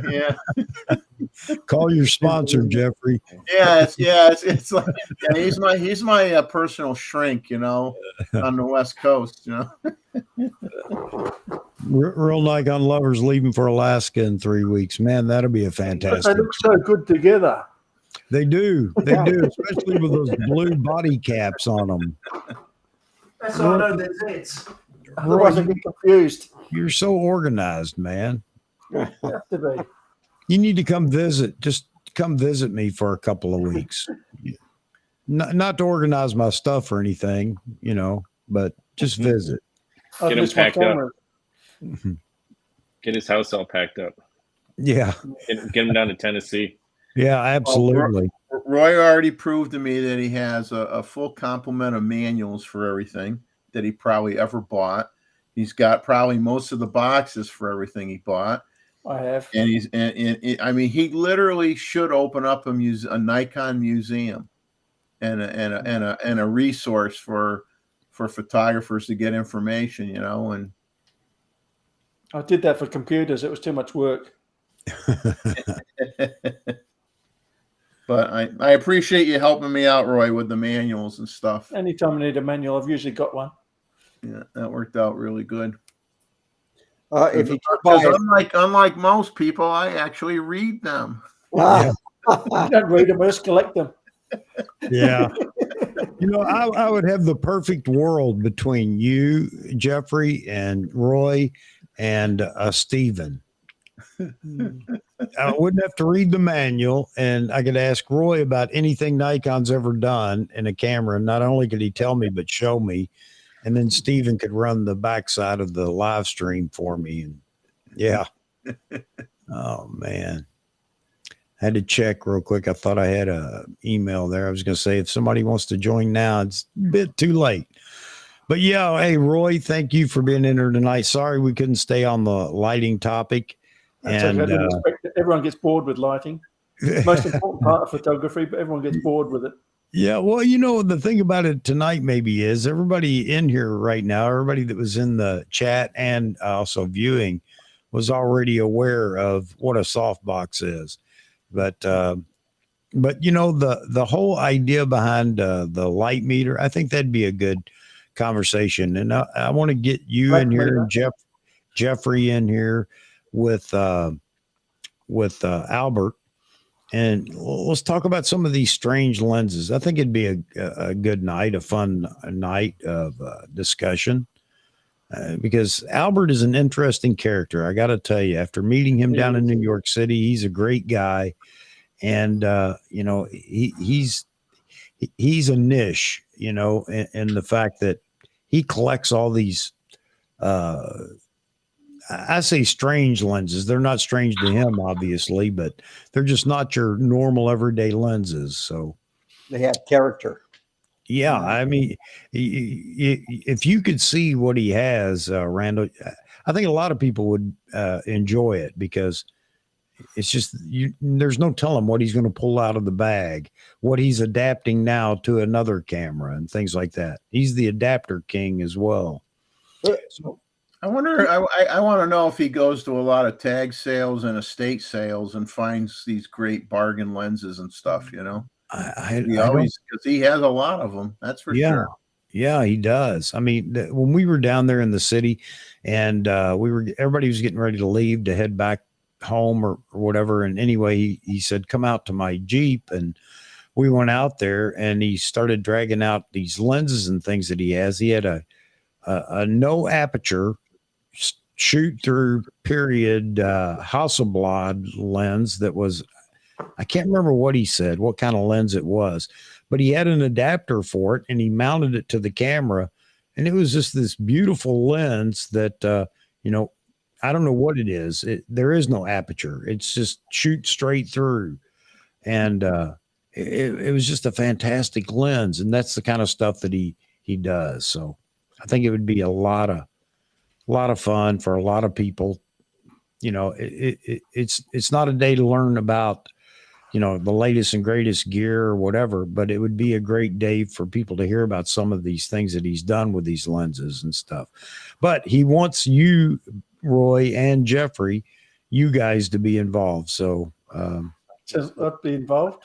Yeah. Anything to play with old lenses. I said, that sounds great to me, because then I can just sit back and listen. I don't have to talk. I'll let you guys take over. It's good for that, because it's got the shortest flange distance. You can adapt almost anything to it. Right. Yeah. All right, gentlemen and ladies, because I think Nancy might still be here if she didn't go away while I was trying to find the cat, which I have to go do here in just a minute, because he hadn't come back to the door yet. So now I got to go track him down. Oh, now Wayne asks, are we still going? Wayne, yeah, Wayne did join. Wayne, we will delay departure for just a minute, because I want to hear your thrilled voice with your new camera in hand, I'm sure.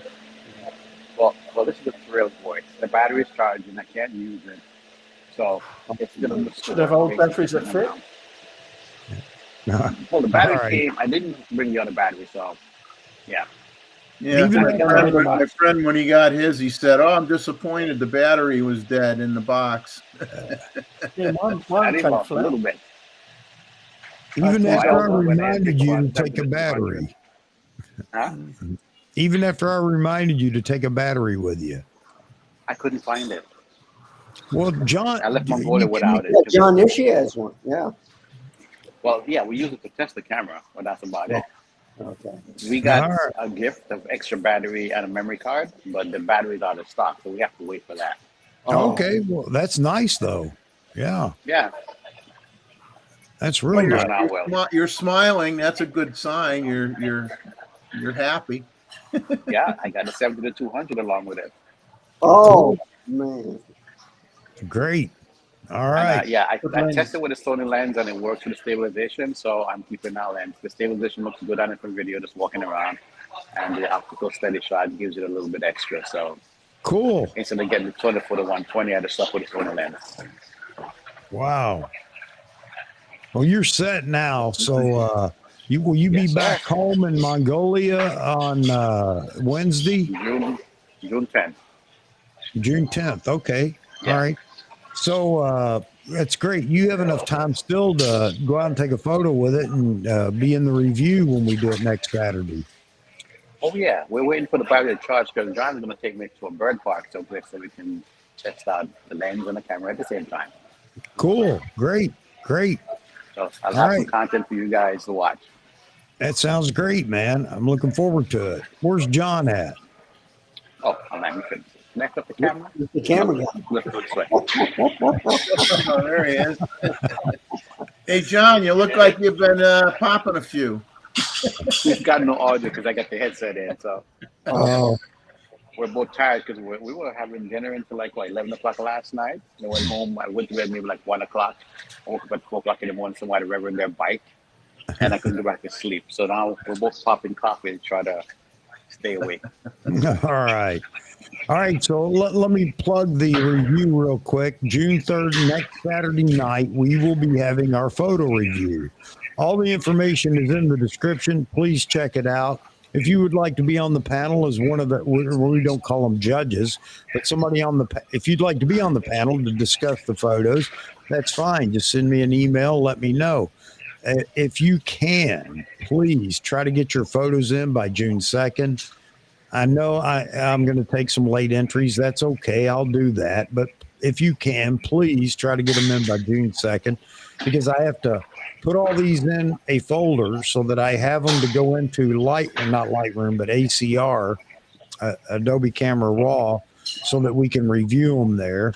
And I have to copy down all your comments that you make about your photo, put that in a Office document so that I can at least let people know what you shot it with, what your settings were, because everybody's interested in that.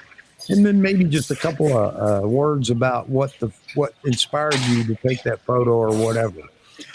And if you would, please don't list them in a list style. Just make it all 1 or 2 or 3 sentences and just put commas between your settings or whatever. Makes it so much easier for me when I'm putting it in a Word document. So anyway, there you have it. All the details again are in the description, and send a photo in. Show us what you're doing. The topic this month is black and white, but you don't have to shoot a black and white photo or convert a photo to black and white. But we talked about it the other day. So we're looking for black and white photos, but if you send a color photo, that's fine too, guys. So yeah, and please only send 1 photo, please. Makes it easier again for me. I don't have a Steven yet. If I had a Steven, man, we'd be doing things a lot different, but I don't have a Steven. So anyway, that's coming up next Saturday night. Wednesday, I don't know what we're going to talk about. I never do till the day before. Lighting, yeah.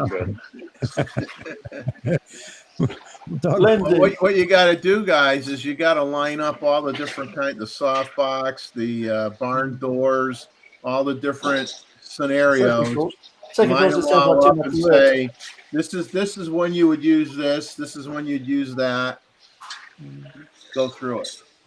Yeah, yeah, exactly. And again, if I had a Steven, that's because I'm lazy, but if I had a Steven, I would actually go wide angle in my little studio here and have all the soft boxes set up and everything, just so when you guys talk about it, at least I could show the people what we're talking about.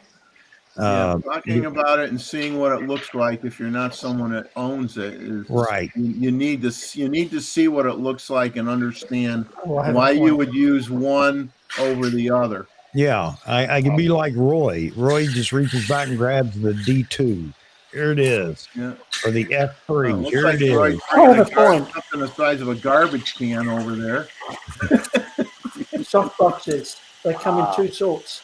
Ones that are permanently attached by these things that are a real pain to pull apart, and these sorts that are umbrella based that go in and out easily. Yeah. I love the new umbrella-like opening on most of the umbrella soft types are boxes much now. easier to set up. Yeah, they are. You can actually take them with you and use them. Remember the old days, and it's not that old, the days of having to put all the rods in. I just had to pull one of them apart, and I'm still recovering. Yeah, and trying to get it to stretch to get the last couple of rods in it. Yeah. Avoid them. Yeah, absolutely. Oh, man. All right. Even a trolley's better than that. Yeah, the hard days. Yeah, the old days. I still sell them, those awkward ones. Yeah. All right. Hey, Wayne, thanks for joining us for a minute. And so I know that's an inopportune time for you on Wednesdays because it's very late. Yeah. But, if you want to jump in, by all means do. If not, I hope to see you guys on next Saturday night. It was kind of cool seeing the two of you together. Everybody was commenting on that, by the way. Yeah. It was cool to be here just to do that. It's like we have Vahagan and Mosman hanging out together. Yeah. It's cool that people can get together and meet up. It is. It absolutely is. All right. I know Vahagan's been talking over here. What's going on? Before I get out of here, we need to put together an AP Studios get together. Yeah. Once a year. Yeah. Modsman and AP Studios cruise. Yeah. There you go. Oh, man. Well, I'll be cruising for a bruising. So Gustavo's already got a request in there for you, Wayne. He wants to know how you're going to set your Z8 up for video. So make sure you take notes there. And tell me. Well, I already did. It's 10-bit, 4K, 24 frames per second, just like I'm doing with the Sony stuff. So it'll match when I get the footage in. That's the first thing I did was make sure the footage matched. So when the video comes out, everything will do good. Okay. And I've done some test footage with the lens walking around the store. So later on, I'll have other stuff once I get the battery in there, and everything will match. So I already did that. The first thing I did was set that. Huh? I work better with batteries. Oh, definitely. Look what Mosman started. Oh, heck yeah. I'm in cruise with the guys and gals. Looks like it's a go. Yes, there you go. Oh, man. Contact the Mosman Cruise Lines. Operators are standing by.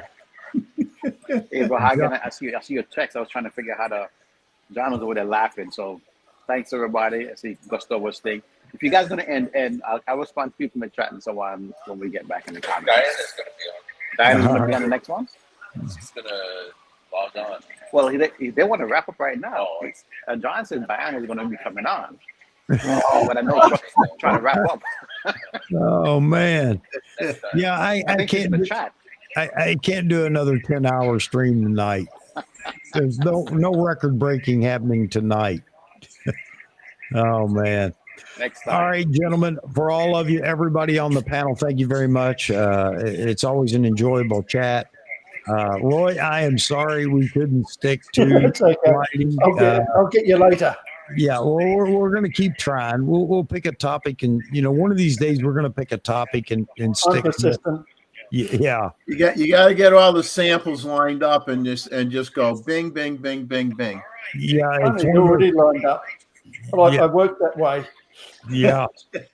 Well, it's one of those things we're just going to have to put everything together and have one of those type videos. Vahagan asked, even though they're gone, he says, "Where's Frames?" That's a good question. Oh, yeah. Frames has been missing for a while, but so I guess again, I'm going to bust his chops the minute he shows up on my channel. Where are you at? Where you been? Yeah. All right. Hey, Real Nikon Lover, thanks for being in here again. Thanks for everybody that's still in there that dropped a super chat. I really appreciate that. Again, it goes a long way to help me out with some stuff, but I'd do it for nothing. Obviously, I was for the longest time and still will.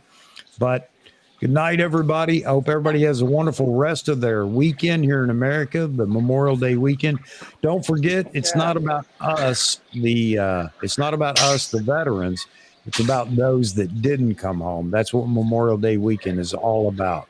And those are they are the true heroes. And I'll tell you that because I have several friends that didn't come home from Iraq and from Afghanistan. And actually, even in training, I've had a lot of good friends that have died. So that's what the weekend's all about. You know, wave a flag and eat a hamburger and enjoy your weekend. But remember, it's not just the veterans. It's about those that are true heroes that sacrificed it all. Wrote a blank check to America. Here you go, America. I'm willing to die for you. And they did. All right. That said, I think I'm going to end it here. But again, thanks, everybody. God bless you. I'll see you Wednesday. There's Mr. Issue. I will see you Wednesday for those that want to join Wednesday. And again, of course, next Saturday night, we're going to have our photo review. I see you back there, John. Hey, don't take a picture of the back of Wayne's head, you know. I mean, that's not appropriate. Photobombing. Yeah. I think he's still clapping on Diana right there. It kind of looks like this. You've got a head shield there. Yeah. All right, everybody that's in the chat, thank you very much. And I'll see everybody, like I said, Wednesday, and then we'll be back Saturday night for the photo review. Check the description. Okay. Thanks for all the likes. I appreciate that. And again, all the super chats. God bless you all. Have a great rest of the weekend, and we'll see you Wednesday.